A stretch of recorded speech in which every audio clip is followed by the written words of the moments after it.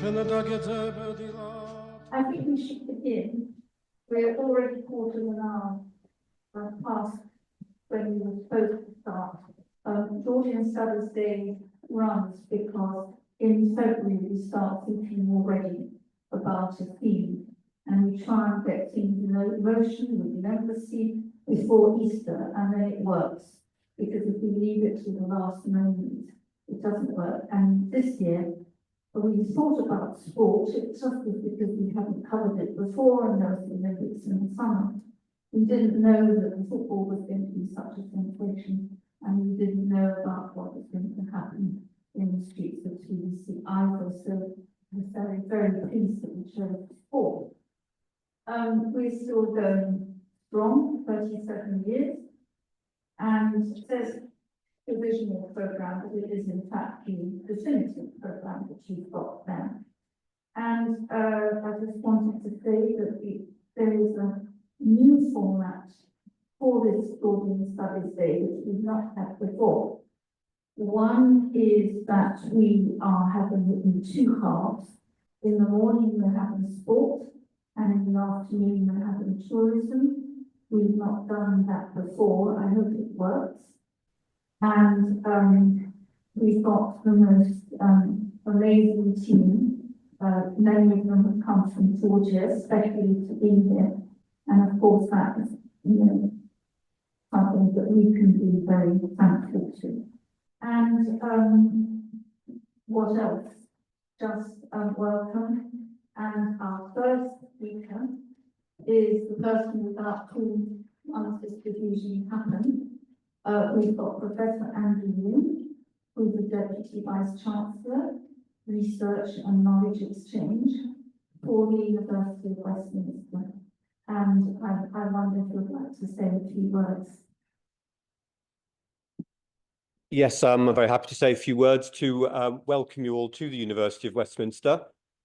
This is an annual fixture and has been that for many years now. And the University of Westminster, as a proudly global university with students from nearly 170 different countries, feels it's a very natural part of what we do to spend time focusing on the cultures and the traditions, the politics, the arts of those countries that are represented amongst our student body.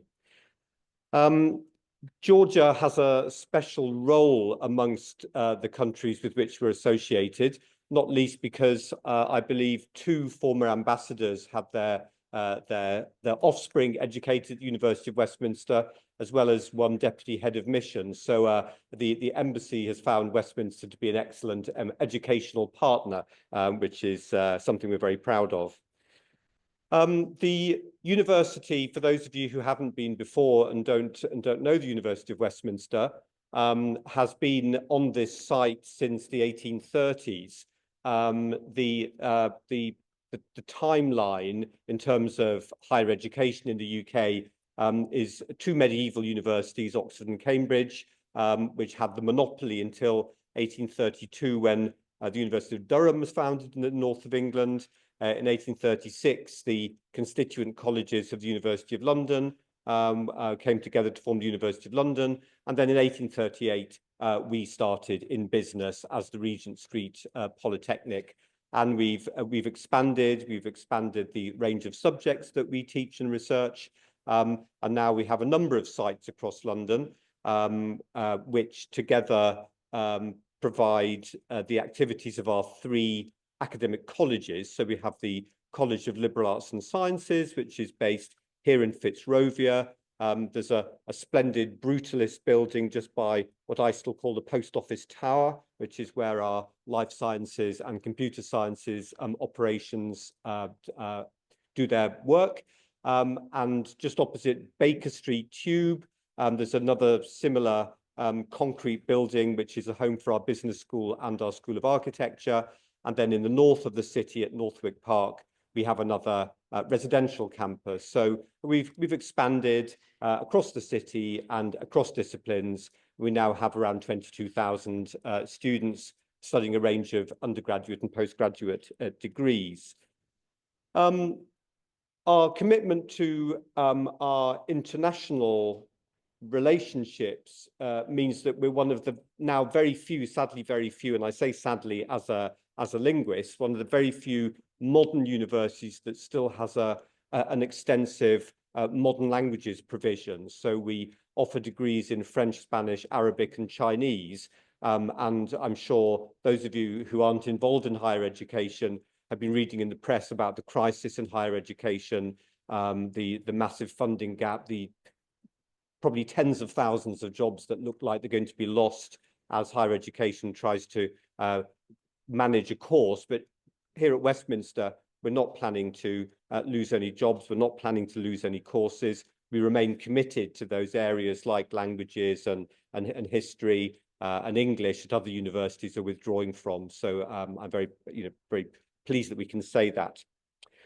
I've visited Georgia in August. I've visited a number of times in recent years, and it was a wonderful experience to see the facilities of the University of Georgia, with whom we're working more closely, and also to attend a conference at Tbilisi State University. And of course, much of the discussion in August related to the upcoming elections and thoughts and hopes about the outcome of those elections. And the outcome has meant that Georgia has been very much in the international headlines recently. So I was thinking, as Tamara alluded to, how fortunate it is that it was decided prophetically to focus on the great unifier of sport and tourism, but politics is never far from sport, and we see that very clearly with the prospect of a former professional footballer having been nominated and potentially inaugurated as the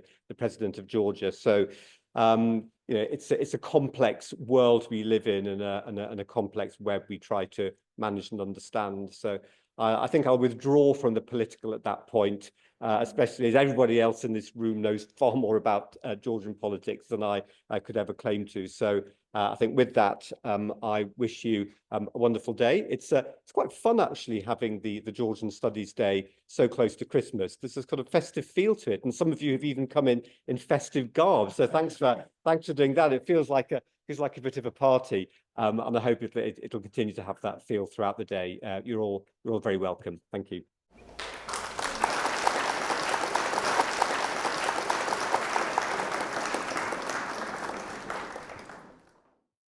Going to have 3 videos, one after the other, I think, smoothly. The first one is, I'll not them all together because it's probably easier. The first one is from His Excellency Gareth Ward, who's the British Ambassador to Georgia. The second one is from the Minister of Sport in Georgia, who sent us a special greeting. And then we have a speaker who many of you know, Irina Mamatsashvili, who was the wife of the very first ambassador to the United Kingdom. And her mother was Zia Tugeli, who was an Olympic champion very early on in the Soviet period. And she will be given a very unique view of that with გამარჯობათ, მე ბრიტანეთის ახლად დანიშნული ელჩი ვარ, გარეთი ვორდი და ჩემთვის დიდი პატივია აქ ყოფნა თქვენთან დისტანციურად. ნება მიბოძეთ დავიწყო ქართულად, იმიტომ რომ ამ წელს მოხდა რამდენიმე წაცინა ახლომდებობრივი მოვლენა, ზოგი კარგი, ზოგი უარყოფითი და დღეს ვისაუბრებთ იმაზე. So, very nice to meet you. My name is Gareth Ward, the new British ambassador here in Georgia.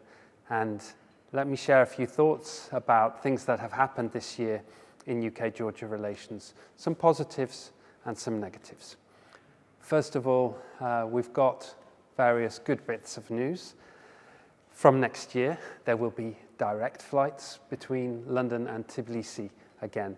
So that's excellent news for tourism and for business. This year, the Georgian rugby team has been playing very well.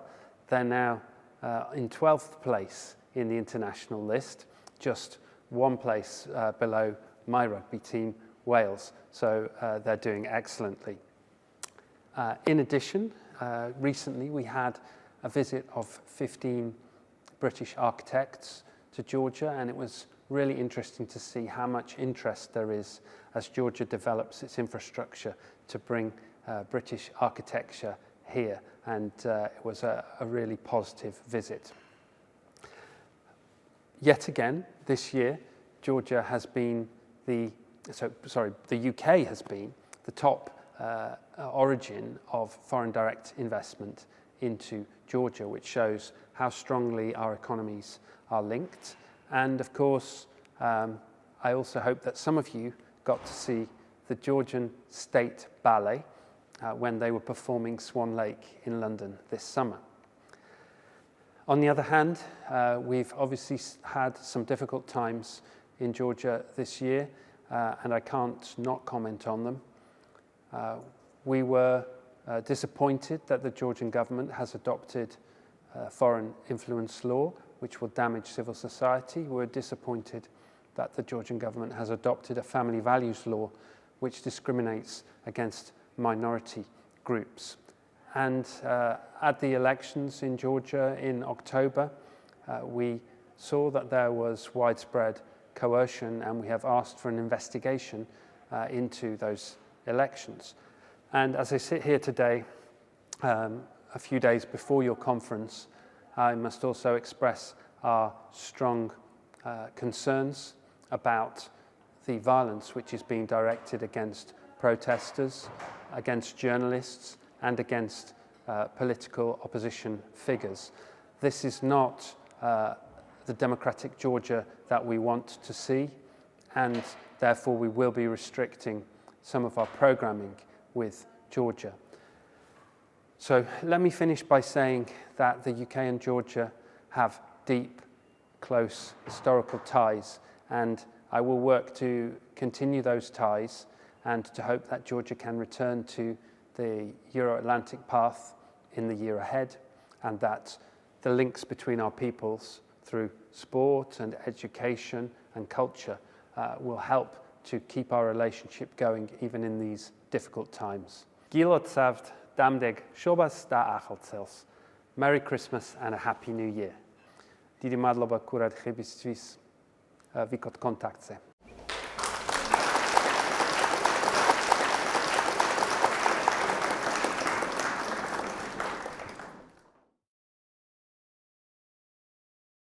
მოგესალმებით, მივესალმები კონფერენციის მონაწილეებს. მოხარული ვარ, რომ წლევანდელი კონფერენცია ეძღვნება ქართულ სპორტს, რომლითაც თითოეული ქართველი ძალიან ვამაყობთ.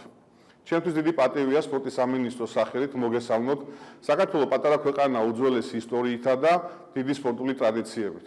ბოლო წლების განმავლობაში სპორტში განსაკუთრებულ წარმატებას ვაღწევთ. გამორჩეული იყო 2024 წელი, უპირველეს ყოვლისა უნდა აღვნიშნო პარიზის ოლიმპიადა, რომელზეც 2008 წლის შემდგომ პირველად მოვიპოვეთ 3 ოქროს медали და გუნდურ ჩათვლაში დავიკავეთ 24 ადგილი. ისტორიული აღმოჩნდა მე-17 პარალიმპიური თამაშებით. აქ საქართველოს წარმომადგენლებმა 9 медали მოიპოვეს, რაც საქართველოს ისტორიაში საუკეთესო შედეგია. მიმდინარე წელს ქართული ფეხბურთის ისტორიაში ახალი ფურცელი ჩაიწერა. საქართველოს ნაკრებმა პირველად მოიპოვა ევროპის ჩემპიონატზე ასპარეზობის უფლება. Euro 2020-ზე ეროვნული ნაკრები 16 საუკეთესო გუნდს შორის მოხვდა. აუცილებლად უნდა ვახსენოთ ჩვენი კალათბურთელებიც.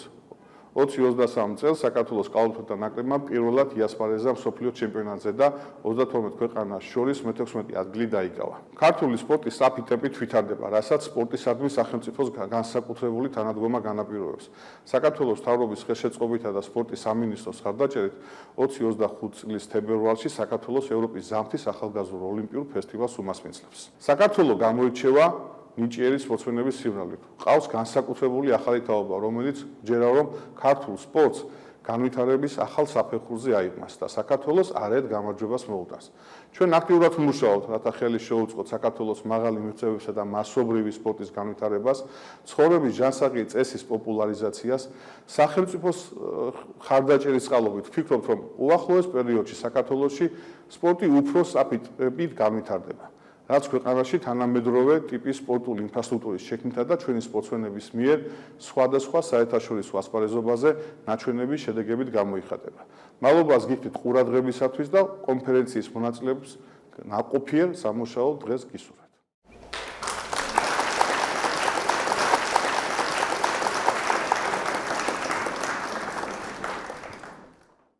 Dear distinguished guests and friends, I am deeply touched to be invited at this prestigious event, especially when the topic of discussion is my mother, much loved and missed, Mzia Giureli. And now I will pass it on to my granddaughter Tiona and hope that today you will learn a little bit more about this amazing woman. Thank you. First of all, I would like to express my gratitude to His Excellency Gareth Ward, Professor Andrew Lynn, Dr. Tamara Dragadze, Professor Peter Lydia, and Professor Nino Porakishvili, as well as all of you attending today, who gave us the opportunity to share the memories and Olympic success of our dearest Mzia Giureli. Mzia Giureli, born August 1st, 1925 in the city of Kutaisi, becoming champion of the 15th Olympic Games in 1952, Helsinki, in gymnastics, making her the first female champion from Georgia. To quote Pierre de Coubertin, former president of the Olympic Committee, what's most important is to participate in the Olympic Games. Later acquired a new meaning. What's most important is to win the Olympic Games, which is exactly what Mzia did. Mzia dedicated 66 years to her passion, sports.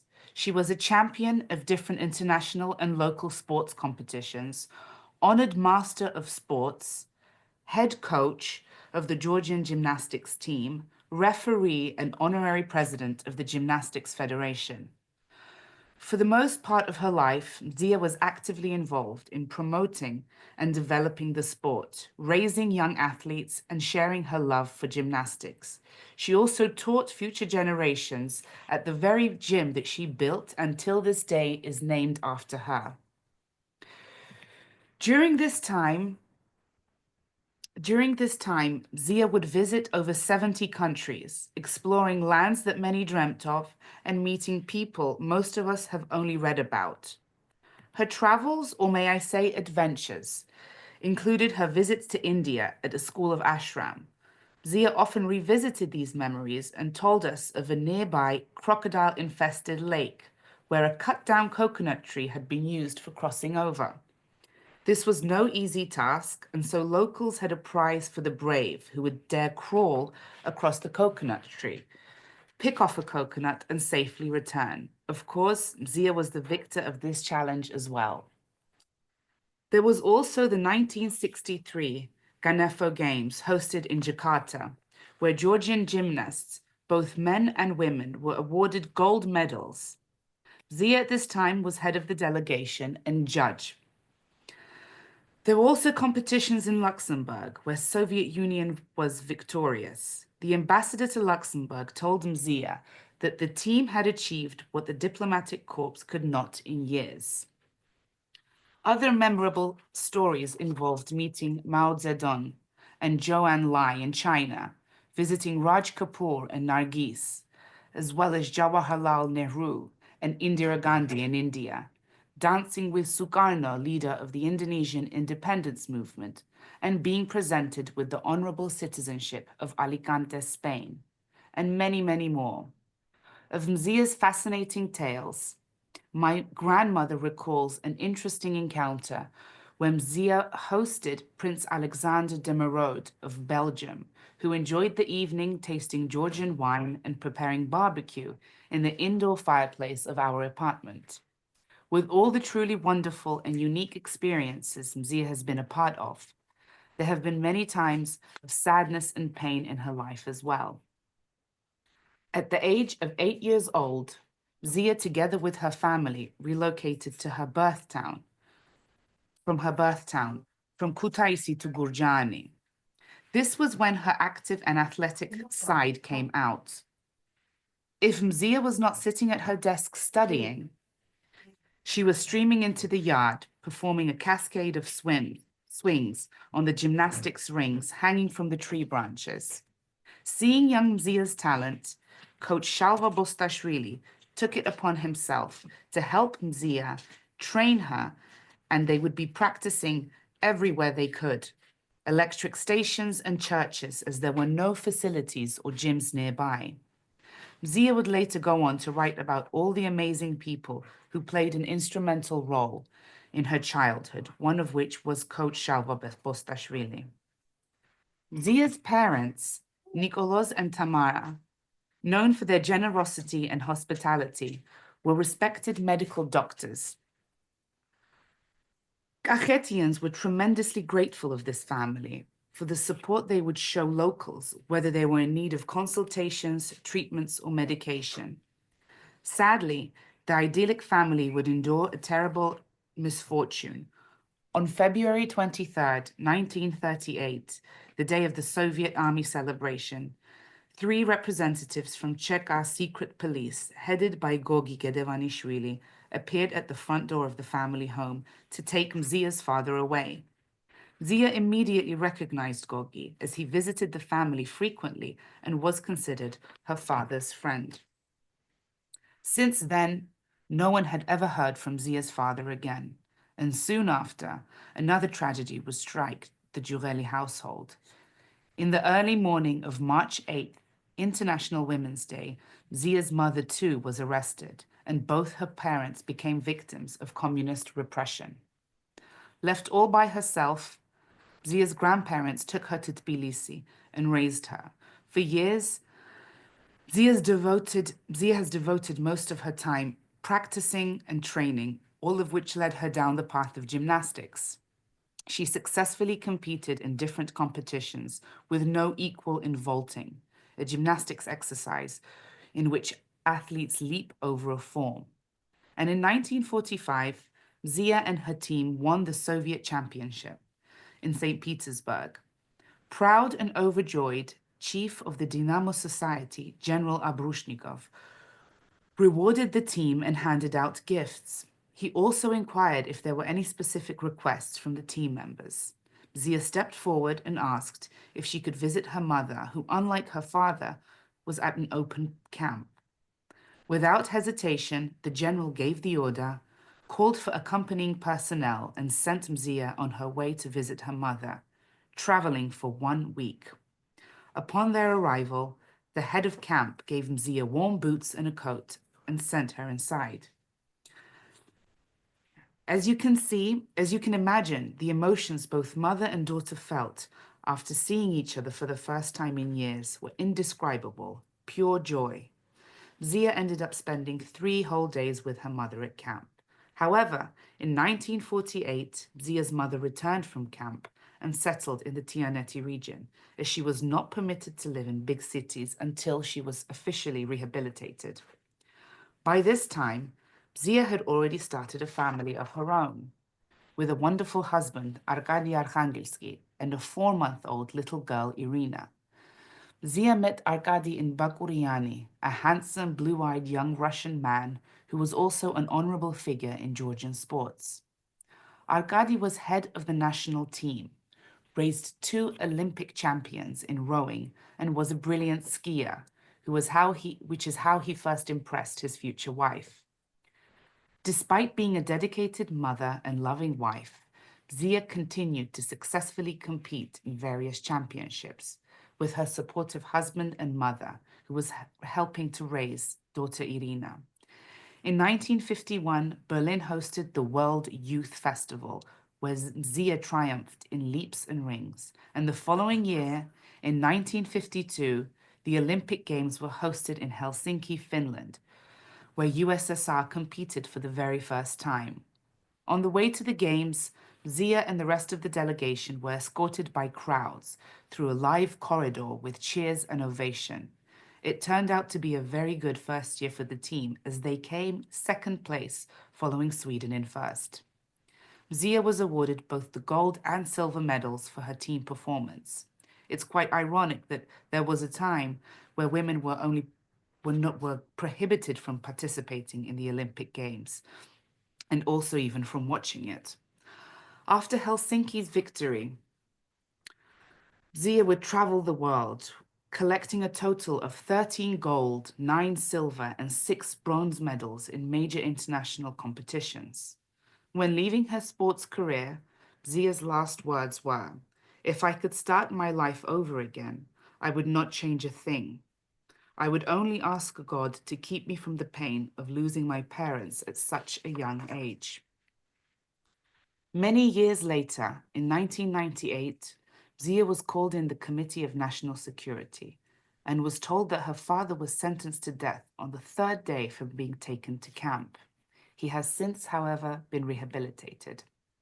With all the hardships, Zia has continuously demonstrated unbreakable character, strong faith, making her not only our family's hero, but all of Georgia's. With all the success in her professional life, Zia had a very full and rich personal life as well, with a loving husband, daughter, 2 granddaughters, and grandchildren, great-grandchildren. Her legacy lives on, and even today, years later, we feel the love, adoration, and admiration of those who once knew her or heard of her great achievements. Thank you very much.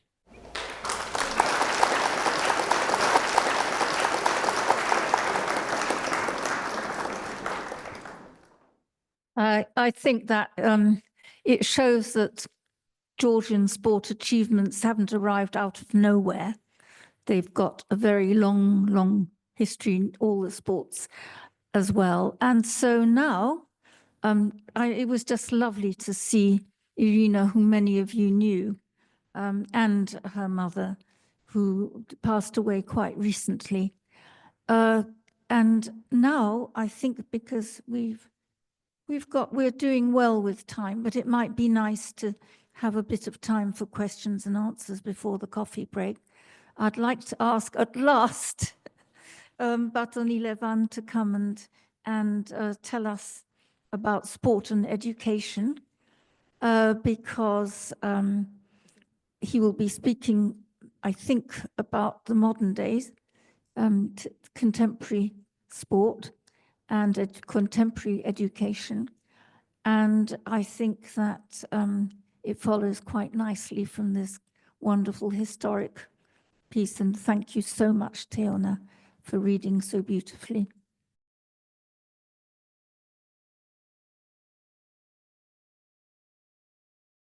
It's going to be a little hard to follow up on that amazing presentation, but I'll try my best. Well, on the ends of the presentation here, Madame Tamar has very rightly pointed out that I will be talking more on the modern days and on the possible future of where Georgian sports may be going through the infrastructure and through the education that we have been implementing. Well, the country has been implementing. At the heart of Georgia's sports scene are dedicated clubs, first of all. I think it's important to note here, which form the backbone of the National Sports Federation. These clubs, scattered across the country's diverse regions, are more than just centers for training. They are the lifeblood of our athletes and the athletic community, both young and old and everything in between. From the mountains to the plains, these clubs foster a spirit of excellence in competition, serving as launching pads for the future of our champions, in which, based on the size of our country, we don't have just a few. We have quite many, which I'm very proud to say. Each year, we celebrate the achievements of our athletes through Georgian championships, where athletes from from every corner of our country, representing wide range of sports, gather to compete in various age categories. These events are more than just competitions. They are a celebration of Georgia's sporting spirit, These clubs, primarily based in municipalities, receive vital support from local governments, ensuring that our athletes have the resources they need to thrive. What you see here, for example, is the Tbilisi Sport Palace of what it used to be back in the times of the Soviet age. It was quite an attraction, and it was called the Sport Palace because it was one of the largest venues we had in the country, which was in the capital Tbilisi. Now, however, after having brought forward a new Sport Palace, where Eurobasket 2022 was held, we're proud to say that it is now the acting Sport Palace, where the large venue can host a larger number of participants. In this particular case, the last few events have been volleyball and handball, which have also taken a very good turn and have turned out to be very well organized. However, it's important to remember that the impact of sports stretches far beyond medals and accolades. Sports has united us as a nation on various occasions. They teach values that extend well beyond the playing field, such as discipline, teamwork, resilience, and respect for the sports and its participants. Whether on local playgrounds or an international competition, sports has created a sense of belonging and pride for many, many, many Georgians. They have given our citizens citizens the chance to come together and share something larger than themselves, which I'm sure if you have seen our celebrations for us finally becoming a full-fledged competitor on the Euro 2024, I think you would know what I am talking about in this very instance. As we strive for excellence, we remain committed to maintaining the integrity of sports in our nation.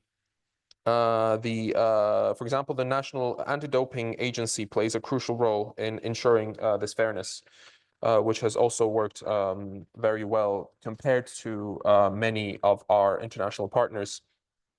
Its transparency in sporting landscape by adhering to the recommendations of the Council of Europe. The agency has actively worked to eliminate manipulation and has maintained a level playing field, which has played a larger role in the education in general, because once we talk about the education in Georgia, we do not only talk about the youth, which I will get to soon, but we're talking about the mature athletes and the international crises that deal with doping manipulation and so on and so forth. The Council of Europe is very actively monitoring manipulation and so forth. And Georgia, being a member of multiple conventions dealing with this, has made great, has been working very closely and very well with such organizations and such conventions.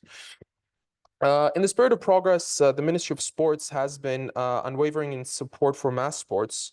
Through strategic funding and partnership, we support several sport organizations such as universities and sports schools and federations, which are vital in fostering the next generation of athletes. These organizations provide opportunities for education and growth, and they ensure that sports remain accessible to all. Our active participation in the conventions of the Council of Europe, so to speak, which also deals with education, sports education, is truly a testament and commitment to aligning our sport practices with European standards. These collaborations provide us with valuable insight and help guide us as we continue to develop Georgian sports along a European trajectory in both the youth and the professional fields. In celebrating education, I think we would be remiss not to talk about the Sport University, which has been active in Georgia for since the 1930s. which has raised multiple Olympic champions in throughout the lifetime of Georgia as a nation who has participated in the Olympics.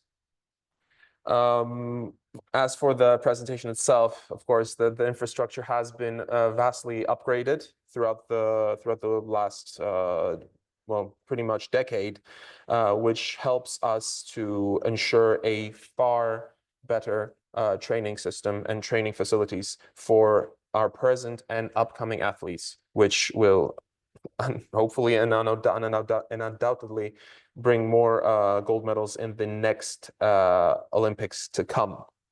But about the university itself, the university's journey began in 1935 with the establishment of the Faculty of Physical Education at the Tbilisi State University, which, as was mentioned before, is a separate university in itself. By 1938, it became an independent institution, the Georgian Institute of Physical Culture, before transforming into the Academy of Physical Education and Sports in 1994. Through the university, though the university has evolved through the years, its dedication to advancing sports education has never wavered. Since its reestablishment in 2013, the university has solidified its role as a pillar of Georgia's sports community. Over the years, it has graduated more than 22,000 highly qualified professionals, many of whom have played pivotal roles in elevating Georgia's profile on the global field. The university may be small in size, and it truly is, both via the capacity of its trainees and also by its size.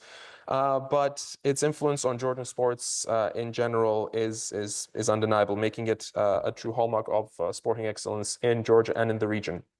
And when we do say the region, we do have to stress this, because no matter what, since the independence of our country, we are either comparing ourselves or we are being compared to the other 14 former Soviet states, with which we, I'm proud to say that on the Olympic scale, which my colleague will speak on later, we do consistently rank around 5th or 6th out of 15 states. I think that's not too bad. On an Olympic scale, we are consistently, or more often than not, in the top 20, which, well, considering that there are more than 15 countries in the Olympics participating in the Olympics, definitely something that we can brag about. Academically, the university has maintained a strong commitment to research and innovation. In the 1990s, it became the only institution in the region to establish a dissertation council in sports pedagogy, attracting scholars from across the globe. This tradition of scholarly excellence continues today, with faculty members regularly publishing in top international journals and conferences. Many professors who have earned H indices, reflecting their global impact on sport and science and education, marrying the three. Finally, about the university, internationally, the university is deeply integrated in the global sports education community, which again is not very large, but still. It is it is a proud member of the International Association of Sports Universities, participating and hosting significant events such as the Olympic Sport and Sports for All Congress.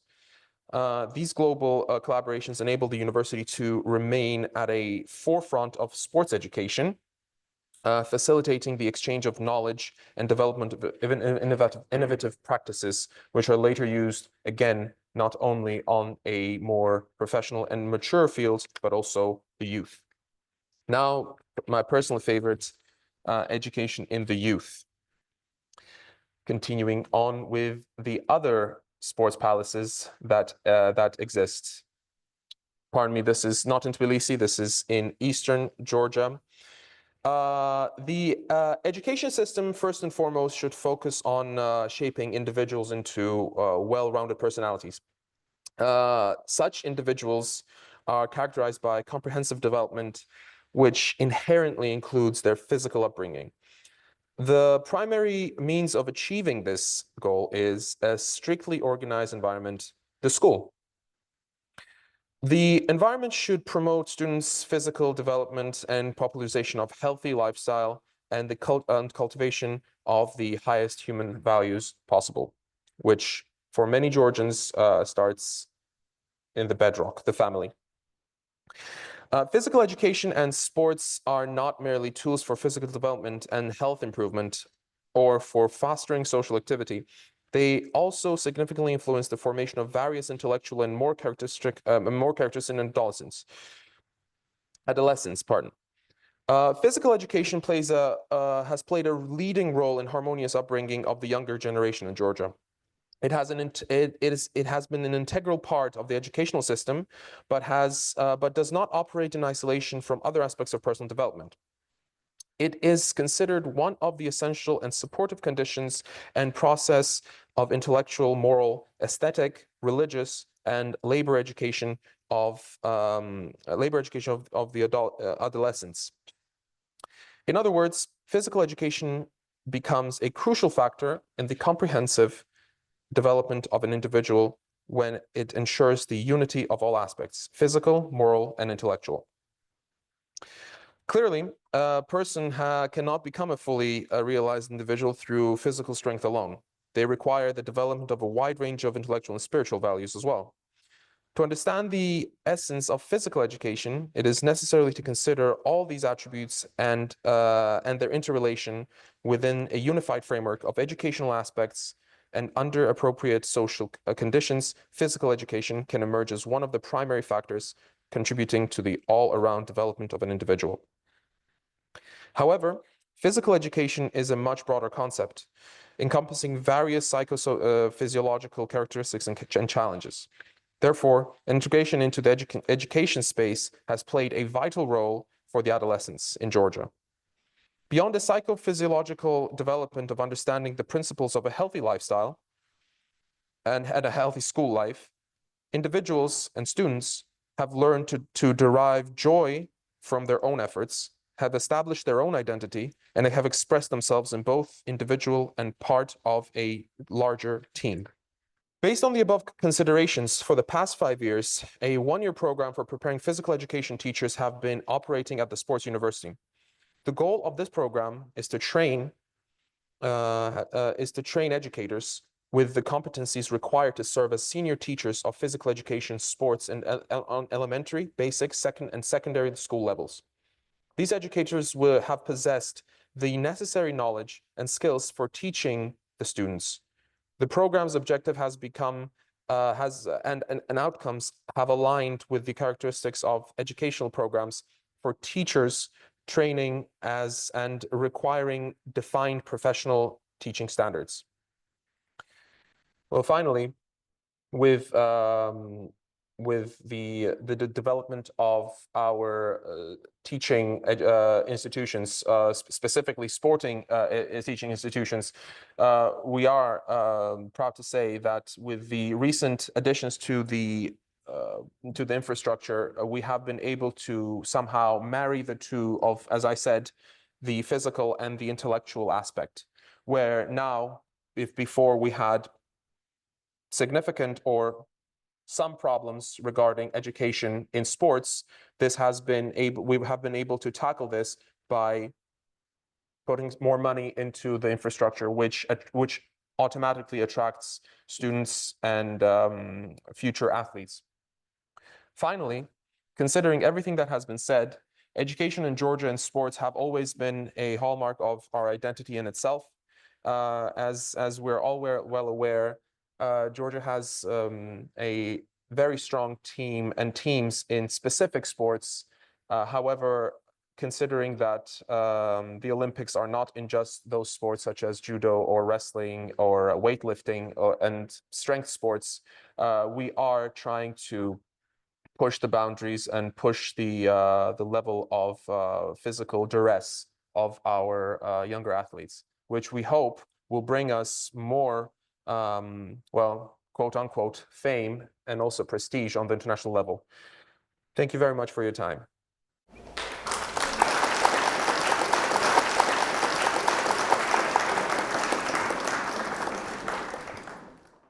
So I have a question.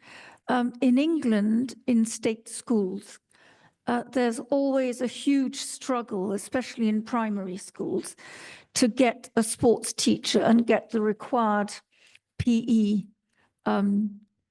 every week that is required by the government. But there's very little funding for it. And very often a teacher who's teaching something else will have to teach physical education as well. And a lot of children make up for it by having their parents pay for extra football or extra this or extra that. I'm interested to know whether in ordinary schools, primary in particular, as well, of course, the secondary, is physical education a mandatory? And is it, Sure. and does it happen? Yep. And how does the funding happen? In Georgia, as in most countries, we have both public and private schools. Therefore, on public, when the topic is on the public aspect, physical education is one of the recorded subjects that children have to pass. Well, of course, there are always certain topics of interest, such as there are some schools which are more rigorous on the physical aspect, because in Georgia, we still have a system where every school, or if not every, many schools are specialized in certain fields, such as math schools, language schools, sports schools as well. Therefore, funding-wise, it is a joint venture with the Ministry of Sports and the Ministry of Education. But because it deals with the schools, it's mostly done through the Ministry of Education. When it comes to hobby sports, such as you very rightly mentioned, I think it's right to say that certain sports in Georgia are more popular than others. You will find that the city streets are often housing multiple stadiums where kids would play, and not only kids. I would even proud to say that I am one of those larger kids, and apart from that, there are some sports, of course, which deal with more economic factors, such as there are some sports which are not as popular, therefore they're more expensive for kids to go to. However, sports such as football, wrestling, judo, in some cities, rugby are sports which are very well funded through local governments. And therefore, they enjoy a much more fruitful harvest of young talent, which then go on to play on international stages as well. You may know that many Georgians now, especially since 2020, 2021, more Georgians have appeared on TV on certain sports. TV, football, rugby, though rugby has been, more Georgians have been playing in rugby before as well, but only through this venture where there are more Georgians, you see more Georgians on TV, only then do you realize that, you know what, there have been some Georgians here and they have been playing for a while now, and which kind of makes being proud of your country a bit more mainstream, really, because more people start to watch the sports they didn't watch before. I used to watch swimming with my grandfather and diving, the Olympic diving, but you know, this has been in many years that I haven't watched it, and I think I would definitely start watching it if there was a Georgian in there. Well said, well said. Does anybody have a question that they would like to ask? Yes, please. You need to have a microphone brought to you, which is coming with Professor Lydiard in person, coming to give it to you. Hi, my name's Ali. Thank you for that talk. It was really interesting and some really incredible state-of-the-art stadia as well in Georgia.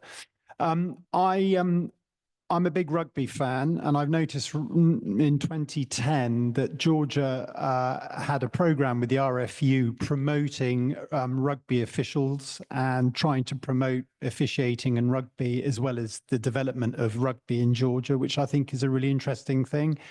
And one of the world's most improved and recognizable referees now is Georgian, who's officiating in the World Cup and all the top international rugby fixtures. And another point I'd like to make is my sport, or the sport I'm passionate about, which is the world's apparently fastest growing sport, is trail running. I've taken part in 2 marathons in Georgia in the Caucasus, and there's an organization called Trail Lab, which runs a whole series of competitive trail running for all ages, young children, men, women, people with disabilities. It's a great organization, so I'd like to shout out for Trail Lab in Georgia. I think it won't be long before Georgia hosts an ultramarathon. All the countries in Europe and other parts of the world, if they've got mountains, there's an ultramarathon, and I think it's only a question of time before Georgia has a race on the international calendar in the Caucasus. It's got everything for me, and I've run many races all over the world, but I can honestly tell you all that the 2 marathons I ran in the Caucasus were the ones that were closest to my heart. And yeah, so just a shout out for the trail running scene in Georgia. Okay, thank you. Would you like to add to this shout out? I think you'd be more than happy to know that that very specific referee will be one of our panelists. You can ask him all the questions you want. So excellent. I mean, his rugby officiating is superb. He never makes a mistake as well. Yeah. Tell it to the Kiwis. Anybody else have a question? Yes, behind there, please. Thank you. Sorry, I'll come to you. On the subject of education, are there boarding schools in Georgia? There must be an awful lot of outlying villages where facilities are fairly limited. How does this work? So excellent question, because boarding schools are something that I think, of course, very coming from a British culture itself. We do not have a culture of boarding schools as such, as one would think when the words boarding and school come to mind. However, sports schools would be something that would be something very close. You very rightly mentioned villages and municipalities where it's no wonder there are more Olympic champions from those regions rather than big cities, bustling cities. That was to be expected. Boarding schools as such, no. However, there have been plans which I hope in the next at least a decade will manage to build on the infrastructure that I was just showcasing, which will enable a more rigorous system of a school system, which mainly deals with raising athletes, of course, with its intellectual capacity to, of course, give a citizen of the country the necessary education for them to be a full-fledged citizen, knowing what kids know in primary, middle school, and high schools. Again, I think it's a bit of a short answer. Apologies for that, but I'm as hopeful as you are. And we have a question over here. The lady with the she's already got her microphone. Fantastic, lovely. Hello, I'm Kim. Can you? Your facilities seem absolutely fantastic. Can you tell me, are they open to the general public as well, or are they only open to people who are within your kind of catchment of trainees? You know, it's actually at first I was kind of nervous to show all the infrastructure because coming to the UK when you have just about 6 stadiums from Zone 1 to Zone 5, I think. So considering that, it's both our infrastructure. So I don't want to embarrass myself too much, but again, they can be open to public, and I can say this from personal experience because I have played on. When me and my mates have gathered around, a lot of us, and have played futsal in the old Sports Palace, because don't forget the infrastructure is not only just the main arena. There are also smaller arenas, smaller chambers, therefore which can be open to the public. Hopefully, here's to more of these facilities, of course. because again, the more facilities we have of other more various sports, the more we'll see that there are more talented Georgians, talented youth who can be of world class, because we'll never know that one can be a great polo player if one never mounts a horse. And if we buy the horse, and if we have a stable, and if we have proper facilities for that, I think there will be a lot of good polo players. But that's just polo. We can just put this in any sport that you wish. Have we got a last question? Yes, we do. About chess, because as we all know, Georgia is one of the best chess countries in the world. And can you just explain to me why? I mean, obviously there's a educational system underlying this, and perhaps there's a secret we need to hear. Sounds like you know something that I don't. Well, yes. I mean, my friends' children are learning chess in Tbilisi, and they have separate classes. But I was just wondering if it's also included in any kind of school curriculum. They are in some, and they are not in others. There are one of our the Palace of Chess, which is relatively close to where I live in Georgia, for example, it was built during the Soviet times, and as you know, there was a certain time during the Cold War where intellectual battles were kind of treated as a physical hot war. Therefore, I think that the region itself, because our neighbors, our friends to the south, they also have tremendous chess schools. A lot of grandmasters from Georgia, Armenia, and Azerbaijan, which compared to the former overlord Russians, of course, per capita, it put us on a map as somebody, as a country who produced, one of the record numbers of grandmasters per capita. The why, I think I would even give you a personal example. I think it would be a very strict family and a very strict grandfather who teaches you and doesn't tell you what moves you need to make, and just basically judges you for making the wrong one. And eventually he judges you less, so you know that it's you're making the right move. Schools-wise, however, there are, in every type of sport, there are certain schools of X, schools of Y, schools of Z.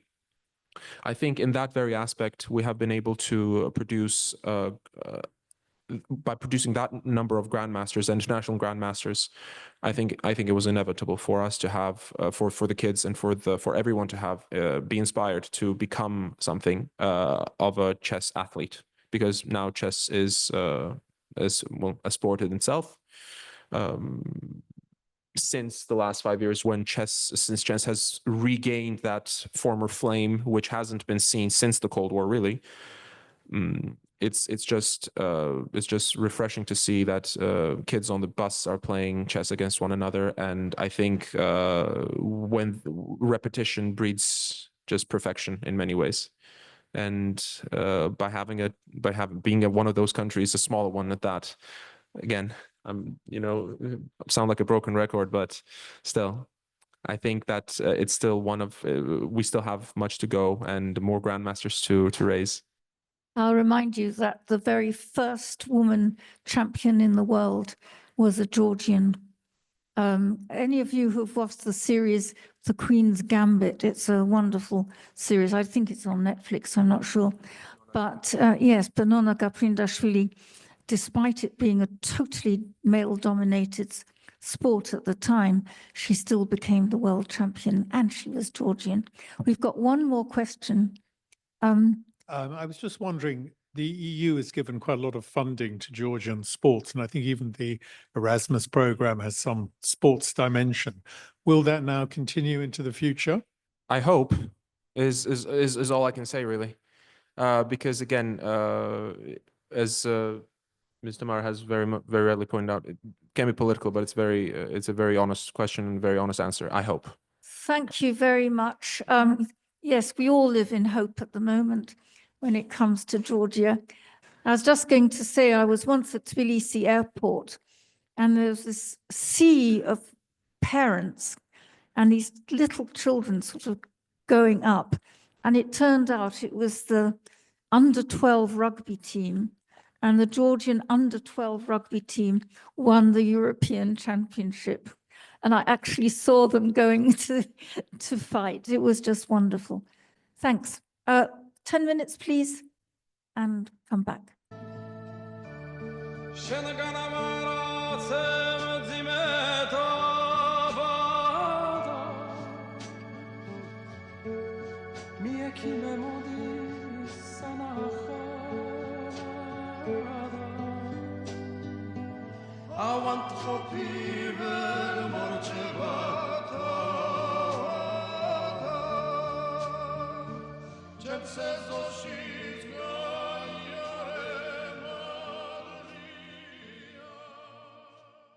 I have a wonderful chair, Batoni Levan, who's going to chair this session.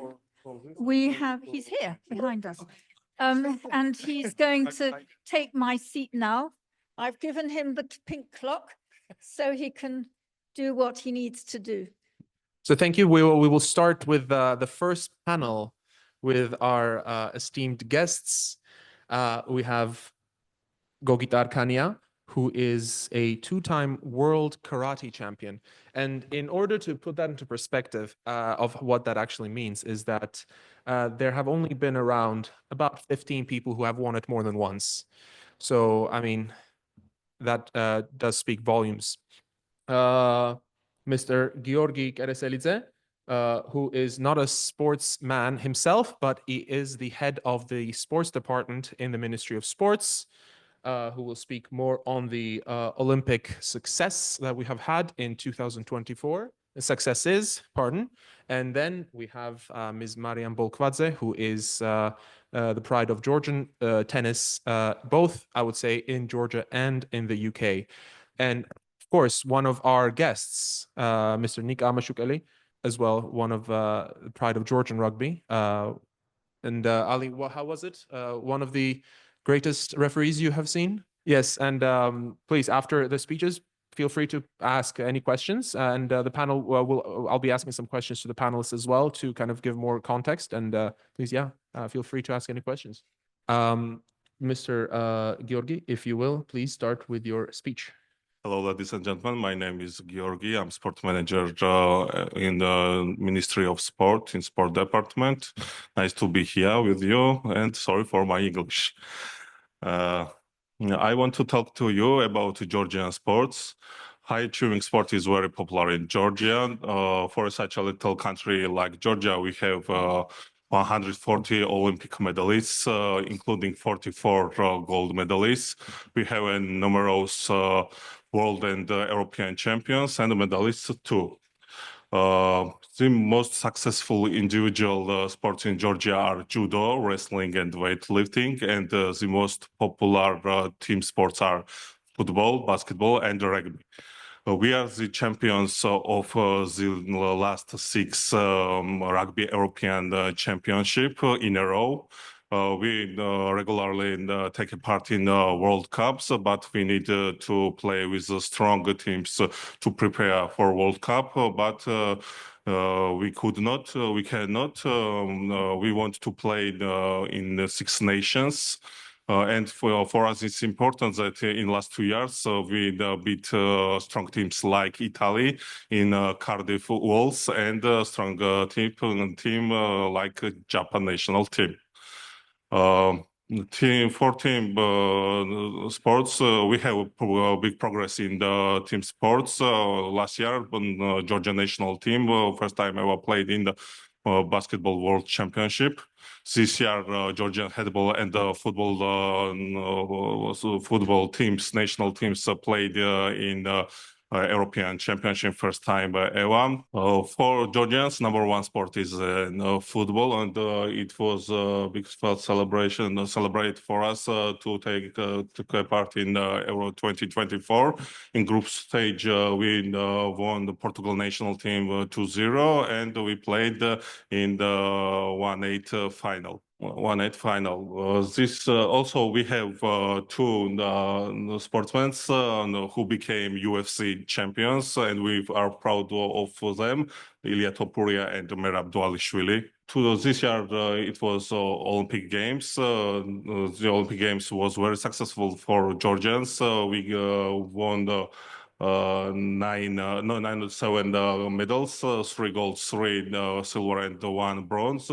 You on the left, first is Lashat Alakhadze, who is a weightlifter, 7 times European Championship, 7 times World Championship, and 3 times Olympic champion. And he did a lot of records. Next of him is Lasha Bakauri, who is 2 times Olympic champion in judo. And he's so young, he's 25 years old, and he have time to do more. Also, we took on Olympic Games 24 place in an official ranking, and it's a big result for us. In Paralympic Games, we had success too. We had our delegation was with 14 sportsmen, and we get 9 medals. 9 sportsmen get medal in Paralympic Games. 1 gold to 4 silver and 4 bronze. And we took a part in 6 sports, and in every sport, so we got medals. It is interesting fact about it. One interesting fact about football, in the 2017, Georgia hosted the European Championship under 19 in football, and the last year Georgia hosted the European Championship in 21 years old in football, and both times England became European champion. And you know, where this event should be held, that England won the European Championship. For us, it's important sport tourism. European Youth Olympic Festival will be held in the 3 cities of Georgia, Tbilisi, Baku, Riani, and Batumi in February. About 2,000 sportsmen from 48 countries will participate in 8 winter sport. Also, this next year, Georgia will host the Fencing World Championship, Karate Serie A Championship, Judo Grand Slam, and in 2026, European Championship in Judo and weightlifting. And we want also to host Champions League final in football in 2028. Georgia is not strong in winter sports, but last 2 years, so we have success in figure skating. We have World European champion, also silver medalist, and we have silver in pairs too. It's you see on the slide Olympic and Paralympic sportsmen get these prizes from Georgian government. So first place was this year 208,000 pounds. Second place was 140,000 pounds, and the third was 17,000 pounds. We are in top in the world on this field. Also, it's a slide about European Youth Olympic Festival. You see the list, the budget of Georgian sport of this year. We are Georgian Sport Ministry has recognized 93 sport organization, and we funding about 60 sport organizations. We also have programs for veterans, for champions, for medalists, and that's all I wanted to tell you about sport in Georgia.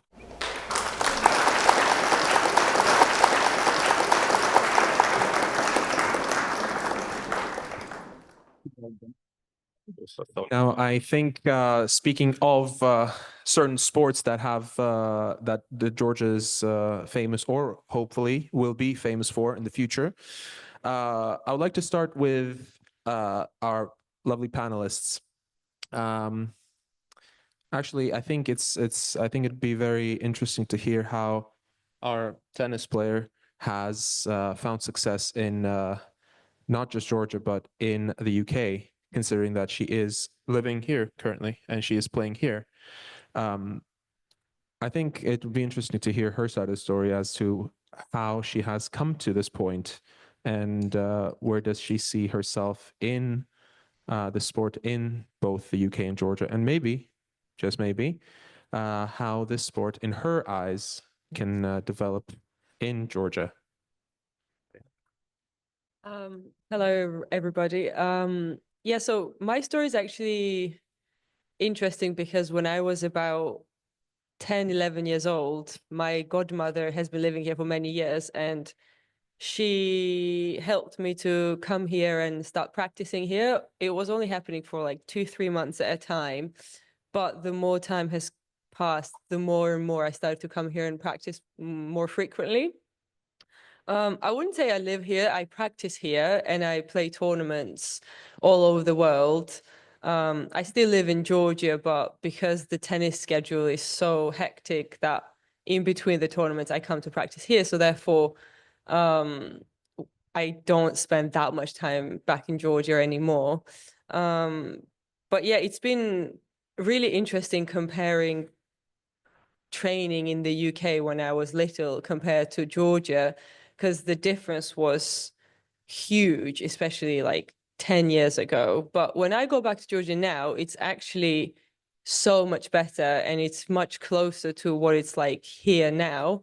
And it's really interesting because now I don't see, I mean, obviously there are still some differences in terms of like the amount of players that UK has, and the people that you can actually practice with is obviously bigger and higher rankings and stuff like that. But in terms of the facilities and in terms of coaching, Georgia has come a long way throughout the last 10 years. So it's really good to see that, especially when I go back to train there for a few weeks.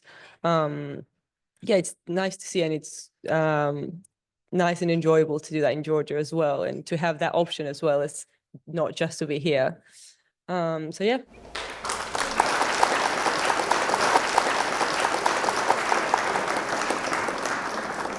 I mean, would you say that in general, would you see yourself somebody who trains the youth in the future based on your successes, current successes and future successes? Because I think it's only logical that you'd be a phenomenal trainer in the future.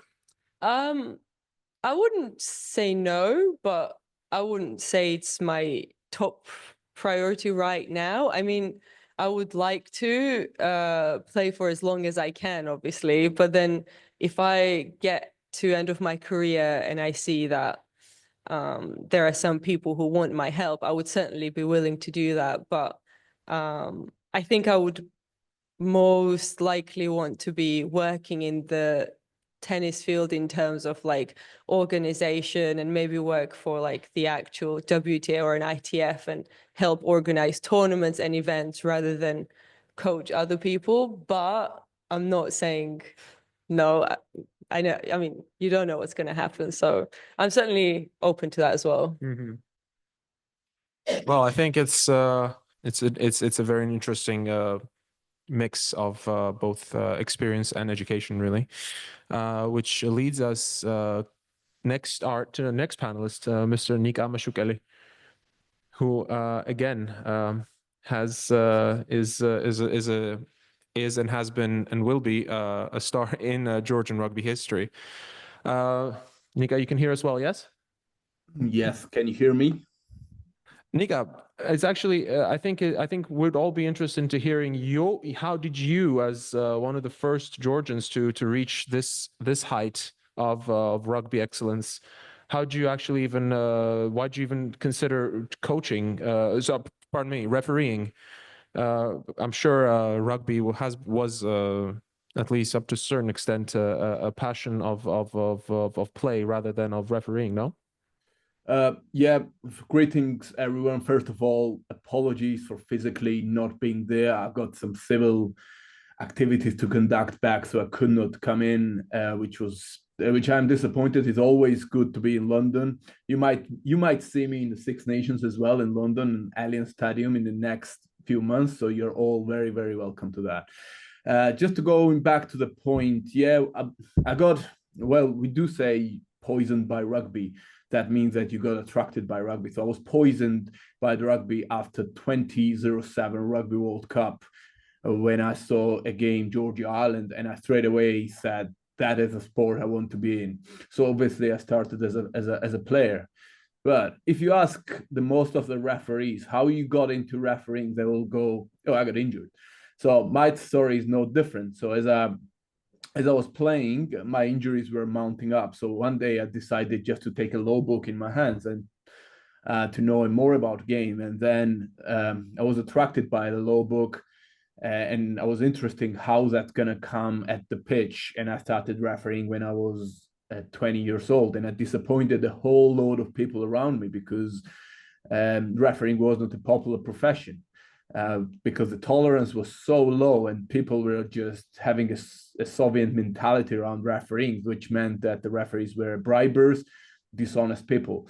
And I'll be very straight that I think after 10 years of me refereeing in Georgia and outside of Georgia on very top, that I kind of changed that mentality, which is the most exciting thing for me, because now people know that the referees are respected individuals in world rugby, and it's a very prestigious job. And it kind of eases up the path of my fellow referees behind me as well. Look, it's a tough job. High performance in every sport today is a tough job. As our guest Mariam said as well, the travel around rugby refereeing is unbelievable. You're basically spending your life in the airport. So I'm happy. You don't have a time to rest, and that's been going for like 5 to 6 years. Your rest is basically preparing for next game, mentally, physically, spiritually, because it takes a lot of effort to get involved in those kind of games, you know. But I'm privileged, I'm honored, I'm lucky to be there, to refereeing national teams like England, France, New Zealand, Australia, South Africa, and those things are exciting. The games are exciting, the crowds are spectacular, the stadiums are iconic. So what you can ask for more? If somebody told me that's going to happen like 4 or 5 years ago, I would say no chance. I would bet my house that won't happen, but dreams do come true. So I'm trying to be ambassador of Georgian rugby, not only on the pitch like players do. We tackle hard, we score good tries, we're good players, but also we can prove by refereeing that we also have a game sense and the knowledge, you know. So it's really exciting. You know, it's very interesting that you say that, because I think that considering everything that you just mentioned, there have been certain instances where referees always are under heat. Wouldn't you agree? They're always under heat. So there have been certain let's say jabs at you, and for as all referees go through, that there have been certain, let's say, maybe mistakes that you have made on a certain game or whatever. But this is not the question is not necessarily about the decisions you have made and taken during a game, but certain comments would even allude to saying things such as Georgia in itself is not a strong, does not have a strong rugby institution. This kind of comment sometimes comes from people who are from countries such as France or Ireland or New Zealand and whatnot. How has that in general been from your end? Because again, you don't only represent yourself, but you also represent your nationality. Therefore, I think it always does hurt twice instead of just once. And obviously, your success is our success. So, how would you say is in general the outlook on Georgia as a rugby institution itself going to be on the rise? Of course, from your perspective and your experience being one of the major contributors to this rise itself. Look, that's a very interesting question, and there are a couple of issues and answer to that. First of all, once you step in the elite refereeing pathway, every referee knows that there's going to be a lot of scrutiny on it, and after each big game, there's going to be abuse, criticism, some disrespect out mostly in the social media. However, coming from a not top tier country, there is an extra obstacle or pressure. When I first stepped in the elite panel and I was 25 years old, at first I needed to prove that I was not a random referee from Georgia, and I had my right to be there, and I could claim my place there. And it had a flip side, like it had the two sides. If something goes wrong, people would say, it's a referee from Georgia, of course things would go wrong.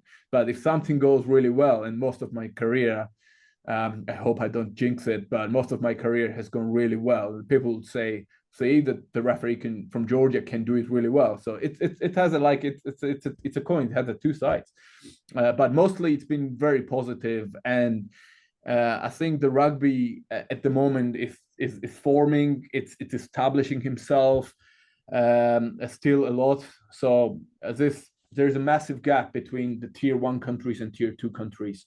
And this gap it's not only on the pitch, it's a logistical gap, it's mindset gap, it's resources, it's finances, it's a massive gap. And I think the Georgian Rugby Union is doing really well at the moment to keep up with this. However, this does affect your career and your establishment, your integrity when you are a first newcomer, because refereeing alone is a huge pressure. But also coming from non-elite countries, a little bit more pressure to this, because you have to kind of prove to people that you deserve to be there. However, yeah, it was tough at times. It was a big games in my career. We've had a lot of anticipation on it. I was like, am I capable of doing this? Because the media were like, why Georgian referees getting those games? But you have to be physically and mentally really strong going out and standing to your guns there. So I think I did that. And now I'm not a referee from Georgia. I'm Nika, who is a world rugby referee. So that path is now behind. But I do see there's a struggle for guys who come from Georgia, Russia, Romania, referees like from tier 2 countries. I mean, so there is a struggle and there is a gap between. So I'll always get messages that your pathway inspires our dedication as well. So that's a good message to hear, because there's a lot of to be done from tier 2 countries to keep up with the tier 1 countries, you know. Mm-hmm.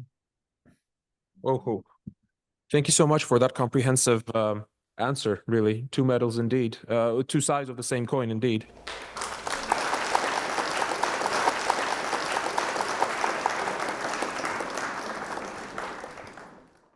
Our next panelist is Mr. Gogita Arkhania, the most decorated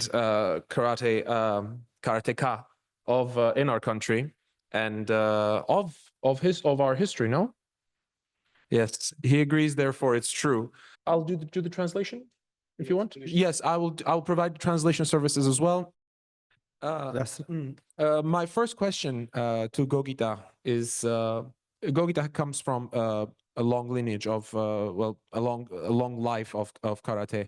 So how has your life changed as a karateka between the 90s and 2024, as somebody who has come from the tumultuous 90s and a relatively more peaceful 2024? Hello everyone. მე დავიწყე ვარჯიში 95 წელს, 1995 წელს საქართველოში, რა დროსაც იყო ძალიან დიდი არეულობა ქვეყანაში და სიდუხჭირე. I started my career in 1995 in the midst of the tumultuous 90s, which was occurring in Georgia at that time. დღეს საქართველოში არის ძალიან კარგი მდგომარეობა, როგორც სპორტის მიმართულებით, ასევე ყველა სფეროში. ეხას გავუსვავ იმ ფაქტს, რომ საქართველოში სპორტის განვითარება ყოველდღიურად ხდება და ეს შედეგზეც აისახება, როგორც არის ჩვენი მთავრობის და სპორტის სამინისტროს ძალიან დიდი დამსახურება, რომ სწორი მიმართულებით მიდის ყველაფერი. Compared to the 90s, today, thanks to the sports ministry, everything is going much smoother, much better than it has been going in the past. And we hope that it will continue so in the future. მე მახსოვს ჩემ ბავშვობაში ტურნირზე, საერთაშორისო ტურნირებზე ვერ მივდიოდით. არ იყო იმის საშუალება, რომ საერთაშორისო ტურნირზე წავსულიყავით. დღეს თუ შენ ხარ წარმატებული სპორტსმენი, საქართველოში ამის პრობლემა ფაქტიურად მოხსნილი არ არსებობს. I remember something as simple to going to a certain sporting events were difficult or impossible in the past. Something that is practically non-existent nowadays. და ეს რა თქმა უნდა შესაბამისად ხელს უწყობს სპორტის პოპულარიზაციას, ხელს მასობრიობას და რა თქმა უნდა მაღალი მიღწევების სპორტიზე პირდაპირ აისახება ესეთი მიდგომა და ყურადღება. This directly translates into our successes on mass sports and sports in general of the country. რაც შეეხება ჩემ კარიერას, ძალიან სწრაფი ვიყავი ბავშვობაში, მოქნილი და შესაბამისად მშობლებმა შემიყვანეს კარატეზე.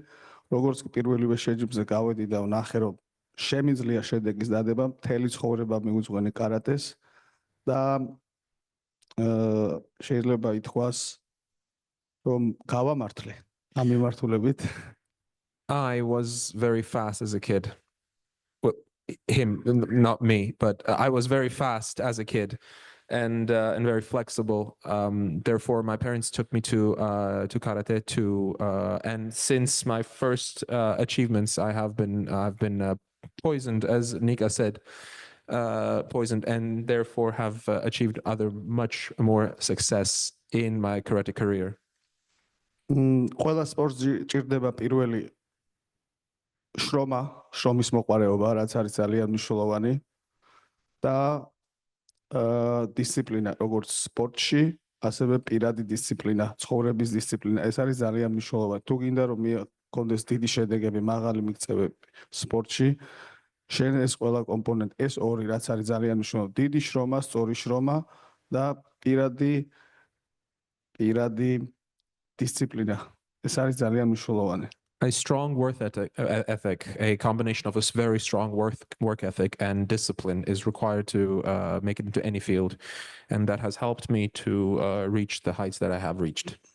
Karate საქართველოში პოპულარობით ძალიან დიდი ყურადღებით სარგებლობს, დიდი პოპულარიზაცია არის, ვინაიდან ყველა რეგიონში ჩვენ გვაქვს კარატეს ჯგუფები, ყველა რეგიონში გვაქვს კარგი პირობები, კარგი დარბაზები, კარგი მწვრთნელები ყავს. მასობრიობა არის ძალიან დიდი კარატეში. ხუთეულში შედის სხვა სპორტებთან ერთად. Karate enjoys is very famous in Georgia. In every region, every municipality, we have great facilities, great teachers, and great environment all around, and which helps the sport become take its place among 5 of the top sports in Georgia at the moment. მე ამჟამად ფედერაციაში მუშაობ, ვარ მთავარი მწვრთნელი, ყველა ასაკობრივი ნაკრები ჩემს ხელში გადის ყველა მომზადებას. ყავს ბოლო 20-23 წელი, 20-24 წელი ჩვენ ევროპის ჩემპიონატზე გვაქვს 5 მედალი მოპოვებული, რაც არის ძალიან დიდი წარმატება და ასევე მსოფლიო ჩემპიონატზე 1 მედალი. ბოლო 2 წელიწადში, 20-23 წელი, 20-24 წელში ჩვენ გვაქვს 4 ოქროს მედალი მოპოვებული. ევროპის ჩემპიონატზე და მსოფლიო ჩემპიონატზე 1 მედალი. Myself as a teacher of karate at the moment, the main teacher in the federation, I have the pleasure of teaching many the youth, and it is precisely thanks to this combination of the previous general discipline and the environment that we have been able to achieve 5 titles in just 2 years alone. ეს ჩვენი მცირე რიცხოვანი ქვეყნისთვის ძალიან დიდი წარმატება არის. და ეს არის მხოლოდ დასაწყისი და ჩვენ გვინდა რომ უფრო გავძლიერდეთ, უფრო მეტად ვასახელოთ ჩვენი ქვეყანა, უფრო ძლიერები გავხდეთ, როცა ყველა თავის მიმართულებას გააძლიერებს, ქვეყანა უფრო ძლიერი იქნება და უფრო წარმატებული. ეს არის ჩვენი მიზანი და ამოცანა და რა თქმა უნდა ვყავდეს ჯანსაღი ახალგაზრდები, რომლებიც სწორად აზროვნებენ და სწორი მიმართულებით წაიყვანენ მომავალში ჩვენ ქვეყანას. Of course, this all leads to having a healthy youth, and healthy not only physically but mentally as well. This only aids in the development of the country itself when everybody does what they're good at and does it to its full extent.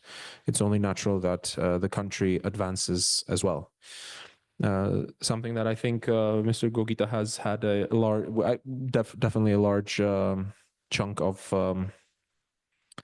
help in helping him, precisely him helping the federation reach new heights, maybe heights that were not reached before, but definitely Mr. Gogita is just of 40 years of age, therefore we still have just 40 years. So Mr. Akane definitely has a much longer time to be in service of our youth and our country. რაც შეეხება ჩემ კარიერას, მე ძალიან გრძელი დიდი კარიერა მქონდა. ვინაიდან 39 წლის, მხოლოდ 1 წლის წინ დავასრულე კარიერა. ჩემი პირადი კარიერა. Despite his youth, he just finished his career about a year ago at the age of 39. But he does say it has been a very long career. And considering that რამდენი წლის იყავი რომ კარიერას შეხვედე? 11 წლიდან. Considering he's been practicing karate since 11 years of age, I think in that sense it has been truly a very long career as a karateka himself, but now as a trainer. 2000 წლიდან დაახლოებით 23 წელი მე ვიყავი პროფესიონალი სპორტსმენი. ყველა ევროპის მსოფლიო საერთაშორისო ტურნირებზე ვიღებდი მონაწილეობას. ვინაიდან კარატე საქართველოში არ იყო ესეთი პოპულარული და საზღვარგარეთ ევროპის მსოფლიო ჩემპიონატზე როგორც არ უნდა იყოს პოლიტიკა მუშაობს, სპორტში არის. პირველი ჩემი медали იყო 2005 წელს სენიორებში, შემდეგი медали იყო 2008 წელს, პირველი ჩემი ოქროს медали იყო, როცა მე გავხდი 30 წლის, იქამდე ოქროს медали ვერ მომიპოვე. It's fine, yeah, it's fine. So I have been on an international stage, a professional, since the year of 2000. And it was only until 2005 that I had reached my first medal, his first senior medal. But it wasn't until I was 30 years of age. When I was 30 years, Please, I take first gold medal in World Championship. First gold medal in World Championship. Yeah. And again, I would like to definitely emphasize this, that that was his first. And again, there have been only about 15 with more than one, and he has 2. შემდეგი another gold medal I can take after 7 years. I was 37 years old, second gold medal. It was 2 different category. First gold medal was minus 84 kilos. Then second gold medal was plus 84. I changed category. Plus 84 and? Minus and plus.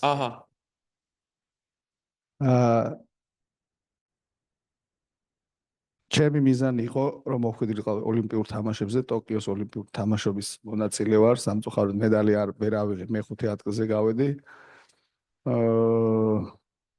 სპორტში კიდე იღბალი ცოტა გამართლება.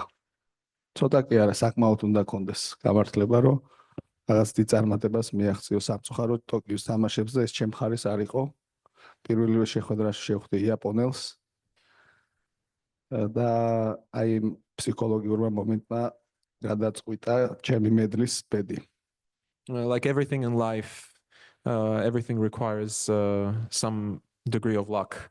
And despite it all, I participated in the 2020 Tokyo Olympics, where I unfortunately ranked 5th in that Olympics.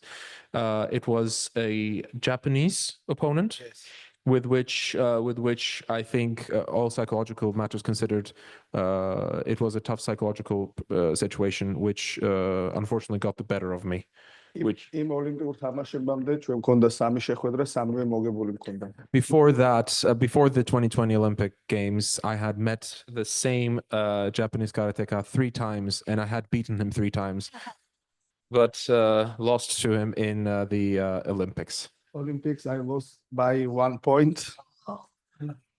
Yeah. მოკლედ, ოლიმპიური თამაშების მერე მე უფრო მეტი мотивация მომცა და უფრო უნდა დამემტკიცებინა, რომ ძლიერი ვიყავი და ოლიმპიური თამაშების მერე მსოფლიო ჩემპიონი გავხდი. The Olympics, the loss at the Olympics only strengthened my motivation, which turned out to be the factor which helped me achieve my 2nd world title in karate. I'm not going to repeat the same of what it means to have 2 gold medals, world titles, but yes, a loss, not necessarily a loss, but a win in many instances in this case. ამ მსოფლიო ჩემპიონატის მოგება მე მომცა ლიცენზია ევროპული თამაშებისთვის. მსოფლიო ჩემპიონატის მერე ვაპირებდი კარიერის დასრულებას, მაგრამ ვინაიდან მსოფლიო ჩემპიონატმა მომცა ლიცენზია ევროპული თამაშებისთვის მიმეღო მონაწილეობა, ზოგადად ევროპულ თამაშებზე და ოლიმპიურ თამაშებზე რომ მოხვდე, ლიცენზია უნდა მოიპოვო, ან 8 საუკეთესოში უნდა მოხვდე რა მსოფლიოში. ევროპულ თამაშებზე მოხვდი, ჩემი მიზანი იყო მედლის მოპოვება და მე კარიერის დასრულება და ზუსტად ისე გამომივიდა, როგორც დაგეგმილი მქონდა. After the world title, winning the world title granted me the license to participate in the European title for the European title. And considering that the European title also, the other holders of the license are other karateka who are the best in their field, at this moment was 8 of the finest karatekas in Europe. My plan was to retire after the world title, but the world title granted me the license to participate on in the European championship. And I postponed my retirement and decided to participate there as well, which I also won. And after that, I retired. Yes. Please.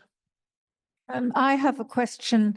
My grandson, who is 10 years old, he competes in Taekwondo. And when he was 9, he represented Great Britain in Holland and won a gold medal in Taekwondo.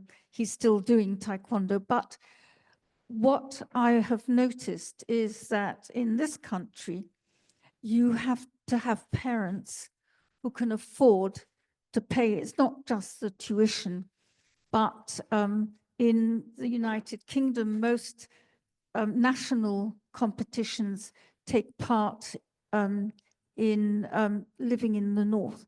Do you want to? Yes. Do you understand what I'm saying? Yes.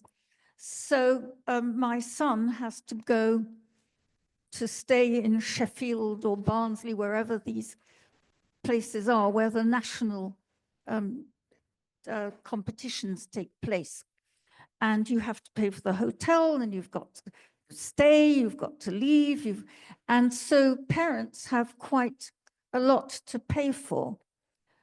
When he reaches 18, because he's very keen to continue, then you go to the Olympic headquarters, which are in Manchester, and then everything is free.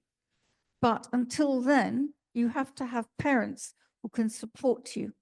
What I'd like to ask is, what is the situation in Georgia from the age of 5 or 4? My grandson started when he was 5.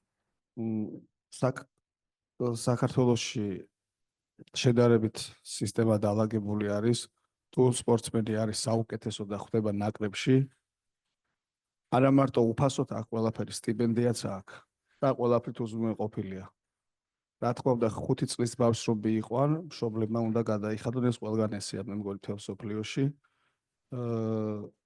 ჩვენ ხო არ ვიცით 5 წლის ან 8 წლის ან 10 წლის ბავშვი გახდება თუ არა პროფესიონალი. მშობლებმა უნდა ჩადონ ინვესტიცია, თუ იქნება საუკეთესო, მერე სახელმწიფო მიხედავს იმბავს, იმიტომ რომ მაგის მიზანია სახელმწიფოსი, რომ ევროპის, მსოფლიოს და ოლიმპიურ თამაშებზე მოიპოვოს ქვეყნის სახელით медали. Investment, of course, is a tricky subject, considering that first we have to see if the youth has the potential to become a champion or a successful in his or her field. Considering this, the initial investment is always made by the parents, and I think it's understood by everyone in the world that parents always pay initially for the services supplied to their kids in any sports. After that, I'm happy to say that Georgia does not have a problem of funding for the youth or thereafter, because with their accolades that comes stipends, which are paid to the athlete, which only incentivizes their progress and in any field, in any sports, in his case karate, but in also other sports. დიდი მადლობა მოწვევისთვის, წარმატებებს გისურვებთ. ჩავრწადით საქართველოში. გელოდებით დიდი სიამოვნებით. Well, thank you for inviting me, and hope to see you in Georgia. Now it's time for Ms. Tamara, who I think some do know, but I have to know at least. How did a Georgian become such a high-ranking fan of Fulham? Yes, I think it is partly because football is not new in Georgia. The Football Association in England was founded in 1885, but the beginnings of football in Georgia were not so much later, just sort of their beginnings. By the end of the 19th century, which is about the same time as the Football Association was founded in our country, in the UK, football began to be played on Georgian soil. And like in other activities, football was brought to the port towns of Batumi and Poti by British sailors. Interestingly, there were Czech teachers who had pupils in the elite school of the first gymnasium, and they played football as part of their general exercising. In 1907, there were some very keen people from Eastern Europe who wanted to establish something stronger and more permanent in Georgia. And they asked the representatives of the Tsar of Russia to allow them to form a football club, which was called Kometa, and which was established in 1907. It was official, it was allowed to receive money, it was allowed to train people, and this was probably the beginning of formal Georgian football. In the 1920s, despite the political turmoil, a Georgian Football Association was established in 1926. But later, the Georgian teams became part of the football establishment of the Soviet Union. Georgian players were referred to as Russian, and the Soviet national team had many Georgian players who smashed their way through despite a Soviet policy to put ethnic Russians whenever possible. There was a Soviet policy indeed to give Russian sportsmen and women priority. We will see this in football, but one clear example in another sport was the way the very talented ski jumper Kobatsakadze was treated during the Winter Olympics in Sapporo. I had the privilege of meeting him and he told me about it in Japan in 1971. The Russian ski competitors arrived several days in advance so as to acclimatize to the high altitude, the way athletes do. But Kobatsakadze was deliberately made to arrive the day before the competition began with virtually no chance to acclimatize. This was what he told me himself. In football, there was one individual club in the Georgian capital, Tbilisi Dinamo, which shone for several long periods as part of the top Soviet League, where its identity was acknowledged as Soviet Georgian. You couldn't be anything but Georgian if you were Tbilisi Dinamo. It was founded with that name in 1925, a year after the turbulent uprising in 1924. It now plays in the Boris Paicadze Dinamo Arena with a capacity of 54,000. It soon became part of the Soviet top league after the league was established in 1936. They excelled in the Soviet League, which was a thorn in the Soviet Union football establishment.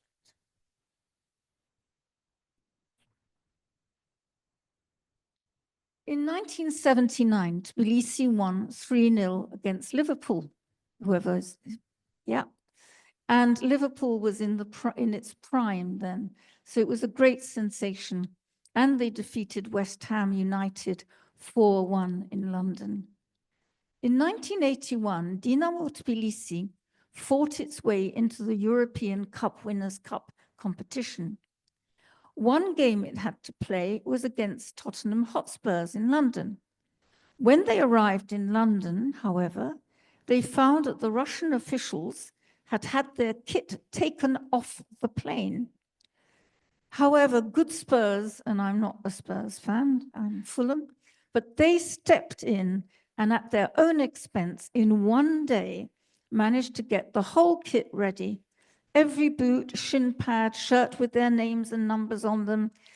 Tottenham won that game, but Tbilisi Dinamo went on to win the Cup Winners' Cup Championship that year of 1981. It is the reason, of course, that Georgians of the elder generation, not this lot, they're too young, are fans of Tottenham Hotspurs. With Moscow Dynamo and Kiev Dynamo, they are the only clubs never to be relegated from the top flight. Furthermore, despite all the favoritism the Soviet football authorities bestowed on Russian teams, the only teams that ever won international championships were Tbilisi Dynamo and Kiev Dynamo. Well, I'm a specialist on ethnicity and ethnic conflict, etc. But I think it's very interesting that this is the case. There was an amazing coach, Nodar Akhalkatsi, who led Tbilisi Dynamo to the Soviet title in 1978 with 2 Soviet Cups, 76 and 79, and the UEFA Cup Winners' Cup in 1981, as we mentioned. From the beginning, in the newly created Football Federation of the Soviet Union in the 1930s, Tbilisi Dynamo was placed in League One instead of top league. But Dynamo Tbilisi showed good form, including winning 9-5 against Dynamo Moscow, the best team in the USSR at the time, with wins against Dynamo Leningrad 3-2, and then winning 5 matches out of 6. They had to be admitted to the top league despite the Russian resistance within Soviet structures. After the dissolution of the Soviet Union, Georgia set up its national association, hampered by lack of funds like everything else in that country. But since then, a bit like the situation in Scotland, Georgians play among themselves, and this is limiting.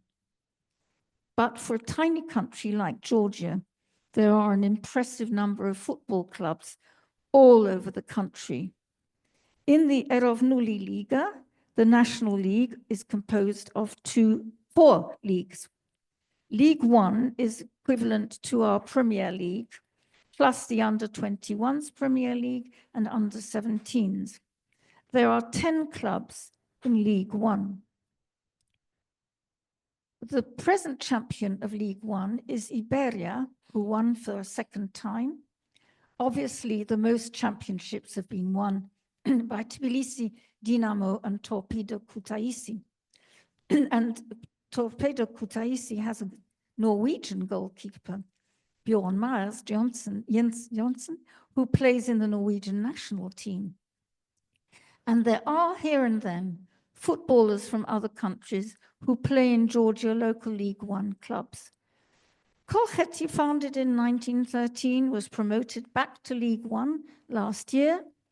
Dilagori, Dinamo Batumi, Tubo, Samtredia, Tel Aviv, Kutaisi, and finally Gagra Football Club, which is a football club in exile from Russian-occupied Abkhazia. It is based in Tbilisi and is obviously remarkable to stay in League One. Relegated one league clubs go into Erovnuli National League Two. It has 10 clubs and a few are in Tbilisi.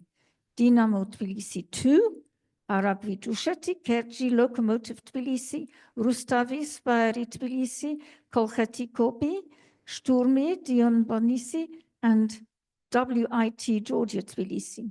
Those are in League Two, I think. Am I right? Yes. Just wondered what these sports specialists are thinking over my shoulder. League Three, it has 16 clubs, again a few in Tbilisi, and others in important cities like Gori FC, Bodromi FC, Zugdidi. Zugdidi, by the way, was a football team founded in 1919, and other clubs. League Four also has 16 teams, a few in the same cities as those in the higher leagues, but as far as I can tell, there is quite a lot of movement between relegated and promoted clubs between the third and the fourth league. Then there is the regional league below all the others, and it has, I think, 62 registered clubs, including junior clubs, and they are divided into 3 groups with even further clubs included in this group. Conclusion is that I've gone into detail here in this section of my talk in order to convey the multiplicity of football clubs throughout Georgia.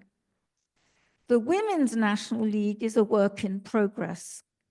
They lost to Denmark 15-0, for example. It is a young squad and it needs more support, which I hope the Minister of Sport will remember. Although founded in 1984 within the Soviet Union, where nothing happened for them, when it became part of the National Georgian Federation, women only started competing internationally after many years, and the squad has yet to qualify for the FIFA World Cup or UEFA, and as far as I know, there are few local women's teams in the towns and villages around Georgia, which is usually the feeder for a strong national women's team. So let us hope it changes in future, because like in this country, women's teams start sort of very low in sort of regional leagues before they can get promoted. So this is what I hope will eventually happen for Georgian women. The Georgian national men's team, and their nickname is the Crusaders, burst into the present football world to surprise a whole new generation of football fans this summer for the UEFA 2024 Cup. Their versatility, their ability to outplay teams like Portugal was totally unexpected. In a competition where the top teams were bogged down in calculated technical concerns, the Georgians were actually this summer, a lot of football was pretty boring because the national teams were sort of keeping to their set pieces and their rather unimaginative ways of dealing with things. The Georgian team burst onto the scene with flair and passion, not seen as yet in the competition. Then the competition changed, but it was the Georgian team that sort of set this vision alight, and they were a real sensation. People in general these days know about rugby, but not Georgian football, except for the odd player who played in Europe, or the resentful UEFA teams who went to play in Georgia and win, and seemingly with their eyes closed. They've never had to compete very much against Georgia before, but were obliged to go and play in Georgia's part of the circuit. And it was, the Georgian team had not much to be proud of at the time. Players in the Georgian national team will have competed in Georgia's federation structure, which, as I said, is like in Scotland, having to compete among themselves. But as Georgia drew closer to the European Union politically, many of them now play in Europe and have shone through. Who has not heard of Napoli's Prica Kvaratskhelia, who helped Napoli win the Italian Serie 1? And who can't wait to see the next season here in England when 24-year-old goalkeeper Georgi Mamardashvili goes to Liverpool, which I'm not looking forward to because we drew with Liverpool, Fulham did 2 weeks ago. So having Mamardashvili in goal is going to be difficult for all the teams, I think, but looking forward to it. In the past, the team had Georgian coaches who did their best, but the team was usually cobbled together at the last minute, so to speak, because so many players seized opportunities to play abroad in Europe or especially Turkey. However, the Georgian Football Federation had a stroke of genius, and in February 2021, they appointed the Frenchman, Willy Sagnol. His pedigree was impressive, both as a player and a coach, and his temperament seemed to click with the Georgian team. For me, it was his bringing to fruition many years of Georgian talent and character to suddenly achieve a level that could be showcased on the world stage. Like most national teams, Georgia has had its ups and downs, but it is firmly within the UEFA family of better teams now.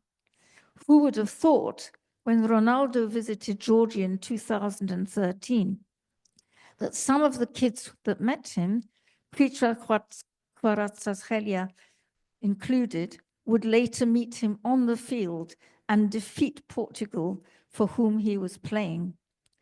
We should not discuss politics here, but I hope that with a change in the situation, Georgian integration into Europe, which affects youth sport even more than adult sport, will allow the new phase of Georgian football to shine as brightly as it did this summer.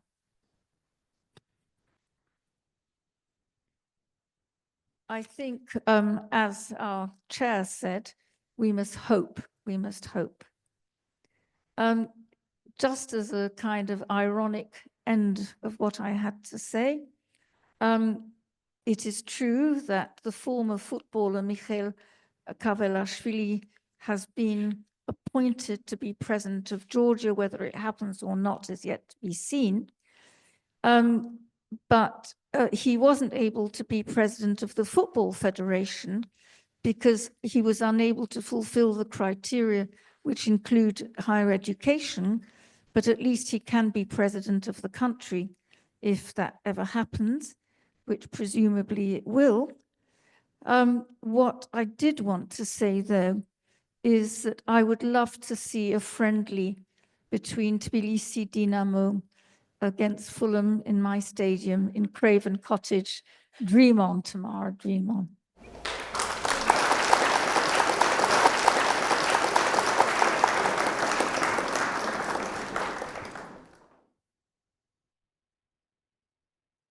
Thank you. I have a question. I've been involved in Georgia since the early 1990s and have seen Georgia develop from the chaos of becoming, an independent country again to a far more developed country that we have today. And during that period, we've seen the development of sport in Georgia, and we've heard from the panel and seen from the pictures how both the physical facilities in Georgia have improved immensely for athletes, and how gradually coaching for both teams and individual athletes has been improving. However, as Tamara pointed out, one of the problems for sport around the world has been the interference and influence of politics. Given recent decisions by the Georgian government, do you think the development of sport in Georgia is going to be negatively impacted by politics? Well, I'll answer in lieu of my colleague.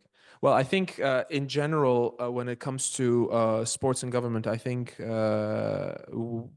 no country is really safe from saying things as, oh, it's independent. It's never independent.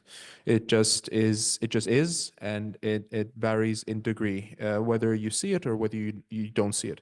But at the end of the day, there are certain structures, I believe, in which you could say that, oh, this country does this and, sports and government this way, and some other country does it that way. I think that in Georgia, sports has always been such a national thing for us. I don't think it can ever be as politicized as one would come to think. So at the end of the day, I definitely think that no matter how politicized it might seem, it is eventually going to return to its roots, because that's where it comes from. The sport belongs to the people, and whether you do it, whether it's grassroots, whether it's mass, whether it's professional, at the end of the day, nothing really ever controls it. And the only thing that can aid it, which is any government institution or the country itself, is through funding, which I think that is the prerequisite for any sport to flourish in any country, is for it to have the funding from the government. Therefore, that is the short end of it. The long end is a little different, but it's the same answer, but a longer answer. In the times of the Soviets, what was the difference between funding then and now? Was it all paid for by the state in Soviet times? I think as a historian myself, I can say that yes, it was. The funding in the Soviet Union was funneling money into sports, and that's why, based on our previous lovely question, that was, I think you asked it, was it not? What? No, you did last. The chess, yes. I think I would just go to that same answer. I can definitely say some of my colleagues, because I'm a historian first and then a public servant. Some of my friends who do work on Soviet past of Georgia, we have talked about this, and yes, absolutely, Soviet money was definitely funneled into sports as one of the means of this. Proposed superiority in all ways but one, compared to the dirty West, so to speak. This is a message for Tamara quickly. I've been told it's got to be quite a quick one. I've been to see a Dynamo Tbilisi game, and when I went to see them, there was, I think, under 100 people there, which was a real shame. I grew up with Dynamo Tbilisi being one of the great European names. Kypriani was the name I remembered in the early 80s. A terrific team. And some years ago, I bumped into Graham Souness in Pret-a-Manger in Waterloo, and he was in front of me in the queue. And I wanted to ask him what it was like to be beaten 3-0 by Dynamo Tbilisi, but I chickened out and asked him something else, because I think he was in that game when they, in front of about 120,000, Dynamo Tbilisi put them to the sword. But I just ask you, Tamara, quickly, can you ever see Dynamo getting back to at least the European Conference League or Europa League?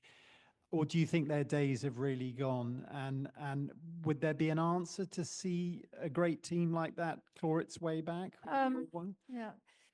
In the Caucasus, but the three republics, Azerbaijan, Georgia, and Armenia, very often individual teams depend on one millionaire or one benefactor who gives a lot of money from business to that team. That's the case in Azerbaijan, where the Karabakh team it got to the European Championships quite a few years back. So there is that. Yes, Tbilisi Dinamo does very well, but it's true that people don't go to the stadium like they used to. I remember in Soviet times, there was a game between Armenia and Georgia, and they had to have tanks outside because they were so afraid that, and the referee, unfortunately, we felt, Georgians, that he favored the Armenians. And a pregnant woman came marching down, went onto the pitch and started sort of saying, "Long live Georgia," which of course the Soviets didn't want to hear. So football did cause a bit of a raucous then, and it was full. But it's true, I think the cost of tickets, most Georgians don't have much money. And yeah, well, it might, I just don't know what it is. The same in Azerbaijan and Armenia.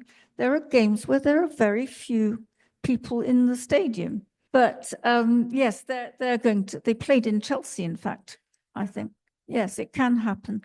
But I think the priority now I mean, you know, I don't, but I think I can guess as an outsider that the priority now is the national team rather than Tbilisi Dinamo, because if the national funding can't really go to just one club.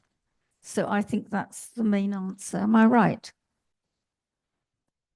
For example, the Dinamo Tbilisi has a good academy.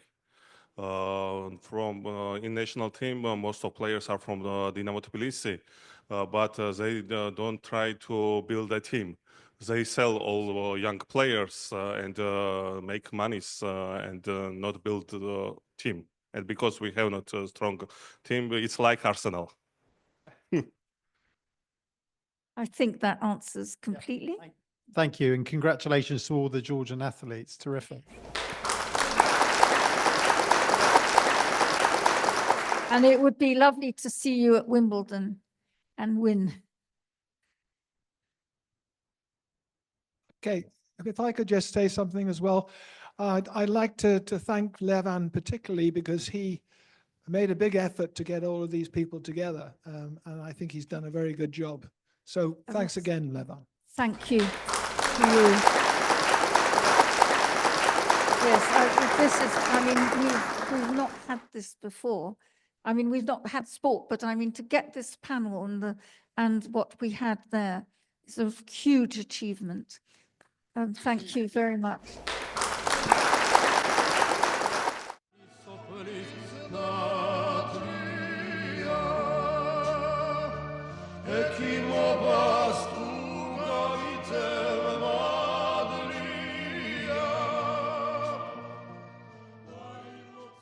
Okay, well, welcome to the afternoon session, which is mostly me. Okay, I'm sorry about that, but you'll just have to put up with it. But I should add, actually, not only me, that although you can't see them, present in Georgia, watching us at the moment, are my two fellow panel members of this event, the tourism event. And it's very strange because I can't see them, I can't feel them, but I know, I've been assured that they are both there. Is that 100% correct? So in that case, even though you can't see these two people, I'm going to introduce you to them, because when I finish my little speech at the beginning, you're going to get two speeches, one from each one of them. And the first person you're going to see, apart from me, if you don't know who I am, I'm Peter Naismith, author of books and calendars and bookshops and things. I have for you, and we're very lucky to have both of these people, Vano Vashak-Madze, and he's going to speak first. And Vano he knows more about tourism than just about anybody in Georgia. And if you're looking at this slide now, can we dim the lights a little bit so that, is that possible or not? Just so that it just gets a bit, we can see it a bit clearer. I mean, if you can't, don't worry. Anyway, this slide you're looking at here with the question, the Caucasus, Europe's best bird watching destination. It's thanks to Vano that we created this first slide, because it was a part of a project that was funded by him through a USAID project in Georgia, a very large USAID project, of which he is the main Georgian, he's sort of the lead of this project, the Georgian lead. And this was in England at Rutland Water. And it was called the Global Bird Fair. And I gave a presentation on why not only is Georgia probably the best bird watching destination in Europe, but this part of Georgia, Kazbegi, is, and I checked it on people who know a lot more about birds than I do. And in my talk, I said, okay, shoot me down. Is it true that Kazbegi is the best place in Georgia for watching birds in Europe? And nobody could. So I think it's now confirmed. Anyway, Vano was responsible for that. And the way that Vano got his fantastic position is that he's had huge experience in tourism. Not only in tourism, he was a deputy head of the Monument Protection Agency for the Georgian government quite a few years ago. He was manager of the Marco Polo Hotel in Gudari, so he has experience in business as well, which is very important. We flew him over with the British Georgian Society, and he gave us a talk on climbing Mount Ujba and Mount Kazbek at the London Alpine Club a few years ago. And he's done so many things, and he's also, of course, an expert mountaineer. And Vano, I'm assuming you can hear me, and if I've got any of that wrong, please correct me. And the other speaker we're going to have on the panel is Nick Ekomanashvili. And Nick is another, you don't get any better than Nick when it comes to tourism. You really don't. And he was one of the co-founders of Caucasus Travel, which is the main Caucasian, I would say Caucasian, but it's the largest travel company in Georgia, probably in the Caucasus. And I remember when they first started all those years ago, him and Saba Kiknadze and a few other key people. Unfortunately, Saba's no longer with us. But anyway, Nick has been there right from the beginning, another mountaineer. He's now I think, director of the Mountain Guides Association, which is a very important new organization in Georgia. And he's also director of Explore Georgia, which is his own travel company. If any media organization like the BBC wants the most reliable and effective person they can find to help them make TV programs in Georgia, they usually come to Nick. And so you might have even seen his face on TV from time to time here in the UK. He's a fantastic guy, and you'll see why in a minute. So with that done, I'm going to just give you a little bit of introduction about tourism in Georgia and why it's so important. A lot of people don't know, but in 1990, tourism was actually over 12% of GDP in Georgia. And that's a very, very high number. In England, tourism is 4.5% of GDP. So in 1990, just before the collapse of the Soviet Union, it was very, very, very high in Georgia. And I witnessed it with my own eyes because I was there in those days. And I was just one of the many tourists. So then, of course, what happened? We had the Civil War, and tourism went to zero, more or less. And that was, and the Civil War ended in sort of 1993. And then between 1993 and 2019, tourism slowly crept back. And in 2019, it was 8.4 of Georgia's GDP. This is just before COVID. And of course, COVID wrecked it again. So you're watching tourism sort of go like this, up and down, like this sort of yo-yo, but slowly getting better and better. So, and I've just read a report saying that the Georgian government is hoping to get it back to, I think, because it's, of course, dropped again after COVID, getting it back to 7.9% in 2025, which we hope will happen. There are factors, as we all know, that are not helping tourism at the moment.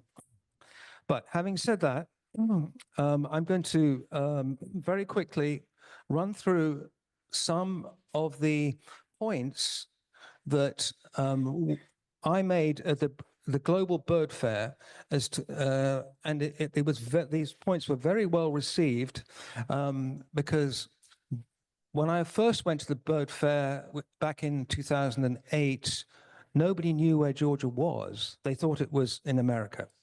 And now, in 2024, this year, everybody knew where it was, and they had lots of questions.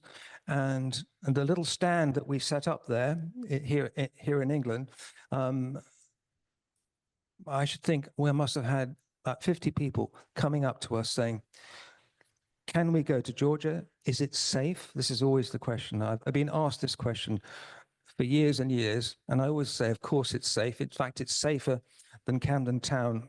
It's much safer than Camden Town at 11 o'clock at night. And and a lot of people will be coming to Georgia simply because of this event. And this is why these public events, by the way, are very good for tourism in general for Georgia, because it helps spread the word. And there isn't a lot of word spreading going on. The way that people come is usually word of mouth. I mean, they'll read stuff in the press, but the word of mouth is what makes people come. So that event was very successful, and I was trying to prove my point that Georgia is the best bird watching destination. And not that button. Let me try this one, not that one. Let me try this one. Yes. Okay. Now, 3 of these birds are Caucasian endemics, which means they only exist in the Caucasus. The 4th one, on the bottom right-hand one, this here, the rose finch, which is this beautiful bird, which of course we don't have in England, that you can find in other places. But the other 3, the Caucasian chiffchaff, the Caucasian black grouse, and then the snowcock, these you will only find in the high Caucasus, and they're quite rare. And so that's one reason. And you'll find all of these birds in Kazbegi. And funny enough, my very second trip to Georgia back in 1987, I was staying in Kazbegi. I wrote about it in one of my books because I was a vegetarian, and I told them I was a vegetarian, and they served me with a single potato. And that was what I got for being a Soviet-era vegetarian. Anyway, this was in Kazbegi. But I came down in the morning after that single potato dinner in the evening, and there was a table full of English people sitting there. This is 1987, in the Soviet period. So what on earth are you doing here? They said, oh, we're a group of bird watchers from Nuneaton. And they'd come all the way, and they knew all about Georgia. They knew all about Kazbegi, even in the Soviet era. So it really is a very special place, in Kazbegi. And the other wonderful thing about birds in Georgia, and of course I'm telling you this because this is a kind of tourism that really needs to be developed. It's there, it's just waiting for people to see it, but it hasn't been developed yet, hardly at all. When you go hiking, which is a very big tourism, which we'll see in a minute, people get very interested in the birds, and it's a reason why people hike in many cases, because they want to see what you're looking at the screen now, which is actually one of the pages in my walking guide. Georgia has 4 vultures, and you can see all of them in one day if you do a little drive, and you can see three of them. These top three here, you'll see all of those in Kazbegi, and the other one, the Egyptian vulture, you see in the south. Extremely rare in all of Europe. There's nowhere that you can do that, and I actually guarantee my tourists a Eurasian griffon vulture and a golden eagle, all your money back, because you'll always see them in Kazbegi. So that it's really something special, something unique, and I won't go into the reasons why Georgia has such wonderful birds, particularly raptors. I mean, Georgia has 11 eagles, and we in England have sort of 1.5. And so it's just amazing if you're a bird watcher. This is the picture I took. This is the bearded vulture, the lammergeier, and it's huge. I mean, it stands this high on the ground, and it weighs. They can weigh up to 10 kilos. And they're massive and a bit scary. And this one is bright pink. You see, it's got pinkish sort of orangey pink feathers. It's because this is another thing you find in Georgia when you're a tourist, which we don't have here in England. These extraordinary mineral springs all over the place, and this is on one of the hikes. And this actually has become quite a famous hike up in the Trousseau Gorge. And which is another part of how tourism is going to develop in Georgia. But you can see the extraordinary colored rocks, and that the vultures get this orange staining because they come and drink in this water, and the water runs down their front and stains them. This is the walking guide, which a lot of you have probably seen. And by the way, it's about to go into its 4th edition. By far my most successful book. It's even they did a German version the other day, and this one is more or less sold out. I think I've got one copy left here. This is something else you will see if you're very lucky in Georgia. Again, Caucasian endemic. I cheated. I took this picture in the zoo because you can't get near them. They live at about 3,500 meters, and occasionally they come down in the winter, but they're usually white. They're beautiful. Look at these lovely curved horns, and they are unique to the Caucasus and fairly unique to Georgia. And the Georgians call it the jikhwe, and it's called officially it's called the Caucasian tur. But again, it's another reason. And when you go hiking, it's something you look for. This is England's rarest butterfly, the Camberwell beauty, absolutely everywhere in Georgia. When you go high in the mountains, but in England you'll never see one. Huge butterfly about this big, absolutely magnificent. This one just posed for me on a rock in Svaneti.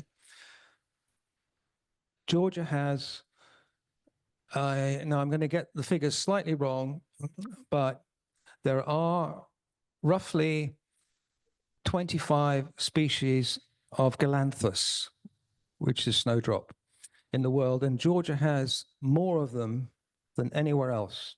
So again, there are a few fanatics who will come to Georgia just looking for this one little flower, and they are magnificent. It's a lovely picture, by the way. I didn't take it.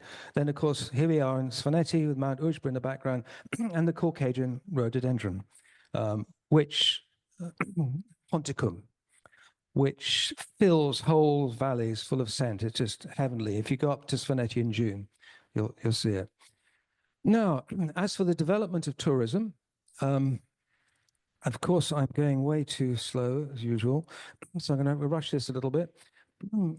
We are starting to see these signs popping up all over the country.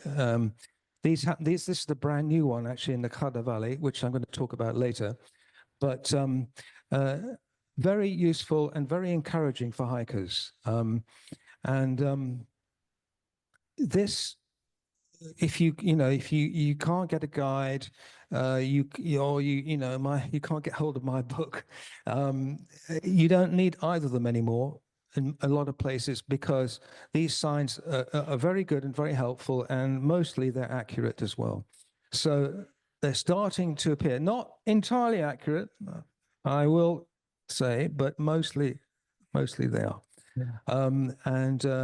And it's very encouraging. And it's also encouraging for Georgian hikers as well, because a lot of Georgians, young people, I mean, I've often been say, Peter, you like hiking? And they say, yes. Hello. um, and um, and then they say, right, well, I'll take you hiking. And we get and they get in the car, we go somewhere wonderful, and we stop the car and get out of the car, and then they pull out the hamper full of wine and food and hajapuri, put it down on the ground, said, okay, that's it. And that's our hike. But it's changing now, fortunately. And these signs really help. And because once you go somewhere, it tells you where to go.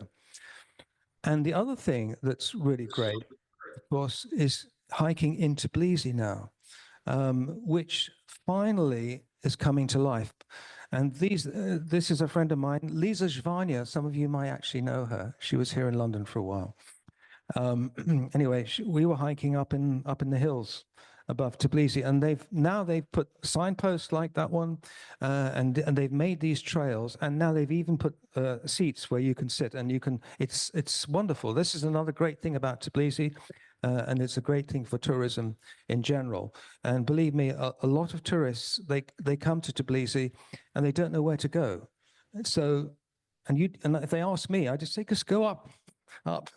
These hills now are full of really great paths, and you just you can't get lost because you can see the city the whole time. And you go a little bit higher, and if you walk on the way to Kajori, this is the kind of view that you will see. And you can see Mount Kazbek there in the background. You know, it doesn't look very far away from Tbilisi, and in a sense it isn't. Now, by the way, that last picture is in the new calendar, and there's just a few left, I think, still in the back. It's a philosophical calendar this year because I've got a bit tired of Georgian politics. Sorry. So I'm being a bit more, let's say, philosophical with the calendar this year. But, and it's about, I mean, Georgia is the world's most landscape diverse country for its size. And it's just full. And so for its, of these extraordinary vistas and diversity of pattern. And it's a philosophical concept, which I'm getting very interested in. I'm writing a book about it.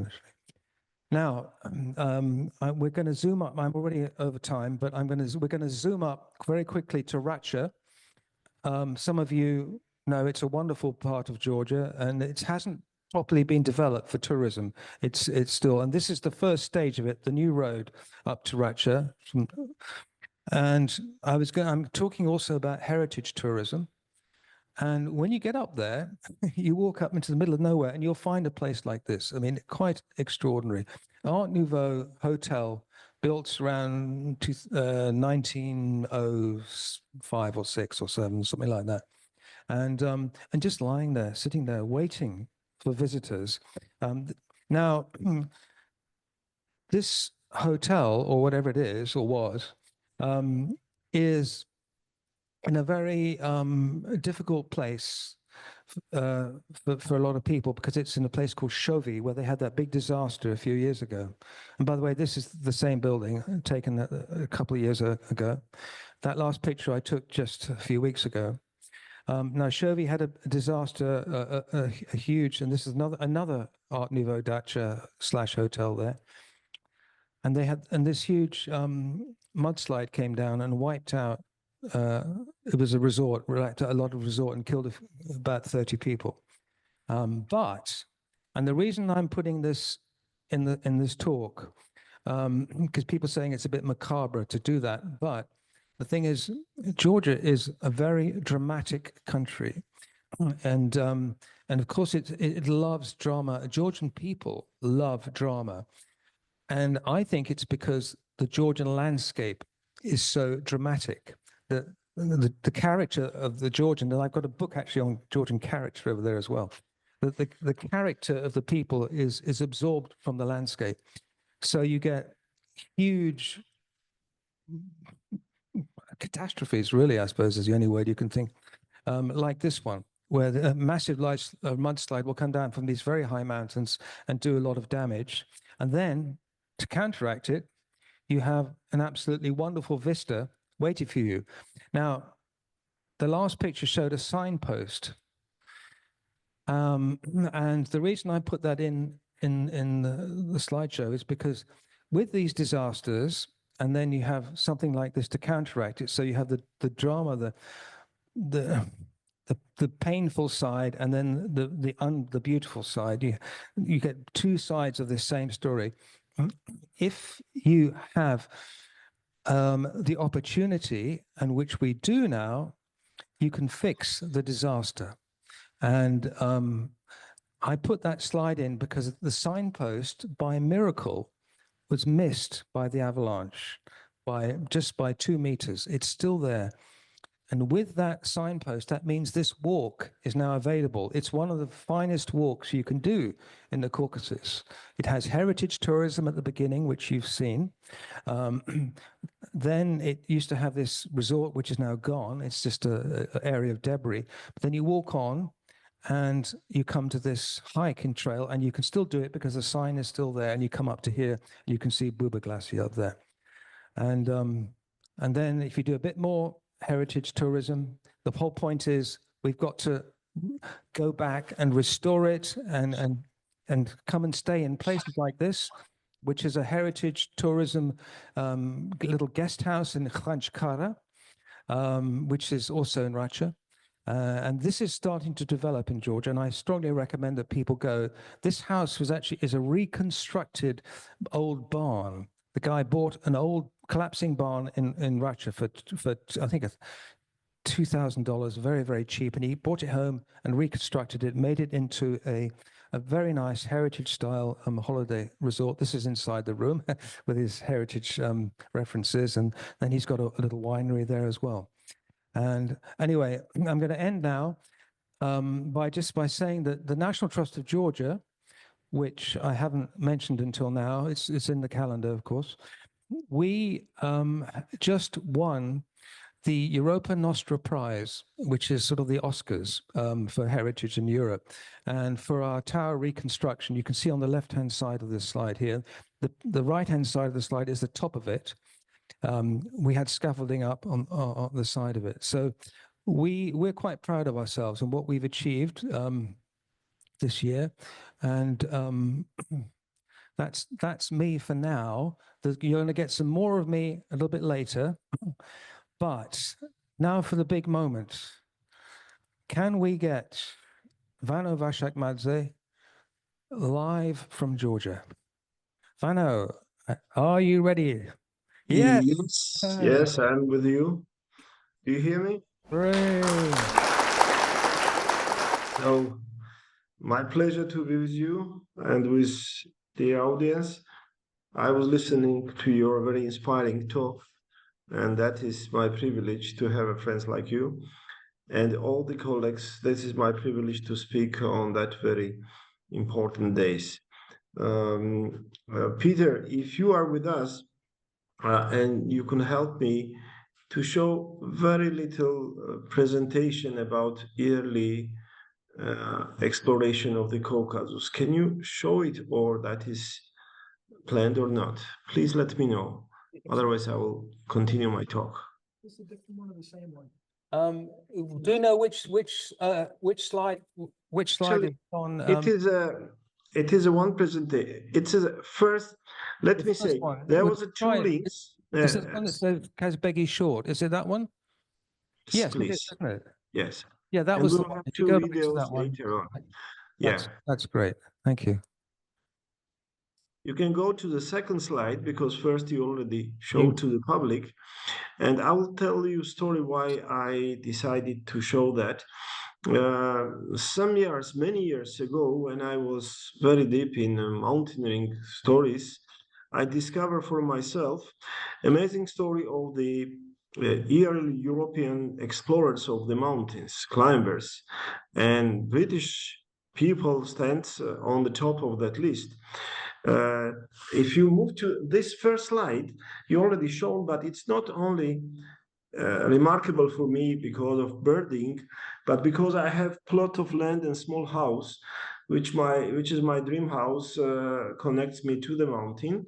where many visitors are coming, being hosted by, as today, by my daughter and his husband. And this is a small shelter where people can come, stay, enjoy the very good meal, and look around and be pleased to be in the place, which has remarkable history and up to 400 vertical meter hiking way to the summit. At some point, probably that inspired the first British climbers, which I know from the book, The Exploration of the Caucasus, published more than 130 years ago. And the names which you see here, it's in my memories from many years, because that was my first discovery, that mystery of Caucasus mountains stay in Europeans' mindset for many centuries. And the story about that specific man, which is remarkable person itself, the Douglas William Freshfield, is the one who wrote that book, and that's his story about his 20 years of exploration of the Caucasus. Summited sometimes first in the tallest mount of the Caucasus, and inspiring the many other followers to come and to discover the Caucasus. To me, this is one of the best tie connecting European mountain spirit people to the Georgia, as a country which has a many years or centuries dream story about being connected to the European civilization. So let me say the names like you see it here, plus many others such as Francois Devasser, the Dent, Donkin, Holder, Voulet, Coquin, all this we know at the mountaineers very well, because they were great personalities with great stories they gave to us to inspire to love and to live in the mountain.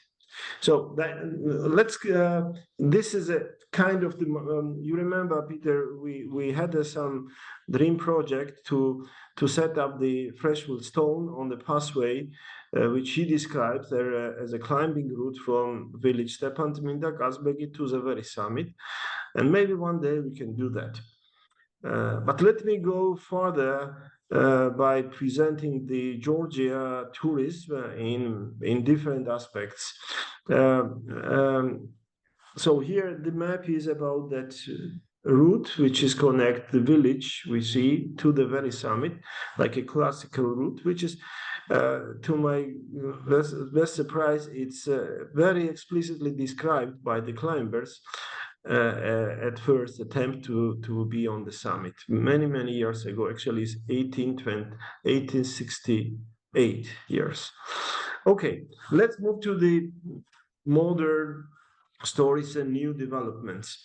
And let me explain where Georgia stands at the moment on the global touristic map. I sent a short video about 1 minute. Link is with you, Peter, or with and if you can show to the public, if that is possible, please go with the video, and then I will continue talking about that. You can skip that presentation for now. That is not more relevant at the moment, but if there will be a question, we can discuss on that. But can we find this video? Because I think it gives a good recap about what is Georgia about. If we can find it, it's great. Otherwise, I will continue my talk. So after COVID, 2023, the first big touristic event hosted by Berlin ITB, was the place where Georgia has a privilege to be a host country. Not this one, but the second link, please. Because we can come to that later.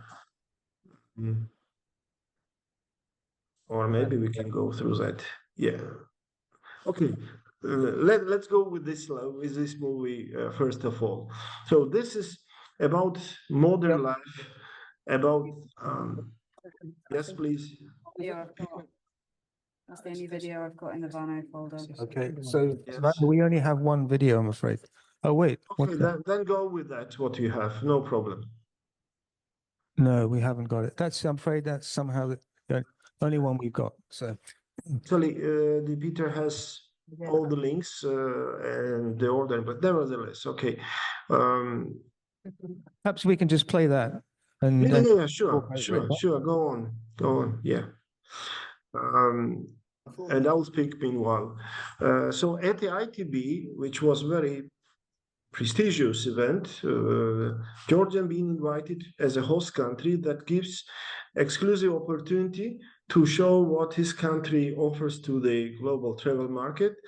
And beside that, to feature some very specific activities Georgia is presenting. So this is a winter exercise. We are approaching the winter, and actually season opening is tomorrow in Georgia, with a big event which is now will be happen, which is today started in Baguriani Ski Resort, and that is FIS, so the Global Ski Federation's championship event on freestyle with mogul start. So that is saying shows the reputation and the position of the Georgia among the many ski destinations, to have the privilege and to possess the capacity to host the global top events like FIS championship runs. So if I may say that way, that is kind of the top achievements which we achieved by now in terms of the winter. Also, there's some other upcoming events and some features I sent with this video. That is in Svaneti, another very remarkable mountain destination or mountain province. You show Peter the link at the beginning, and this is event which will be organized in February, March on the cap of Freeride World Tour as one of the summit series, which means 1 out of the 5 big events will be hosted in Mestia for free riders competition. So how we come to that stage, and what was the history behind? You said at the beginning that you know Georgia from 90s, so you witnessed dark nights, civil wars, and conflicting stories after collapsing the Soviet. And that shows resilience of our community and the tourism industry itself, that we recover. I still recall myself that in 1994 we have 50,000 international travelers in Georgia. And by fortune, I had the chance to work with different consulting firms on tourist development and the programs, and was a part of the tourist strategy developing process throughout the many years. I can tell you in 2002, after Rose Revolution, we have a very ambitious plan to recover country and to receive from 300,000 international travelers to 1 million, and it's happened in 2006. From 2006 to 2011, we jump up to the number of the visitors up to 3 million. And in 2019, we had received about 9.2 million border crossing, out of which 7.4 million was travelers, assuming that overnight visitors. So that was very fast growing. I could say we were top number 3 in the global marking of the growth of the visitation. And that was already stage when we all understand, I mean Georgians, experts, our colleagues, that it could not be last so long, that we need to reorientate our attentions to the more quality market and more quality tourists, saying as a slogan of the strategy from 2015 to 25 was quality versus quantity. So that's where we are. But then suddenly COVID happened, and that dropped tourists down to the 80%. And that was global, let's say, global catastrophe in terms of for the tourists, because travels were restricted all around the globe. However, from 2022 to 2024, we recovered that number almost to the level of 2019, and country still became one of the leading in tourism industry, having 7.4 or 3 in GDP share, but more important that about 4.1 billion US dollar from the tourists has been received by country. And what's happening now, I cannot pass that not to say the political crisis, what is happening in Georgia. It's again shutting down the door somehow to the travelers, because uncertainty and non-safe conditions of the country is killing the business. In other words, I would say it's not only the business, because I strongly believe that tourism is not only economic part, it's a way of living.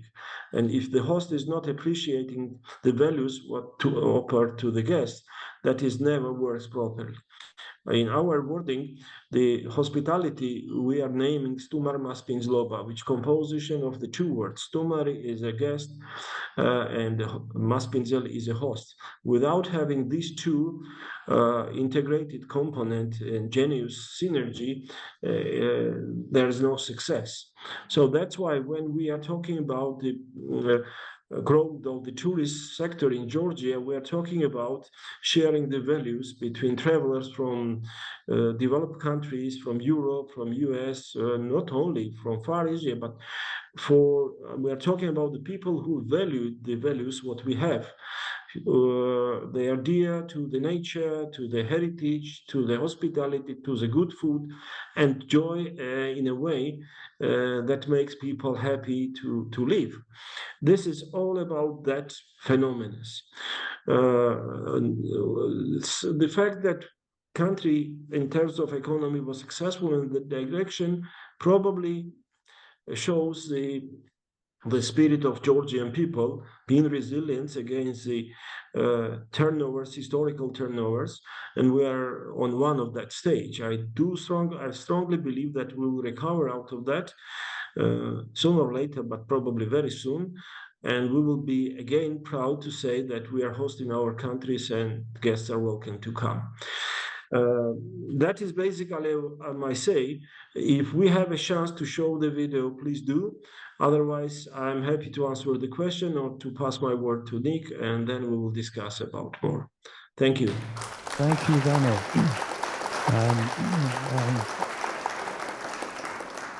And now we're going to switch over to Nick Ekelmanishvili. And he's also got some more videos here. Comes one. So Nick, if you would like to say a few words about yourself and then fire away. And we've got a video here at the ready to go. Okay. Hello, Nick. Have you got your... Hello. Ah, yeah. Yeah, Hello? can you hear me? You can speak, because the video is silent. Yeah, it's Vano's video, and yeah, good afternoon. Sorry, this is Vano's video, everyone, the one that he wanted. Sorry. Yeah. Sorry. Okay. Am I good to speak? Yeah, we can hear you. Yeah. Excellent. So, Gamar Jobas, ladies and gentlemen, good afternoon to all of you. Firstly, I would like to extend my gratitude to the organizers and the University of Westminster for hosting this very important gathering for the 37th time. And thank you, people, like previous speakers and all the friends of Georgia who are attending this quite important event for Georgia and for everybody, because without this exchange, without this communication, so we will not be moving forward, of course. So it's my honor to speak about one of the most thrilling and rapidly growing sectors in a global travel industry, which is adventure tourism, and we are better to experience this than in breathtaking and majestic landscapes of Georgia. I'm not gonna speak too much about the opportunities and the possibilities which Georgia is offering in adventure tourism field, because many of you probably been to Georgia many times, and and Peter had a very nice presentation, not only on birding, but also on the hiking. And as Vano said, so we have quite well developed skiing infrastructure, but also ski touring. It might be whitewater rafting, paragliding, rock climbing, caving, cycling, mountain biking, or whatever, wherever you can break your neck, you can do it in Georgia. But when we're talking about tourism, and I will ask you to show the video. So I would like to just briefly say where we are, and Vano and many our friends. So we are like really pioneers at that very moment when we first started our first guiding institution, which was called Georgian Guide Service, and it was back in 1991. And it's when we actually recognized the importance of this industry, and particularly the guiding institution, because it has to be led by professionals.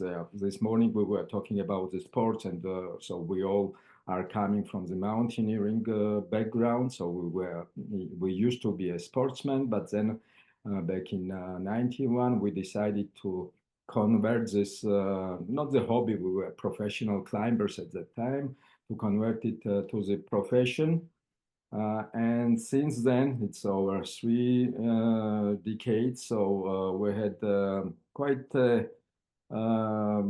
significant steps which we walked through during this 30 plus years. So I can talk about this subject for days, but I suggest we watch this short video that will show you the brief history of Georgian Mountain Guide Association and the Adventure Tourism School and its achievements. So if you, Peter, can play the video, I think it will be great now.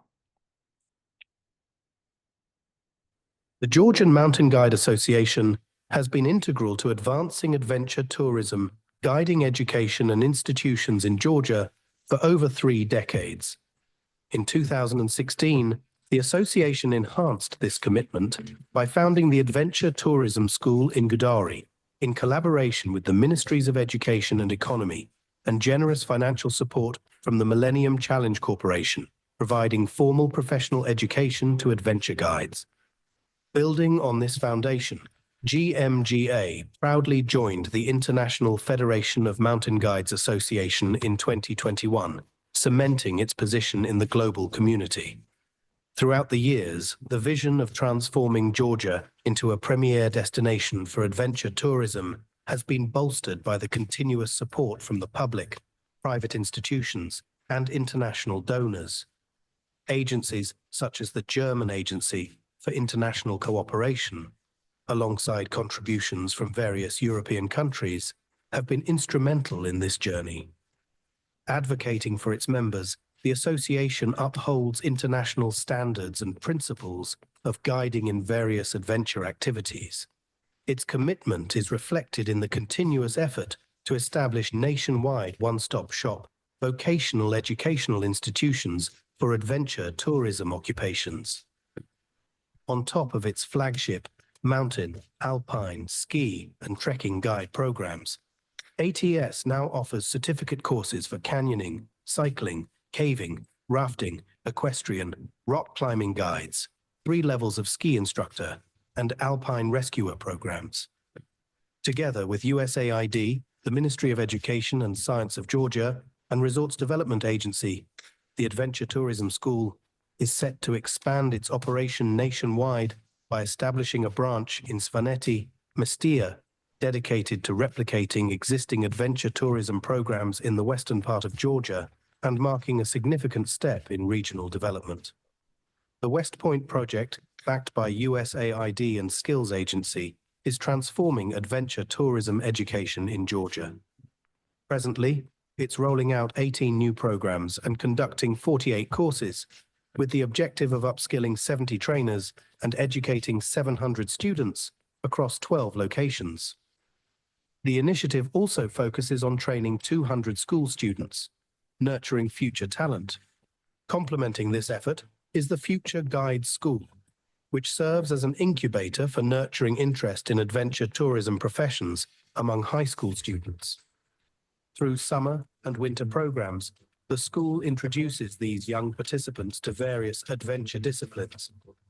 This early exposure is designed to seamlessly transition them into further education at the Adventure Tourism School, where they can obtain professional certification and aspire to join a family of international adventure guides.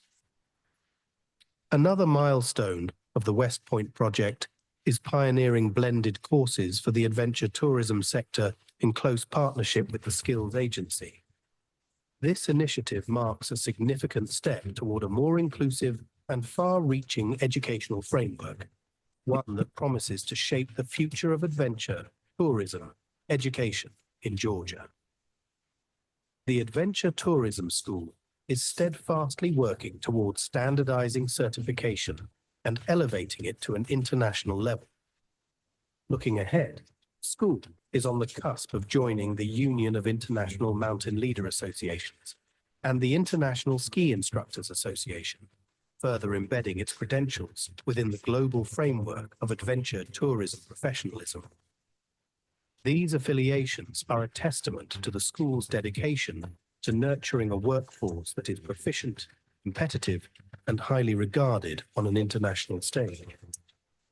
The Guides Marathon represents the culmination of these efforts. As a flagship adventure tourism event, it not only showcases the diverse adventure activities available in Georgia's breathtaking landscapes, but also plays an essential role in promoting gender equality and vocational education within the tourism industry.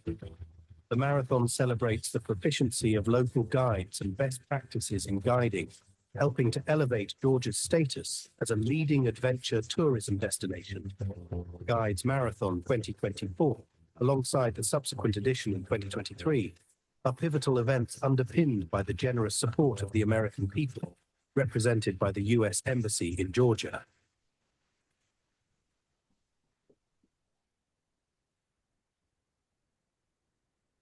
Nick, do we have a lot more to say? Because we're running a bit short on time. Yes, so thank you. I think it was all kind of described in this short video. I'm really sorry to say, but this optimistic ending of the film, it's not happening anymore, unfortunately, to very, with the West Point School project, because of the this year government's steps with this Russian agent law, so they cut any financial support from the Georgian state, from the Georgian budget, as well as the USAID also, because we've got the notice from the USAID, from the head office, that we are building the state institution, and as Georgian government is not cooperating with the EU or US or the UK anymore, so unfortunately this project is on hold. But as always, we're very optimistic, and we will overcome these difficult times, and we will get like a proper legitimate elections soon, and we will continue building this institution, which we are building for more than 30 years now, and which is already quite successful because I'm so proud to say that the diploma issued by Adventure Tourism School and Georgian Mountain Guide Association, is the same, like it's issued in the UK or Switzerland or Germany or 26 other countries in the world, and it's officially recognized worldwide. Anyway, so we are optimistic. We are working. We've been on a harder climbs in much worse weathers in our lives. So we will overcome these difficult times, and we will continue to do whatever we are doing, and we know what we are doing. So, and another thing, I don't know if we have time. We have this another short video, because also in our guide school we are teaching. We have a special courses for our adventure guides. For the outdoor cameramen, because these guys are traveling a lot. They are traveling in remote places, and most of them, I would say all of them, they are very talented people. And we have a little video which is made by our students. So, and if we have time, so I think it will be interesting to watch as well. It's quite inspiring, short video. Yeah, we have time. Let's watch it. Yeah.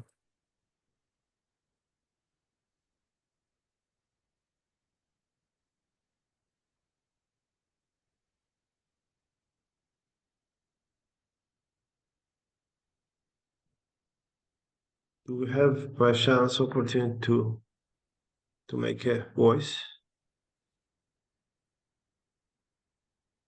Yeah, I can explain a bit about the voiceover. This is the this film is made by our guides from Svaneti region, which is one of the most popular adventure destination over the years now.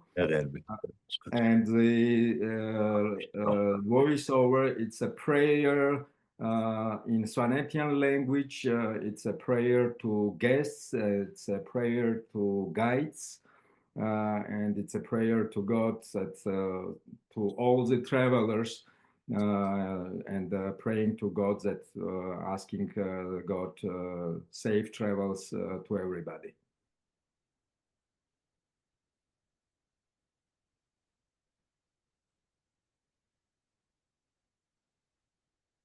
Rusveni lohmazin markoşet Omeli della oscillante sia scrittasi dem kahem belki bakmışa garantiya bence müşti valla da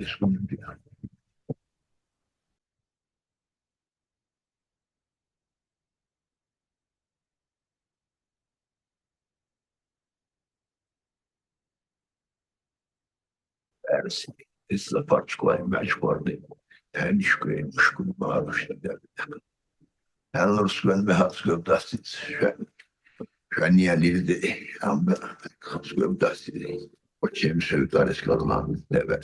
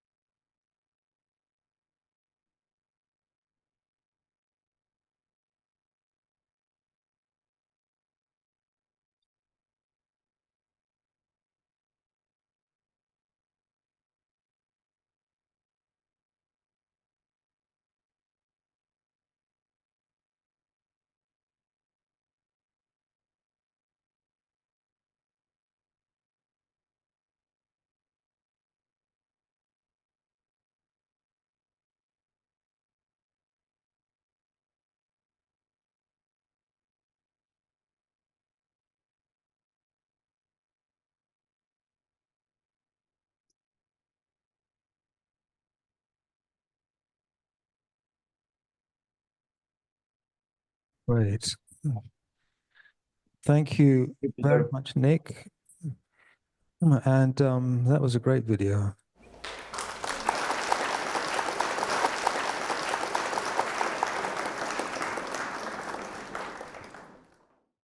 Okay, we've already got some questions online. But first, I want to ask a question, if I may, to both of you. And it's a question that I get asked all the time, and that is about safety and about rescue services in the Caucasus. Because, I mean, I'm mostly concerned with hiking, but particularly in the mountains, I mean, there used to be almost nothing. But perhaps, Nick, you could tell us, because I believe that is now improved, isn't it? Yes, thank you for the question, Peter. Yes, you cannot really compare how it was and what it was, especially when we're talking about the trekkers and let's say lower mountain rescue operations. So they are the rescue teams almost in every like say touristic regions, like in Svaneti there is a rescue team, in Kazbegi, in Racha and so, yeah, and it's like a state service. You just dial 112, and then so then how it works. Still, for the let's say mountaineering and like a high mountain rescue, it's still quite problematic because we don't. I mean, in this state departments, they don't really have high quality professionals for the mountain rescue. That's why we also was mentioned in the video. We have developed this special program for the alpine rescuer, which will be 3-year course for the advanced climbers already. But in general, so the situation is quite safe. Plus this year, finally, we've got the special rescue helicopters, which is a French-made Airbus H145, which is especially equipped for the mountain rescue works. It's with a winch and the stretches, and so it's a really nice helicopter. They just arrived to Georgia this summer, but we already had a couple of cases in the mountains, unfortunate cases. Unfortunately, one of the greatest climbers, I would say, the young climber who was our student, who was awarded the Golden Isaacs a couple of years ago. He was like a world-class mountaineer. Archil Badriashvili had an accident in Svanetian Mountains, and a fatal accident. So we used one of these helicopters there. So, but in general, so for the safety wise, it's getting better, and we are working on the improvements. So. Great. Ivano, do you have anything to add to that? On are there any projects that you know of that are developing in this area? I would love to say that, but unfortunately, quite a number of the projects are suspended. Although the few of them, which is I am part of it, this is mostly related to the USAID funded. We did have that campaign, which is basically overarching campaign to improve the safety regulations and safety system itself, merging the official government responsibility, which is under Ministry of Interiors, to the professional rescue teams cooperation. And that is pending for a moment, unfortunately, but as soon the pause will be lifted, definitely there will be interesting opportunities on that direction as well. Right. Yes. Great. By the way, I just want to add something. I don't know, that film, the last one, I thought was very, very good. And you may have noticed at the end of it, when the credits rolled up, it said that a lot of this was filmed in a Svanetian vent called Lamproba, because you saw a lot of flames and fire, but it's quite an extraordinary it's probably of all the years I've been going to Georgia, it's the one event that I remember more than anything else. It's in the depths of winter, around towards the end of February. And all the families, every family in Soneti will go to their graves and they will light fires on top of the graves or near the graves or around the graves. And then they will hold a little feast next to it. But unlike the Easter, this celebrations or events in Tbilisi, it's very powerful because you're surrounded by snow. You've got these huge medieval towers all around you, and then you drink to your ancestors. And after you drank a little bit, you start talking to your ancestors, but it really is very moving, and it's well worth a trip if you can do it. I mean, you've got to go up to Svaneti in the depths of winter. The road is, often this deep with snow, but when you get there, you will never forget it. Anyway, sorry, that was just a side trip. And Lamproba is a festival for life at the same time. Memorizing the pastaways, you emphasize that life goes on and spring is coming. That's all spirit about it. Yeah. Yeah, no, quite. Okay, we have a question here online, and then I'll throw it out to the audience. Peter, what trends do you see in singing holidays in Georgia? We have some singers in the audience, I know. Are they a large part of the tourist market? Is there any interest among Georgians rather than foreigners? And I'm afraid I can only see the first three letters of the asker, which is T-E-R-E-S. So it might be Teresa. I don't know. It is Teresa. Okay. So this actually might be not so much a question for me, because you'll be very relieved to know I'm not a singer. But I mean, the little that I have heard is that, yes, it is growing, because I know a lot of singers, and perhaps members of our audience, maybe Susan, you might have more information on this. Do you have any information about the growing market for singing? I don't have numbers, but before the current difficulty, it was definitely growing. There were definitely more singing teachers taking groups around the country. And as far as I'm aware, I've never come across a Georgian taking part in those as a participant. I mean, they've been there leading it, but not a non-singing Georgian wanting to take part. Well, yeah, it sounds to me there's scope for more. And I very often meet singers. I met some last night, actually, at this event, who come to Georgia simply because of their singers, and they sing in choirs. I think Jeff, is Jeff still here? Yeah, you're another singer, aren't you? Yeah. And anyway, do we have any other questions concerning tourism? Okay, yes, oh good, quite a few, yeah, okay. Hi, thank you for the talks. My name's Jess Delves. I was until recently a researcher in northern Italy in the Dolomites, working on disaster risk reduction and climate change adaptation.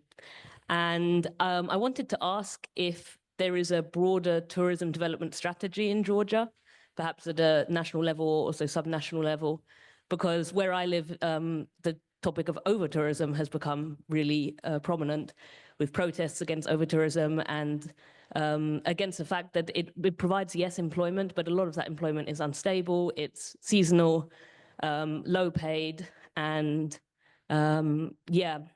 So I'd like to know if there's a broader strategy for the development of tourism, particularly in mountain areas and rural areas in Georgia. Mm-hmm. Thank you. That's a good question. I mean, I'll just say one thing before I pass it on to people who know more than I do. I think, in fact, there's an undergrowth of tourism in Georgia, except for just a few very intense tourist hotspots like Kazbegi, for instance, which it is getting a bit much. But generally speaking, there isn't that problem that we've experienced, in Mallorca and you're saying in northern Italy. But I would say that it's before it becomes a problem that you need to address the fact that it could become a problem. So to spread the tourism out rather than have these hotspots where it becomes a bit too much for the local culture, the local economy, the infrastructure. Yeah. Okay, Vano, perhaps you could start on that one. Yeah? Yes, I had a chance to work on the several strategies from maybe 2014, I recall, when we drafted strategy, national tourist strategy 2015 to 25, where out of the 7 priorities actions or strategic actions, the number 1 were preservation and enhancement of the culture heritage as a tourist product with proper definition of preserving it as a unique features of Georgia with due respect of the carrying capacity factors when it comes to the immovable monument or monuments under heavy lift of the tourists and so. So in general, the quality versus quantity, it's exactly that, and that is a slogan of strategy. In 2000, after COVID, in 2020 to 21, new additional part to the strategy, which was named as a recovery action plan, has been added to that. And the role of the culture and nature has been emphasized as a major resources that need to be kept and preserved and managed in sustainable way. And so all the legal, let's say, papers, like strategy documents at national or regional level, has that statement. Another say is how that is prioritized by economic drivers. And that's still a lot to be done. But the fact that political legitimate question stands on top of the strategies, that is already something. And last time I remember I had the chance to work basically at one of the leader drafting the tourist strategy for Swaneti region, which is a regional one. But since we show up Swaneti a couple of times, you all understand that this is very dear part of Georgia. That strategy is available online under the name swanetidevelopment.com. And if you are interested, you can check to which extent that topic is addressed in real activity plans. That is what I can tell you at the moment. That's great. Nick, do you have anything to add to that, or you're okay with that? No, I'm absolutely agree with Vano, but I also agree with Jess because it might be late to when it's overcrowded. So like this summer, even the Trousseau Valley, you showed the pictures, so it was so overcrowded. I went there for a couple of days. It's not the it's not good for the nature, from my feeling. But I'm not as professional as Vano or other people. But yeah, definitely we have to think about, because when there will be some good days, so we have to protect ourselves a bit more, like it's happening in Spain or in Italy or everywhere now. Thank you. I mean, I have to say, I've done a walking guide to Georgia, and for every single walk that I have registered and documented and shown people how to do, there's probably 5 all around it, which are completely unexplored in many cases, whole valleys, which, as far as I know, no tourists have even been. And Trousseau and the valley, the valley that sort of runs from there down all the way to the Russian border, there are lots of little mini valleys all around it, which really could be explored. And I think, I don't know, but even if it's in any tourism strategy, but it jolly well should be, because it's a big opportunity. And Georgia, again, still has so many opportunities for expanding tourism in an eco-friendly way, I think. Okay, another question. I can see a hand up. Yes. Hello. We haven't had direct flights from London to Tbilisi for, I think, over 20 years now. And as from April, we will have both British Airways and EasyJet flying direct to Tbilisi. Do you think that the Georgian government will actually be promoting holidays in Georgia from the UK? Because until now, the Georgian government have never promoted Georgian holidays to people in the UK. Do you think that that is something that will happen? Well, all I can personally, and then I'll hand it over, but the Georgian government has asked me to promote tourism in Georgia a number of times because they don't have the resources that a lot of other governments do, which is fair enough. And all I do is I just I give them some more copies of my books. But it's a good idea, and I think maybe it's not just the Georgian government, but the airlines themselves might think of that.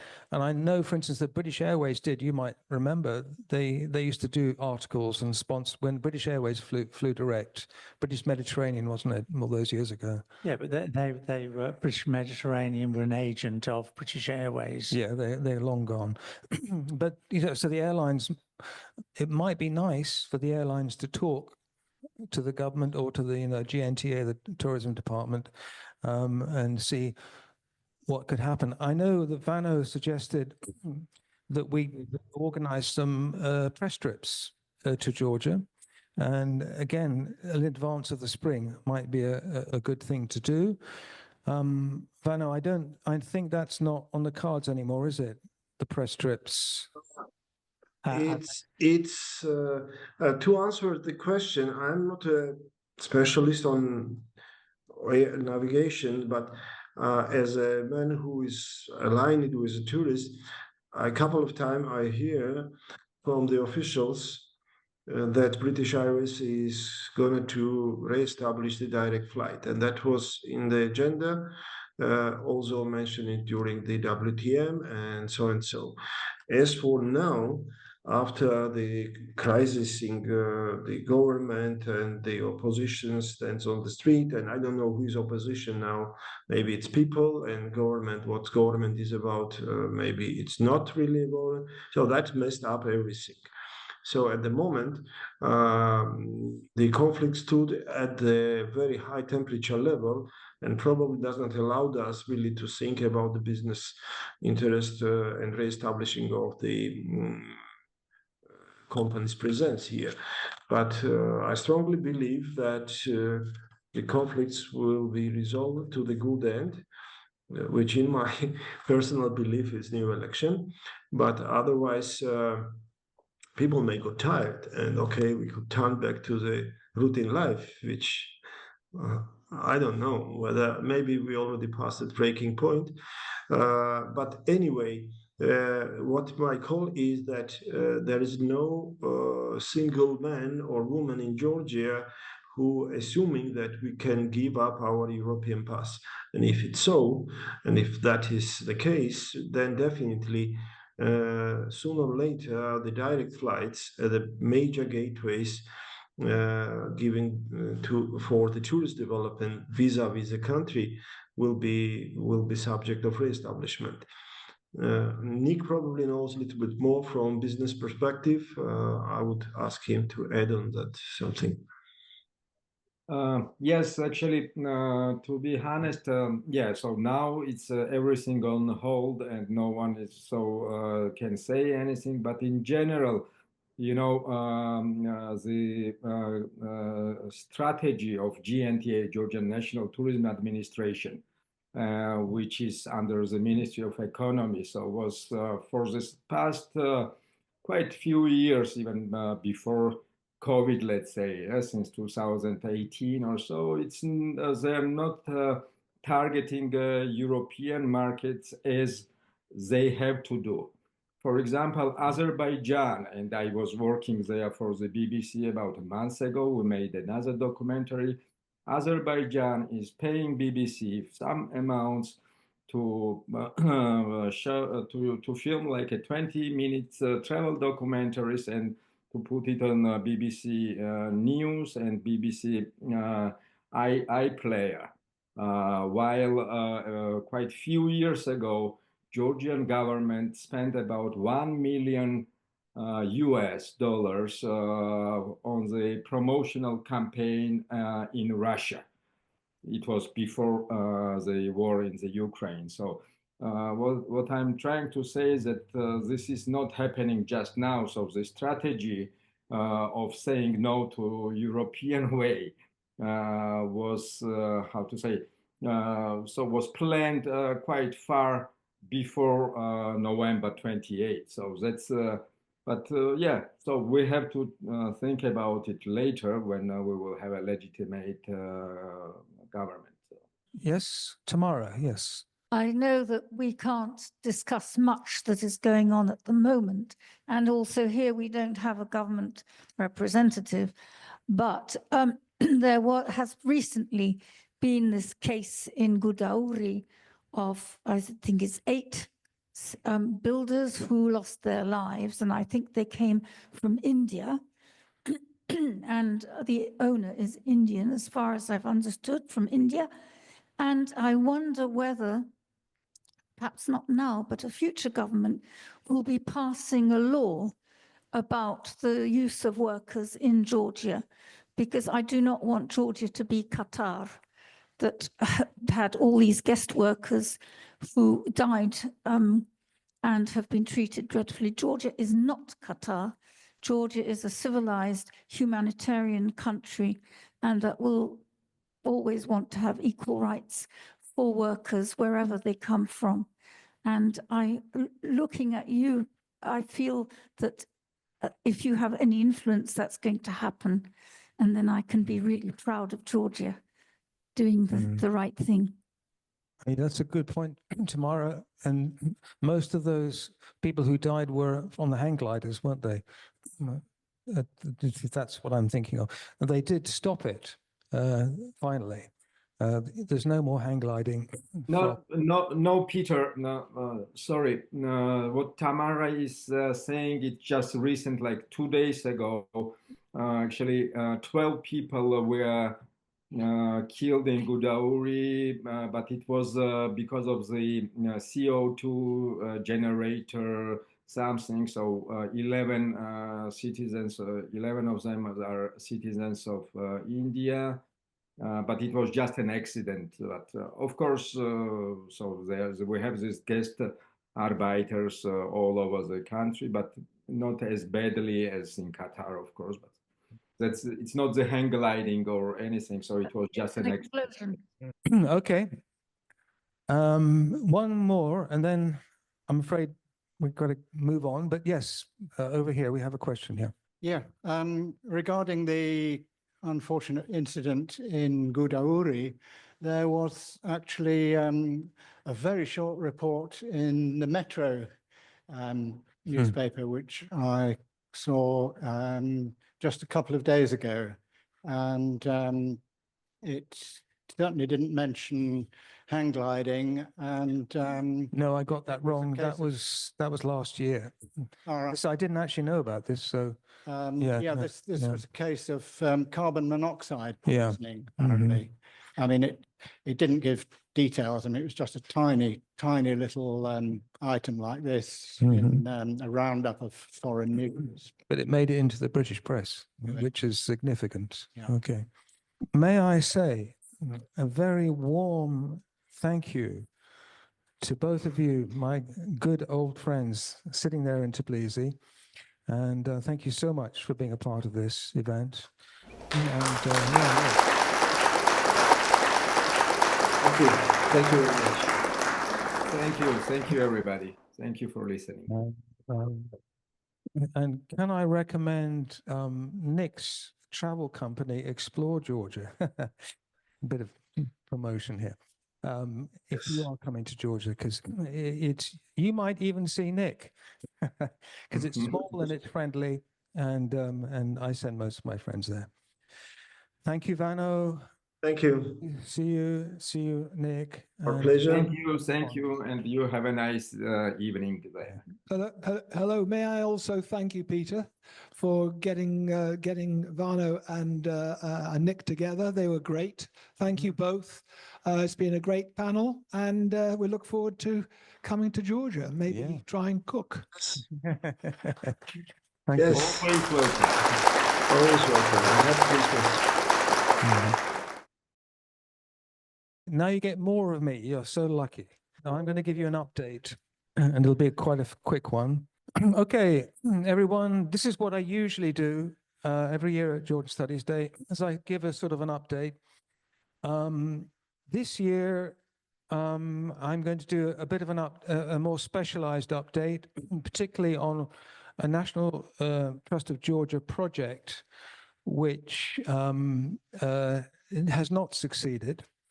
But before I mention that, I should say that we did a project that greatly did succeed, and I already said we got the Europa Nostra Prize.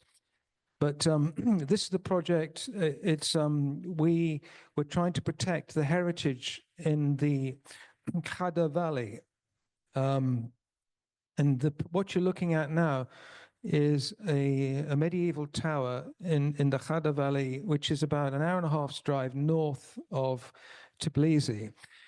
And we had suggested to the international development banks, the Asian Development Bank and the EBRD, the European Bank of Development, that this valley, which has 60 medieval towers, this being one of them, not all of them are standing, but it's an extraordinary place, very close relatively close anyway, to Tbilisi, that it would be the most wonderful eco-tourism area and sort of eco-tourism and heritage tourism mixed together, which is a very good combination.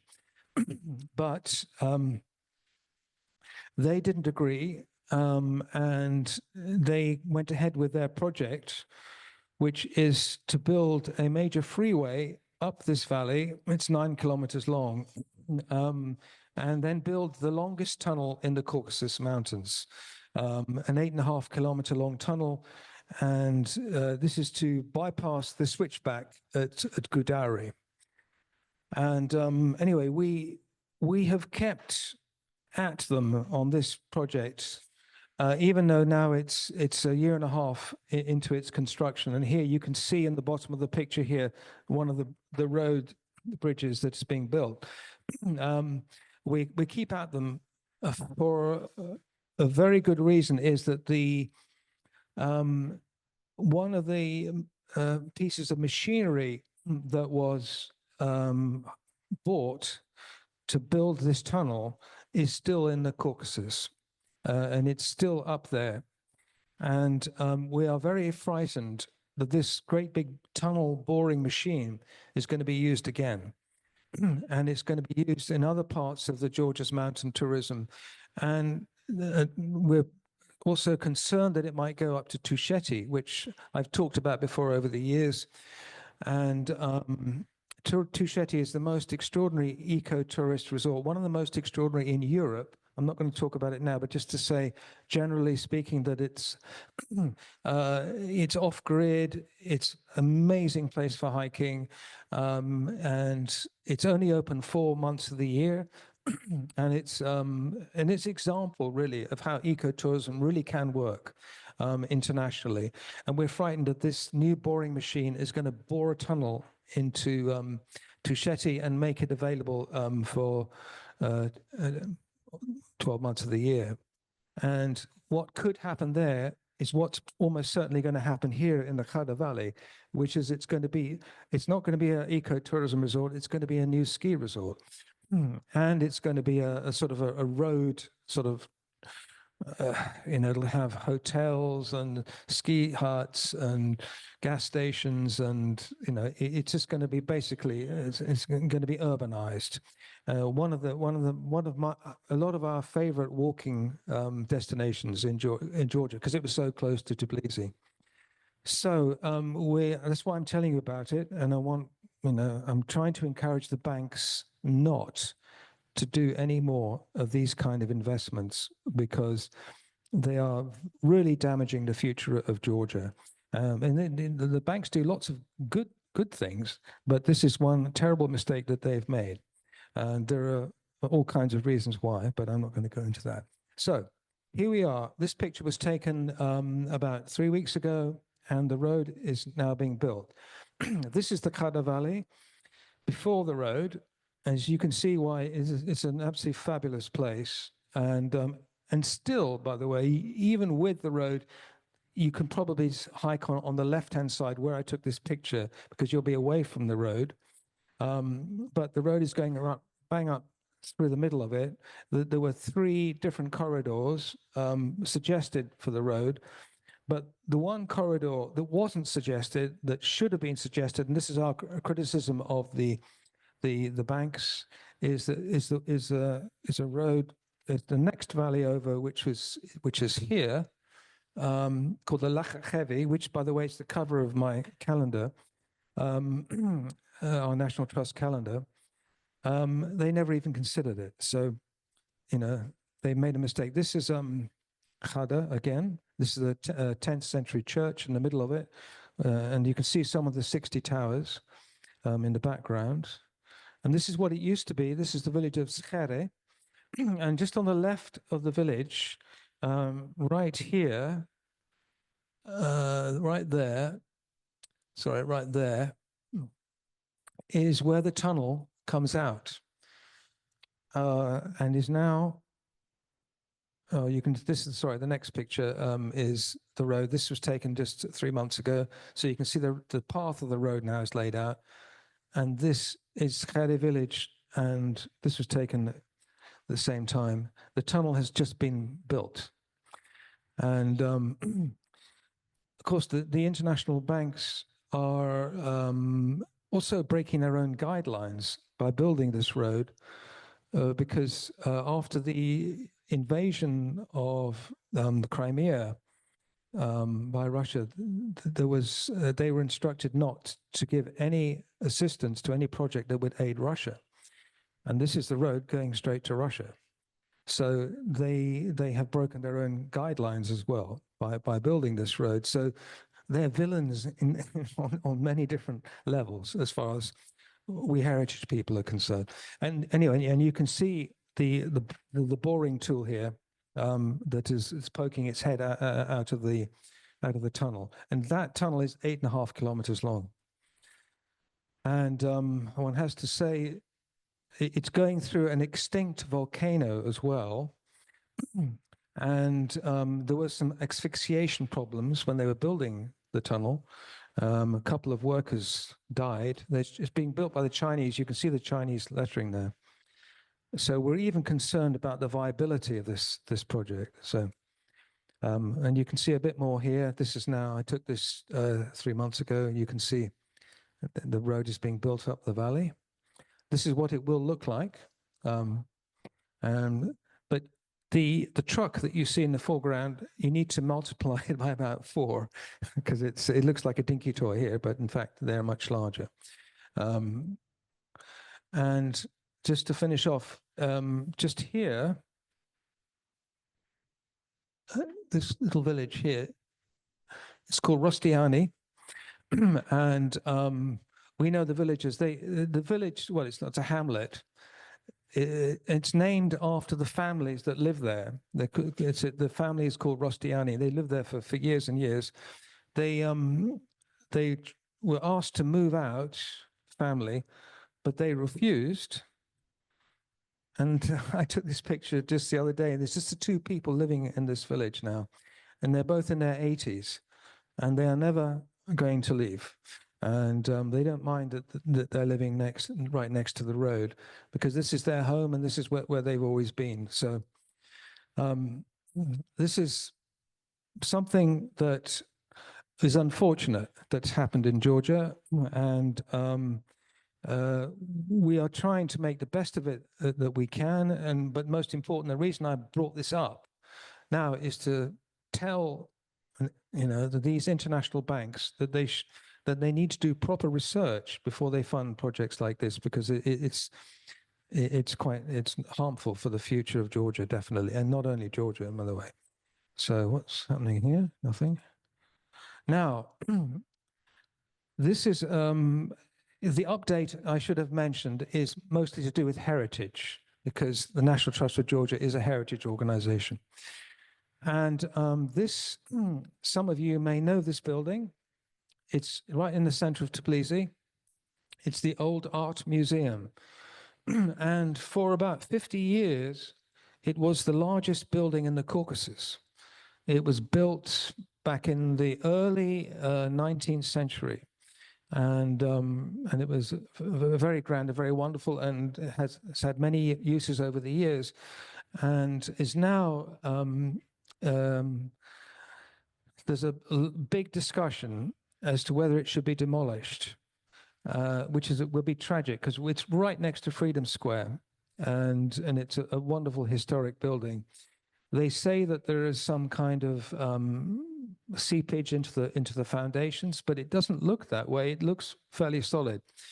So we are campaigning to try and save this building, because it doesn't look like it needs to be demolished, and it would be a great loss for Georgia if this building was demolished. So a lot of people are raising their voices to try and help this building, and we would even offer, we'd try and get structural engineers to come from the UK, because they could come and look at it, and maybe they could advise how it can be saved or at least protected. Now, some good news.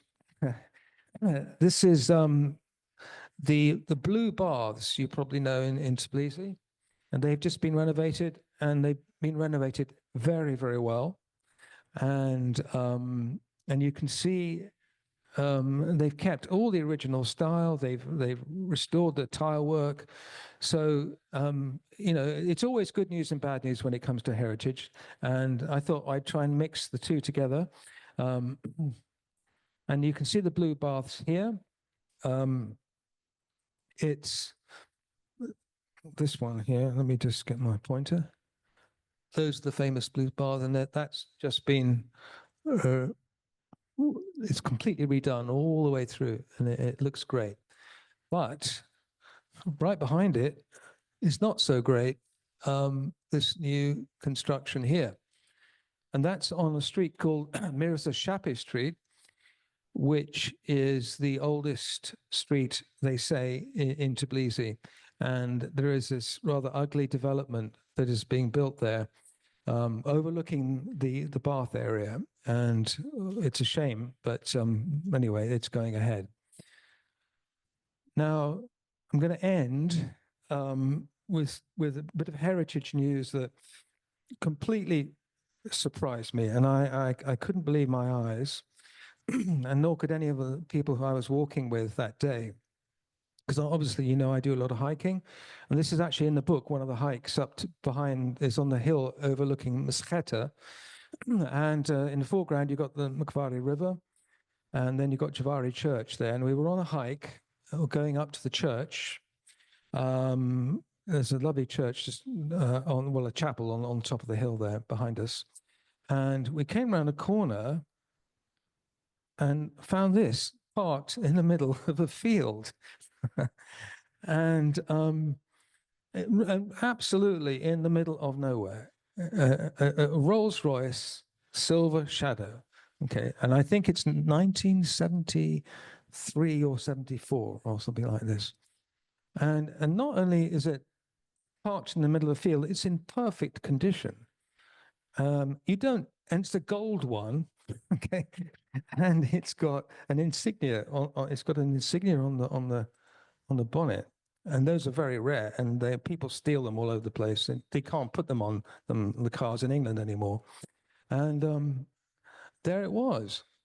And if you look in the background of this picture, you can see next to it was a row of all these amazing classic cars, and we couldn't believe our eyes, and some of them were really in very good condition too. And we couldn't find out, you know, why were they sitting in a field in the middle of Georgia, up in Meskheta? And by chance, so we walked down to the local village and we asked them there, and they said, oh no, they all belong to Georgi or something.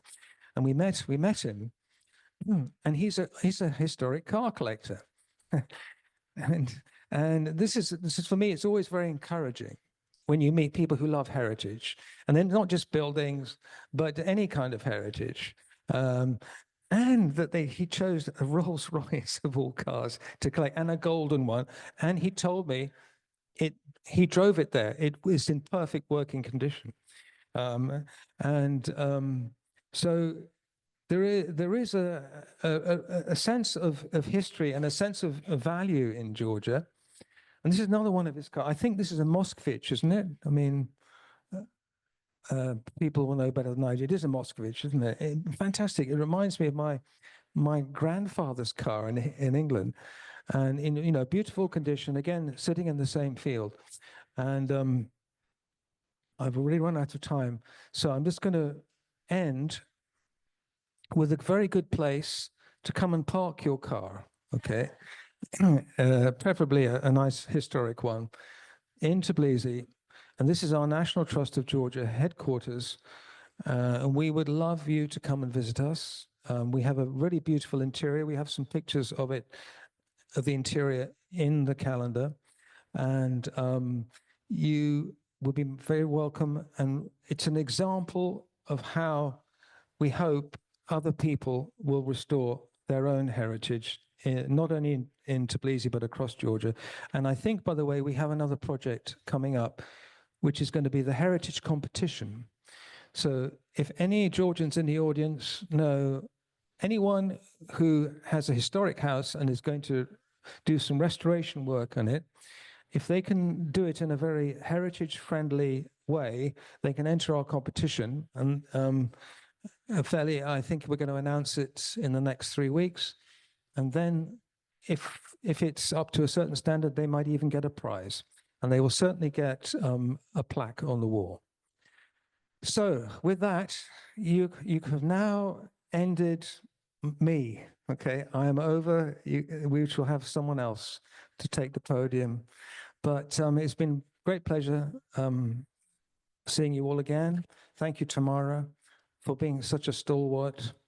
Thank you for Peter, and I think we've lost Nina, but thank you, Peter, because you deserve all the credit for the last few, well, last 10, at least 10. So thanks to Peter. Thank you.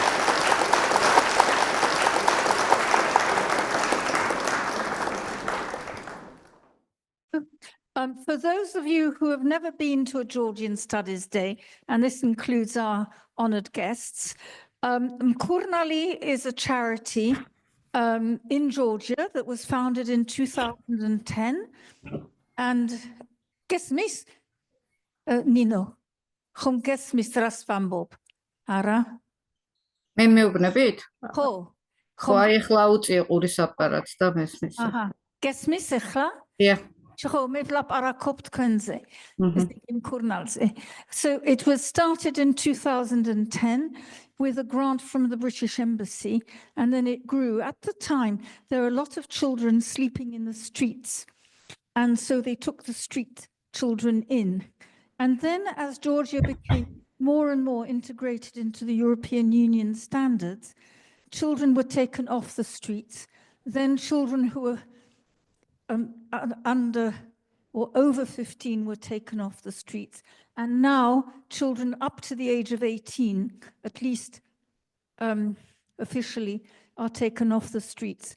So now Mkurnali has moved with the times, and they now have mostly young people of 18 and upwards, some of them much older, who have been in prison and who have come out, or who have been unofficially in the street and come out. What's more is that many of these children who started out in 2010 living at Mkurnali, at this shelter, they now have married and have children of their own whom they really don't know how to deal with because they never had their own parents teach them how to live. So we have families now living in Mkurnali, which is in Saburtalo, and most of the funding, or a lot of the funding, comes from a British foundation called St. Gregory Foundation. Every year, we ask the director, Nina Chubabria, to talk about progress over the year and what's happening and what hasn't been happening over the year. So without any more ado, I shall pass you to Nino. She's going to talk, and then she has a few slides. Good afternoon.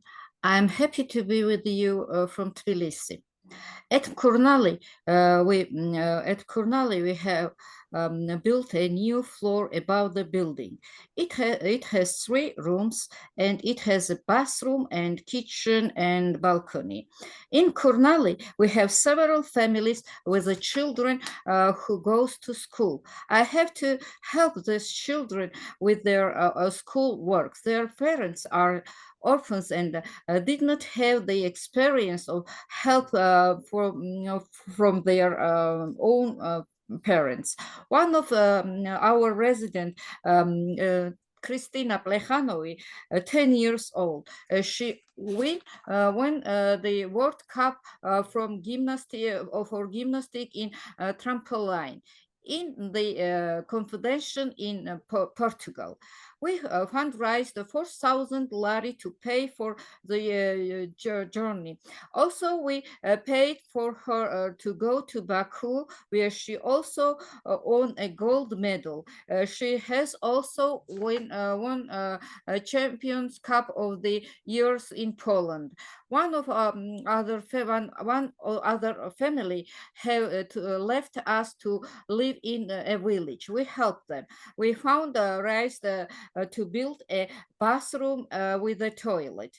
Tragically, another of our beneficiaries died in the same village.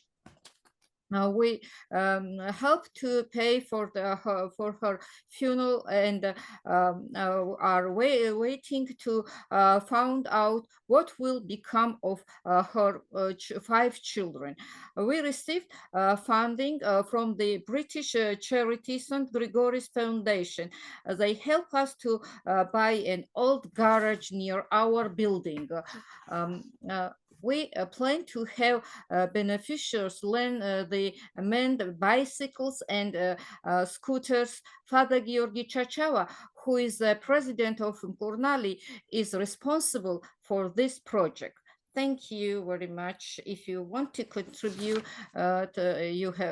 please contact St. Gregory's Foundation. This is when we bring the materials that we wish to start building, and we buy these materials and to build this toilet and bathroom, helping my boys, our residents. They are helping each other every time. This is in the village. In the village, this is in Tiziri village. Yes. This is Christina when she won her medal in Baku, not in Baku. It's yeah, in Tbilisi was she won also in Tbilisi, championship of Tbilisi. This is our third, the new floor. This is one of the room. This is a bathroom of that village. As you see, bathroom is bigger than their house. That's again in the village. This is our bathroom. In our, this is a big room at our 3rd floor. And this is the same room. Now, this is a child's room there, small room. And this is Christina's medals. It's quite amazing that a child who lives in a shelter with her mother, and she goes and wins these medals and is already a champion. Quite amazing.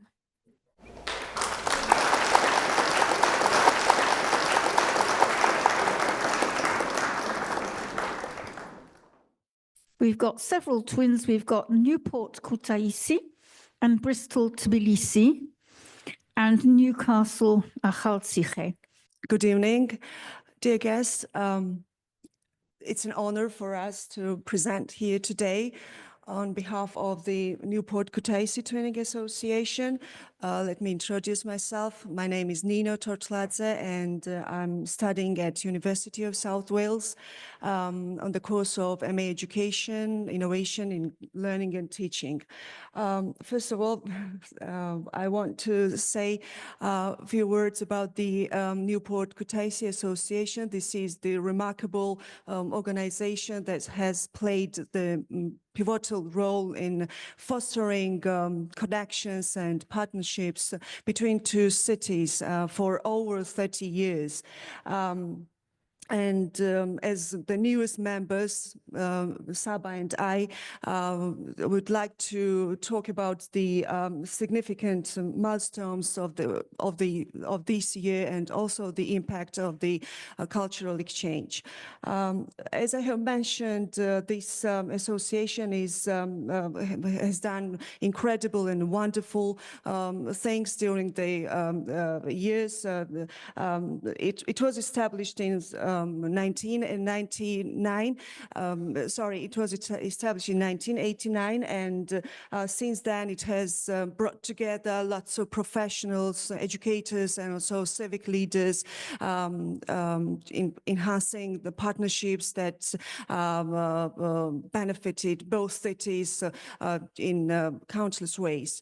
So, and also for us as the Georgian students, this association has opened the door to one of the top universities in the UK, and we're here and we're studying, and we are very grateful for the association, and it is very important for us.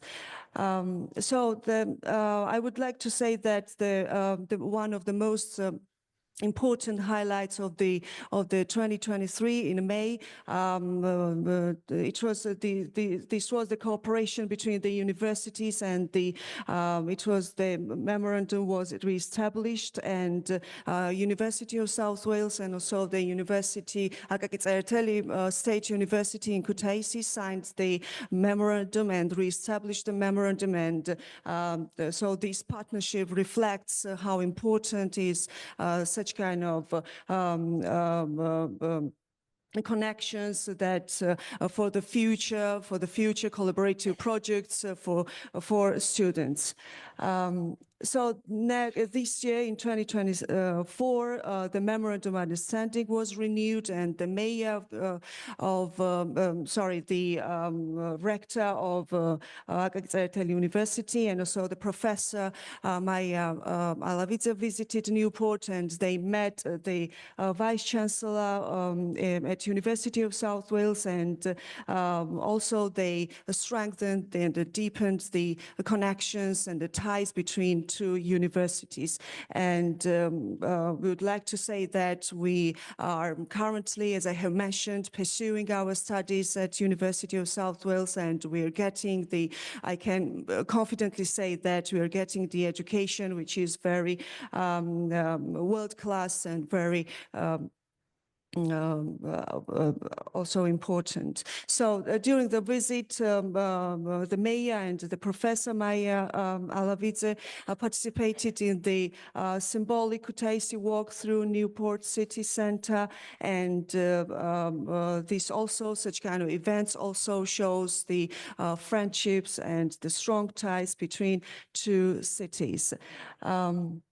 So this is also a very important fact that the Lanwen High School in Newport and also the public school, we can say public school in Kutaisi, number 23, are twinned schools, and they have implemented lots of projects and activities, and it's very special for students both in Kutaisi and in Newport. And Professor Maya Laviza visited that school, and she was warmly welcomed and introduced to the innovative teaching methods. And I would like to say that I'm also a teacher, and I've been teaching at a public school in Kutaisi. And when I arrived here in Newport, I've started teaching and working at Lanwen High School, and it was a very good coincidence with that.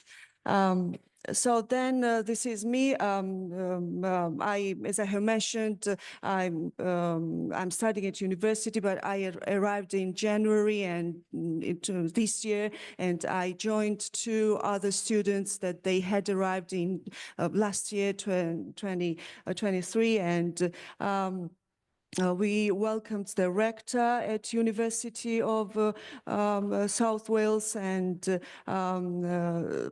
was the wonderful evening and the day, and so the rector, as I have mentioned, met with the Vice Chancellor, that they talked about collaborative projects, future projects. So this is Sabas. Hello, everyone. Thank you very much for inviting us here to present about the Kutaisi Newport Twinning Associations, a common project. Having been offered the full scholarship as my colleagues, it was an opportunity that could not be lost, could not be misunderstood, let's say directly.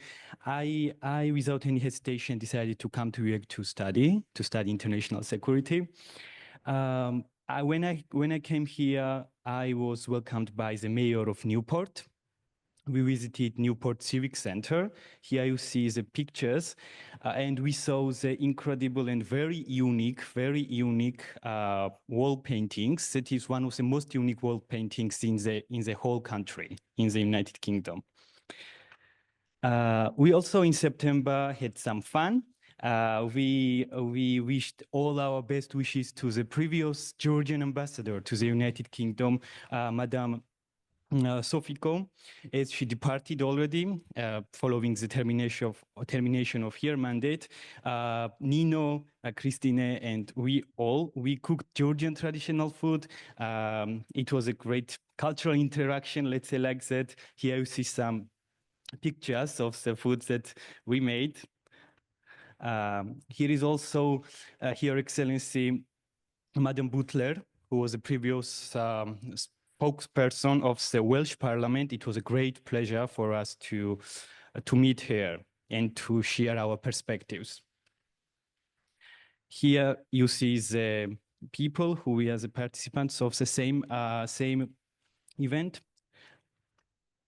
The mayor of Newport and the mayor of Kutaisi, they are both joint presidents of the Kutaisi Newport Twinning Associations, and they try their best to strengthen the relationships between two cities. Here you see the welcome ceremony by the mayor of Newport. Also here, her assistant, who is assistant for the educational issues. We had we had quite fruitful discussion with them. We discussed some political issues, and we truly understood and appreciated the political pluralism and the understanding of the democracy from their view. It was a great contribution from them. So we should say that coming here to the United Kingdom, it's a great opportunity. We have been delving into deeper British culture. We have been trying to use all the opportunities that are offered from the university. We should say that by being offered very kind of quite concrete master studies, we try to understand even better what our future aspirations are. And then we have been trying to follow them as much as possible. Thank you very much for your attention.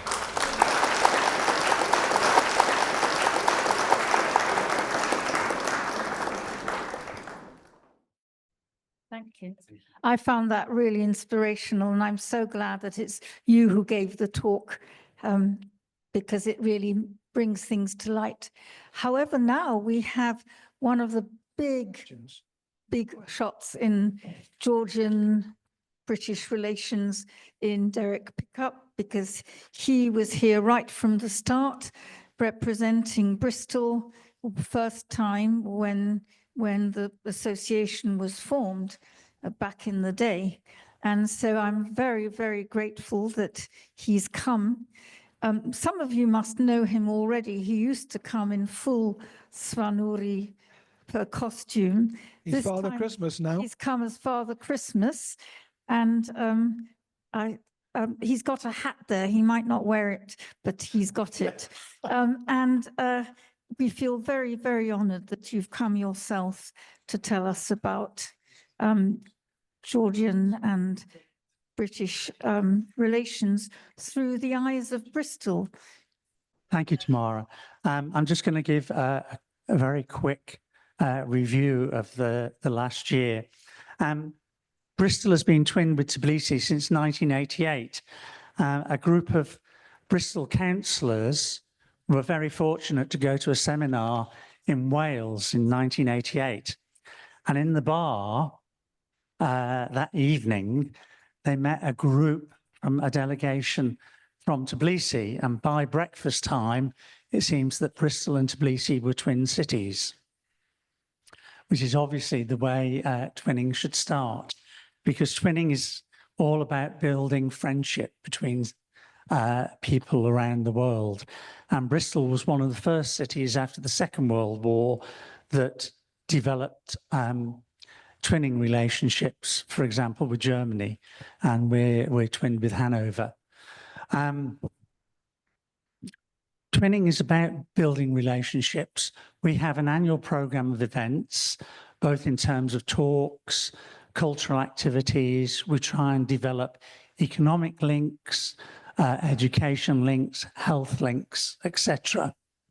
Our biggest event annually is an annual Supra, which is extremely popular.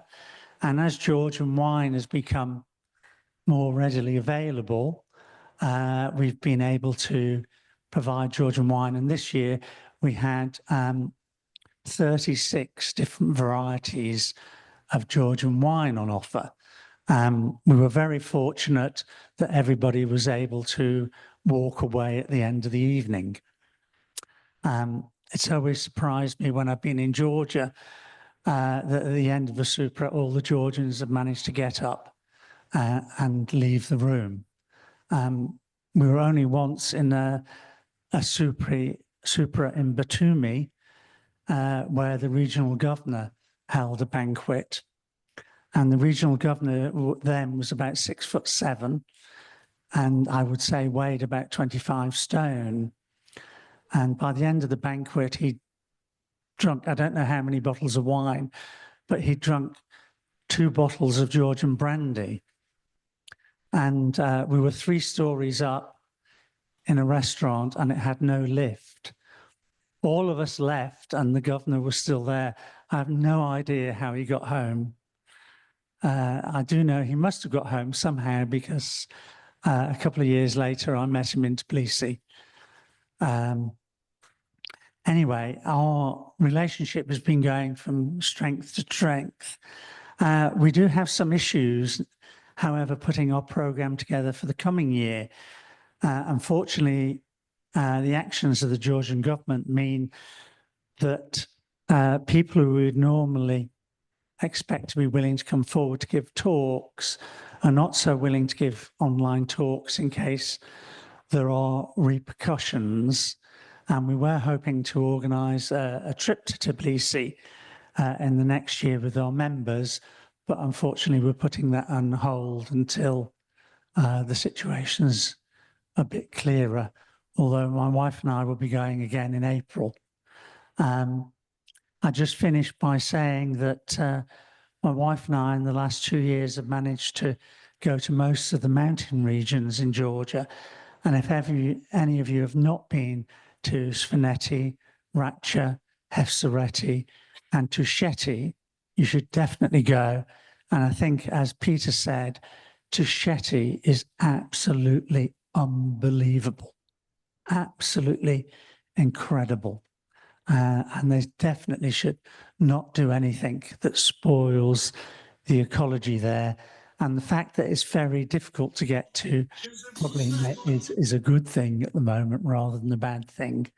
So we will continue to do our best to foster links between Tbilisi and Georgia.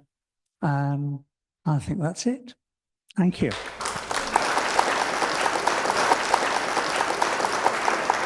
Thank you very, very much. As I said, it's wonderful that you could come and that it was you who should speak.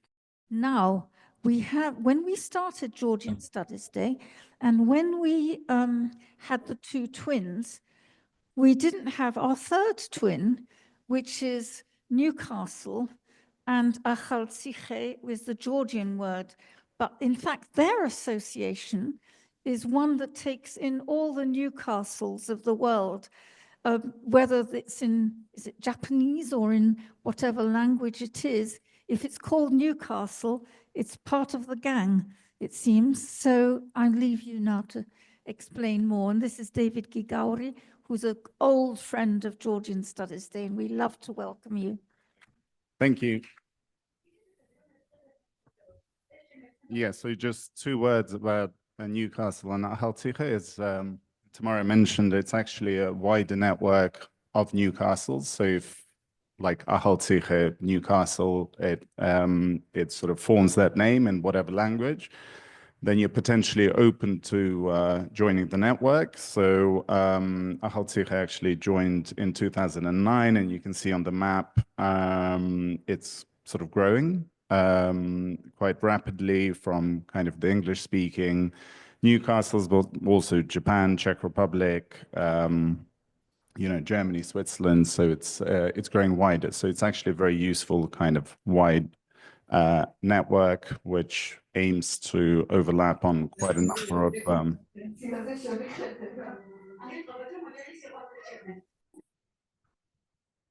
they're very excited about this, clearly.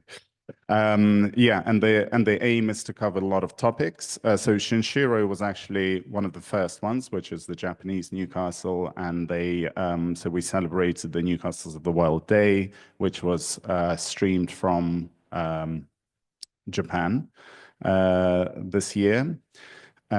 Specifically in Achaltsikhe, what happened over the past year, obviously Georgia got the candidacy for EU membership around this time last year. So Achaltsikhe was celebrating. I'm not sure kind of what the situation is there now, but we made sure that it goes out to the newsletter to all the other Newcastles as well. And one of the aims is obviously to try to promote Georgian culture through this network. One of the existing choirs from Achaltsikhe, they came to the Netherlands. This was actually not part of the Newcastle's project itself, but then the information, and it was streamed to all the other Newcastles.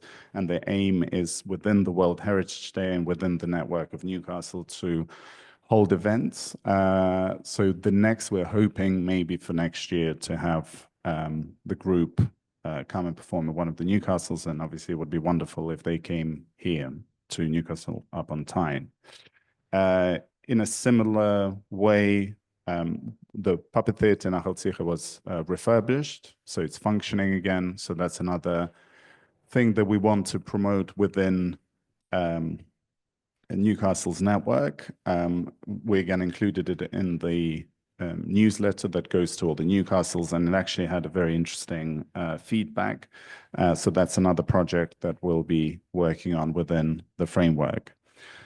The one which is regularly visited by other Newcastles, including Newcastle upon Tyne here in the UK, is the annual St. Shalvas Festival that takes place every year in June in Achaltsikhe. we had visitors from, as I mentioned, Newcastle upon Tyne, but also Newcastle, KwaZulu-Natal in South Africa, who also presented their dances, their folklore. So it was actually a very interesting day. One of the initiatives which could benefit beyond just cultural exchanges is what we call the Newcastle's Passport, that gives certain privileges, certain discounts, free entries, all within that network. So as I mentioned previously, the puppet theatre, the other things which will, the National Museum, Rabati Castle, and other things in Ahotire are free or discounted for other Newcastle passport holders. And the same goes for other Newcastles within the network. So we'll be working further to make that more attractive. Youth and sport is the other important theme. Last year, if you recall, 13-year-old Saba Papashvili won. He was the youngest, actually, winner of the chess championship. So this year we actually had a girl, a 5th grade girl from Ahotire, who also won in chess. So kind of Ahotire is ahead of the game there. And again, there is a separate youth-focused network within Newcastle. So kind of the youths of Newcastle can have a platform to discuss things, and not just sport, but beyond, discuss all the topics. And every 2 years, when we have the Newcastles of the World Summit, which happens at one of the Newcastles, there's a separate youth delegation that who are able to talk to each other. And the same goes for kind of diversity and women within the network. So this program was backed by the UN, which is the UN Women in the United Nations Agency. And similar goes for working with embassies of the Newcastles of the World network. So we had the Japanese embassy do a rehabilitation of multi-purpose agricultural facility, which again is hopefully brings a bit of value beyond cultural exchanges or sort of visits, but actually has a purpose.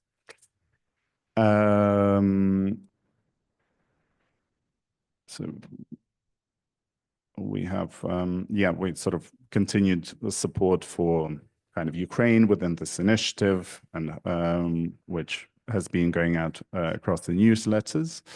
I think sort of, I mentioned it last year, there is actually a Newcastles of the World book now, which includes a cookbook, which is great. So it's different recipes from all the Newcastles, which you can order online if you fancy that. So I will now segue directly to the British Georgian Society, because Tamara, head of British Georgian Society, she's actually in Georgia right now. So I will continue on, Tamara, with your permission. Yeah, okay, good. So British Georgian Society, we celebrated 20 years this year of British Georgian Society being established. So we had a very nice event with Georgian dances, with representatives of not just members, but from former MPs, people from the arts and culture. So it was a wonderful event to mark the anniversary. So hopefully, to another 20 years. So what has British Georgian Society been up to this past year? So we have an annual Rustaveli Day that happens at the Royal Asiatic Society. It happens there because it was the Royal Asiatic Society that translated Knight and Panther's Skin into English. And this year, the topic was Influential Women of Georgia, which was oversubscribed, actually. It was a great success. So we had a speaker from Professor Anthony Eastman from the Courtauld Institute of Art, and we had Professor Donald Rayfield talking about women in Georgian history in at different times. So it was actually a fascinating talk. So we had everyone from queens to princesses to just women who left a mark or were just fascinating. So that was great talk. There's some pictures here from the event. Then we continued with our sort of regular events. We had Daka Morchuladze, who's obviously a very well-known writer. We had an event which was a presentation and Q&A with, he's a writer, historian, and a novelist. We had an event on the Quebri wines by writer and photographer Carla Capalbo. She's published a cookbook, so she's quite well known and traveled through Georgia, so knows that whole topic quite well. We had several book launches, either ourselves or in partnership with other venues. So there was a Georgian literature event, which we had author Leo Vardiashvili. He's British published, English language published writer who published his book earlier this year. So it was great to have him, and it was done together with UCL. It was done at UCL with the UCL Society, and a really interesting project where Goderzi Chocheli's Human Sadness was under sort of leadership of Leo Chokoshvili at Oxford. The book was translated into English, so that was presented also at the Royal Asiatic Society. There was the annual Oxford Literary Festival, and first time this year they had a Georgian program. So there was three sessions on that. So British Georgian Society was kind of involved in that, together with Maya Jagi, who organized it. So there was kind of writing in the New Georgia with Katie Mello, Aka Morchuladze, and Dato Turashvili, who so we had Dato visiting from Georgia. We had Boris Akunin Chkhartishvili, who was talking about the whole regional kind of exile and what's happening there, more political, kind of with a more of political angle. And again, we had Leo Vardiashvili talking about his novel. The other big event this past year was the Georgian Film Festival, which we do every 2 years because, well, Georgia doesn't produce enough films to do it every year. Otherwise, we would have done. So that was a great success. It's the 8th Georgian Film Festival that we've done now. That was at the Institut Français in South Ken. So we had quite a number of films showcasing, and again, it was well attended. It was a very interesting and successful event. Generally, in film, there was another British Georgian Society backed project, which was anniversary of Ioseliani and all of his films. There was a retrospective, which was done as Cine Lumière. As well as many other films that were actually Georgian films of, premiering in the UK, which were at the Barbican, at the South Bank Centre. So it was quite a full-on year in terms of Georgian films showing internationally and in the UK. And British Georgian Society was happy to support all of them.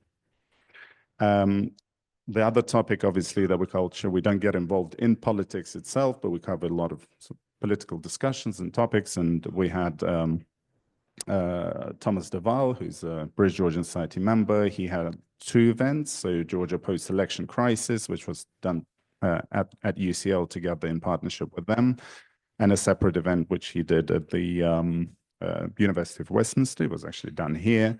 And a separate event at Oxford, which was, again, done as a Oxford Georgia Forum, which was quite a success and will probably happen next year again. We had a fundraising event, which we did for the Theatre Factory 42 in Tbilisi, together with Katie Mellower, to support the project. I think we'll be interested to do more fundraising events for external for external projects like Theatre Factory, but also for the British Georgian Society to try to raise funds, because when we support all these projects that I'm sort of mentioning, it's all from subscription rates, which are not enough. So I think we'll be doing a bit more of these charitable fundraising events. There were a lot of Georgia-related events that happened this past year as well, where which were organized by someone else and not necessarily in partnership with us, but we were closely involved in promoting them or getting involved with our members. So there was a food festival, where the National Geographic Food Festival, where Georgia for the first time was represented as almost as a guest of honor. I think we had the best stand. There were art projects, lectures, as well as very interesting program with Bethany Hughes, The Treasures of the World, Georgia. I don't know if you saw it. It was on Channel 4. You can stream it. Absolutely fascinating. She focused on sphanetti, which was already mentioned, on ancient cultures and Vani gold and those parts. So if you haven't seen it yet, it's very well done, and it got quite a few million views. So it was actually a great success. So hopefully with airlines flying direct from April, it was a sort of a good promotional element there.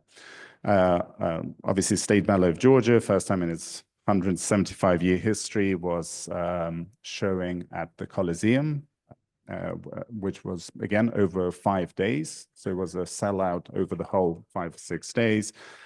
And some workshops, again, focus where British Georgian Society was happy to support and help. And it goes on and on. There was it was actually quite a full agenda, Georgia-related agenda in the UK this year. And I'll finish, with, again, just so there was an open letter from the British Georgian Society. Again, we are not a political organization, but just we did sort of voice our opinion in terms of supporting the European direction for Georgia. So thank you.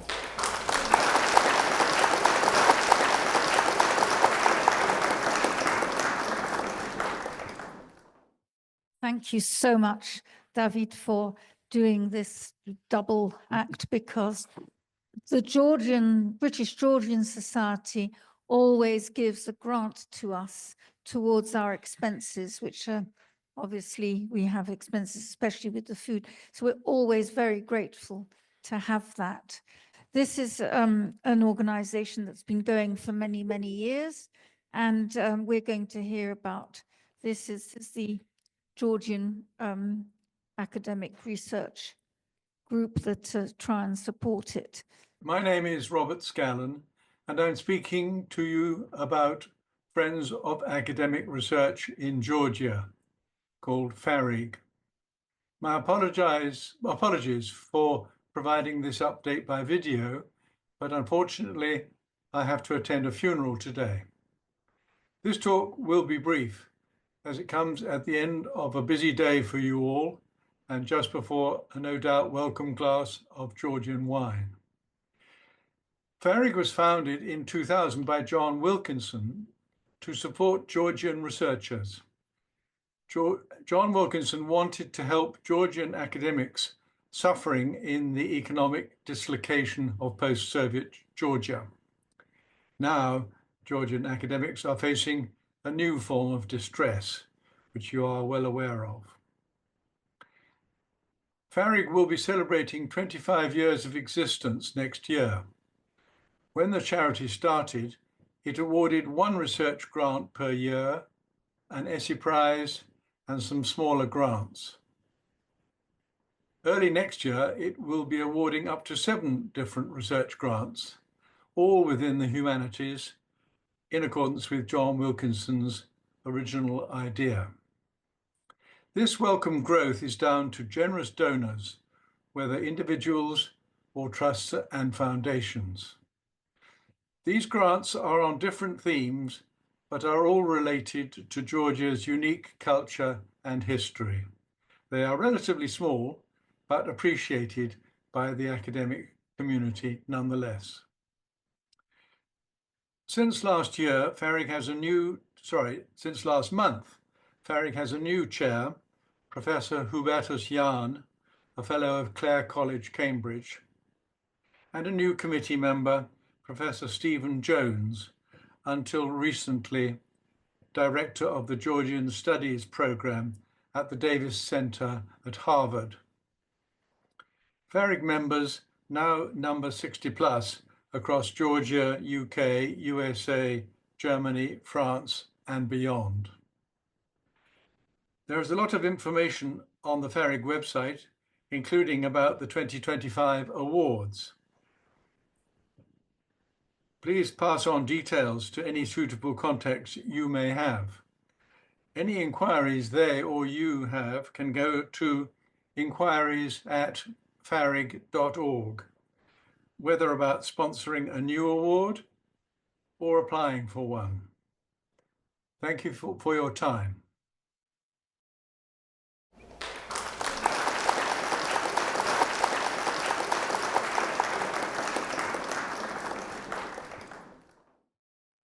Now we have something we've never had, or at least for a long, long time. We've got an extra bit of work in progress because we have a translator here for poems by Lia Sturua. And I know her well because I think I was probably the first person in the 1970s to translate some of her poems. Her and Anna Kalandadze, who were both women poets, and they were published in the journal called Modern Poetry in Translation. However, it's lovely to find that Lia Sturua has been rediscovered and that we have a translator here in person. You can talk about your book and how to buy it and all that. And so please welcome Victoria, who is going to talk to us. Thank you very much, Tamara and Peter, for having me. Let's start with a poem. We survived the winter, everyone says joyfully, but summer's no less difficult to get through. The trees have their shadows severed. Days, like an anthem, are tall, full of pathos. The sun, with its hand on its heart, is my mother. But she couldn't have borne me without trees. She couldn't have forced me to stand with my clothes inside out in the bald heat of the city, to believe that the moon is my father with such a weak character. The trees more compassionate than both. Above all, it will drop its leaves on me, soften the soil for me. So that's by Lia Sturua, and it's in translation by me and my colleague Natalia Bukia-Peters. So one of the ways in which literary translation works is to have an expert in the original language. So Natalia is a professional translator and interpreter from Georgian into English, and I'm a published poet and creative writer. So we've been working on Lia Sturua for quite a few years. So probably many of you know Lia's work, but for those that don't, she was born in 1939. So we've put an introduction to this collection, just talking about some of the things that somebody born in Georgia in 1939 will have lived through. I mean, what a life, what a history. She's published 13 collections in Georgia since 1962, but this is the first book-length collection that she's had in English, although, as Tamara said, there's been lots of translations over many years in magazines and journals. Numerous awards, and she's also considered a presiding spirit for younger poets. So Natalia and I have been beavering away at translating from Georgian together for a long time. The first story we had published was in Best European Fiction in 2011 by Zurab Lejava, and then more stories in subsequent anthologies. We published a book-length collection of short stories by Anna Korjaya called Me, Margarita, all of which were published by Dalkey Archive, which means that they get into the whole of the English-speaking world. But really, our first love is poetry, and probably anyone that's tried it knows that translating poetry is really an impossible task. Natalia, as a professional interpreter, is very hot on accuracy and precision. Me, as a practicing poet, I would like to have the poetic and to make something that works in English. So we fight and we wrestle and we discuss. And of course, everything that emerges is a compromise. So these are 3 of the books that we've done. We've done a few more. And A House with No Doors, which is published by Francis Bootle. Those of you that don't know Francis Bootle, they specialize in lesser used languages of Europe. So they have collections in Livonian, Faroese, Maltese, Sami. And the great thing about Francis Bootle's books is that they're dual language. So for those of you that know both Georgian and English, they're a delight. Zurab Rutveliashvili is a Dadaist poet. I don't know if any of you know him. Yeah, a few nods there. Some really exciting performance poetry that's available on the internet. Sadly, he died young, tragically young, just as this book was published in English. So we didn't have the chance to promote him here in the UK, but the book exists. So this collection, on the contrary, it's published by a small press called Fowl Publications, which I run through my own company. My day job is as a poetry therapist. And we couldn't find a publisher for a collection of Leah's poems, but the Writers' House of Georgia decided to sponsor it. And Leah herself chose a selection of her most recent poems. So all of these date from the past decade. So this little book came out, launched in 2023. And then, to our great surprise, we found that it had been shortlisted for the Sarah Maguire Prize. And then, to our even greater surprise, it won. So again, if you don't know the Poetry Translation Centre, I really do commend their work to you.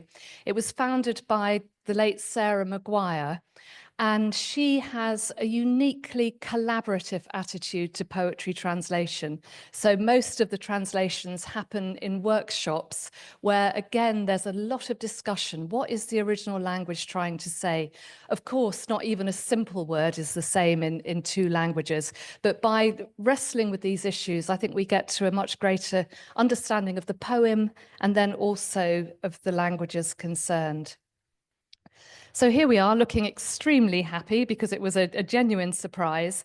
So Leah and our translation was awarded the 2024 Sarah Maguire Prize for Poetry and Translation. And the judges were Ian Macmillan, who's, again, some of you will know from the media, lots of nods in the room, who really is absolutely steeped in poetry of all kinds. Eileen Nakulian, who's an Irish academic and poet who translates herself, and Harib Iskander, based in London, a very fine Iraqi poet and translator. So these particular books that were shortlisted are usually from languages and cultures that are less commonly available or translated. So this year it included poets from Mexico, South Korea, Iran, Lebanon, China, Georgia, and Palestine. So Ian Macmillan said that he was honoured to be judge of the Sarah Maguire Prize, proudly keeping her name alive and giving space to those who, like she did, wrestle with language and meaning every day of their lives. You can find an essay by Sarah Maguire online where she says poetry translation is the opposite of war. So I think that's quite an interesting thing to contemplate. If you think of these 2 human activities, they couldn't be further apart. And in praise of Leah, who's a very exciting modernist poet, Ian Macmillan said, "This book encapsulated what this award is about. It encompasses all the vibrancy that poetry has to offer while reflecting the turbulence of our fractured society. So Leah Starua works in a very imagistic way, and she does fracture the language, which again is very challenging for translation, and takes us into a dream world of architecture, painting, colours, family, history. It's all there in her work. So in case you're interested in any other Georgian poets, when we translated A House with No Doors, that has 10 Georgian poets, and we put them in order of date of birth. So Leah is the most senior one, and then Salome Benidze was born in the 1970s. But all of these women poets say that they owe a lot of what they understand about poetry to Leah Starua. She was actually banned at one stage for writing in free verse. I mean, can you imagine, you know, that that could be such a significant thing? But on the other hand, I think what that tells us is that poetry matters. You know, if people think it's important enough to ban, then it really does have a strength. So I did bring a few copies. They retail at £8. You can buy them online in Waterstones. I don't think they're on Amazon, unfortunately. And if you have the correct cash, that would be really wonderful. Otherwise, you could make a PayPal or some other transfer. But thank you very much for having me today. It's been an absolute joy, and I found all the presentations very interesting. Thank you.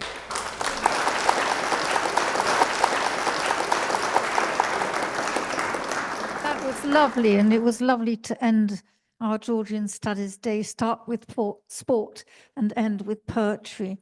That really is lovely. And of course, Leah Starua was really very much a pioneer. So now we've come to the end of our, I have to sit down if you don't mind.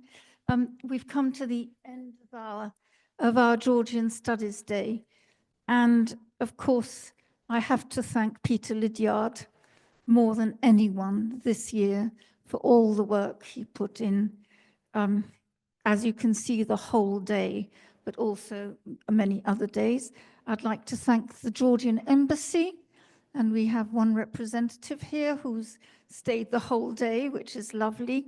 And of course, we get the wine, but I'll talk about that a bit later. And of course, I thank Nino Porakishvili, who's not very well, but she has helped us. I want to thank the British Georgian Society and, of course, the University of Westminster. We wouldn't have been able to do this without them.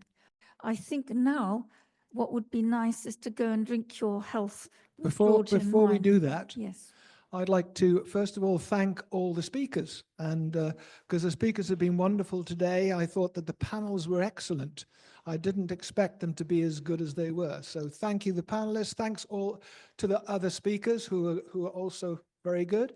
I'd also like to thank Hannah for the tough job that she had to do with the technology stuff. I'd like to thank Maka and Nona who are registering everybody. I'd like to thank also obviously the Georgian Embassy. Thank you for your support in this every year. And lastly but not least, of course, I'd like to thank Tamara.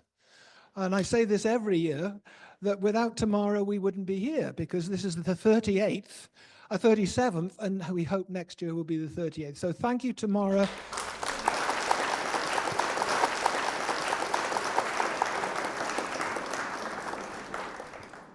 And I think it really is now for wine.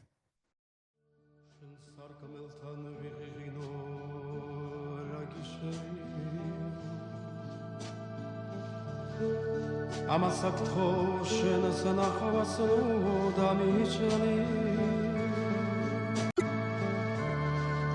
Սիլամազեց կերիտեն ոդի գացադեվա Դարդին ու գացաուգի արադամ ծնևա Սիլամազեց կերիտ ոդի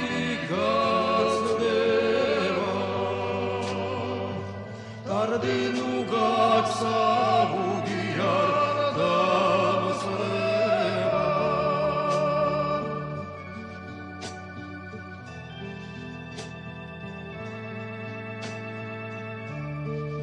რამაწუხებს უნდა მიხოდე თავადა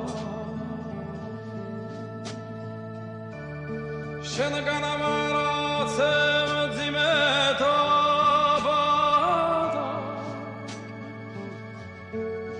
მიექიმე მოდის სანახადა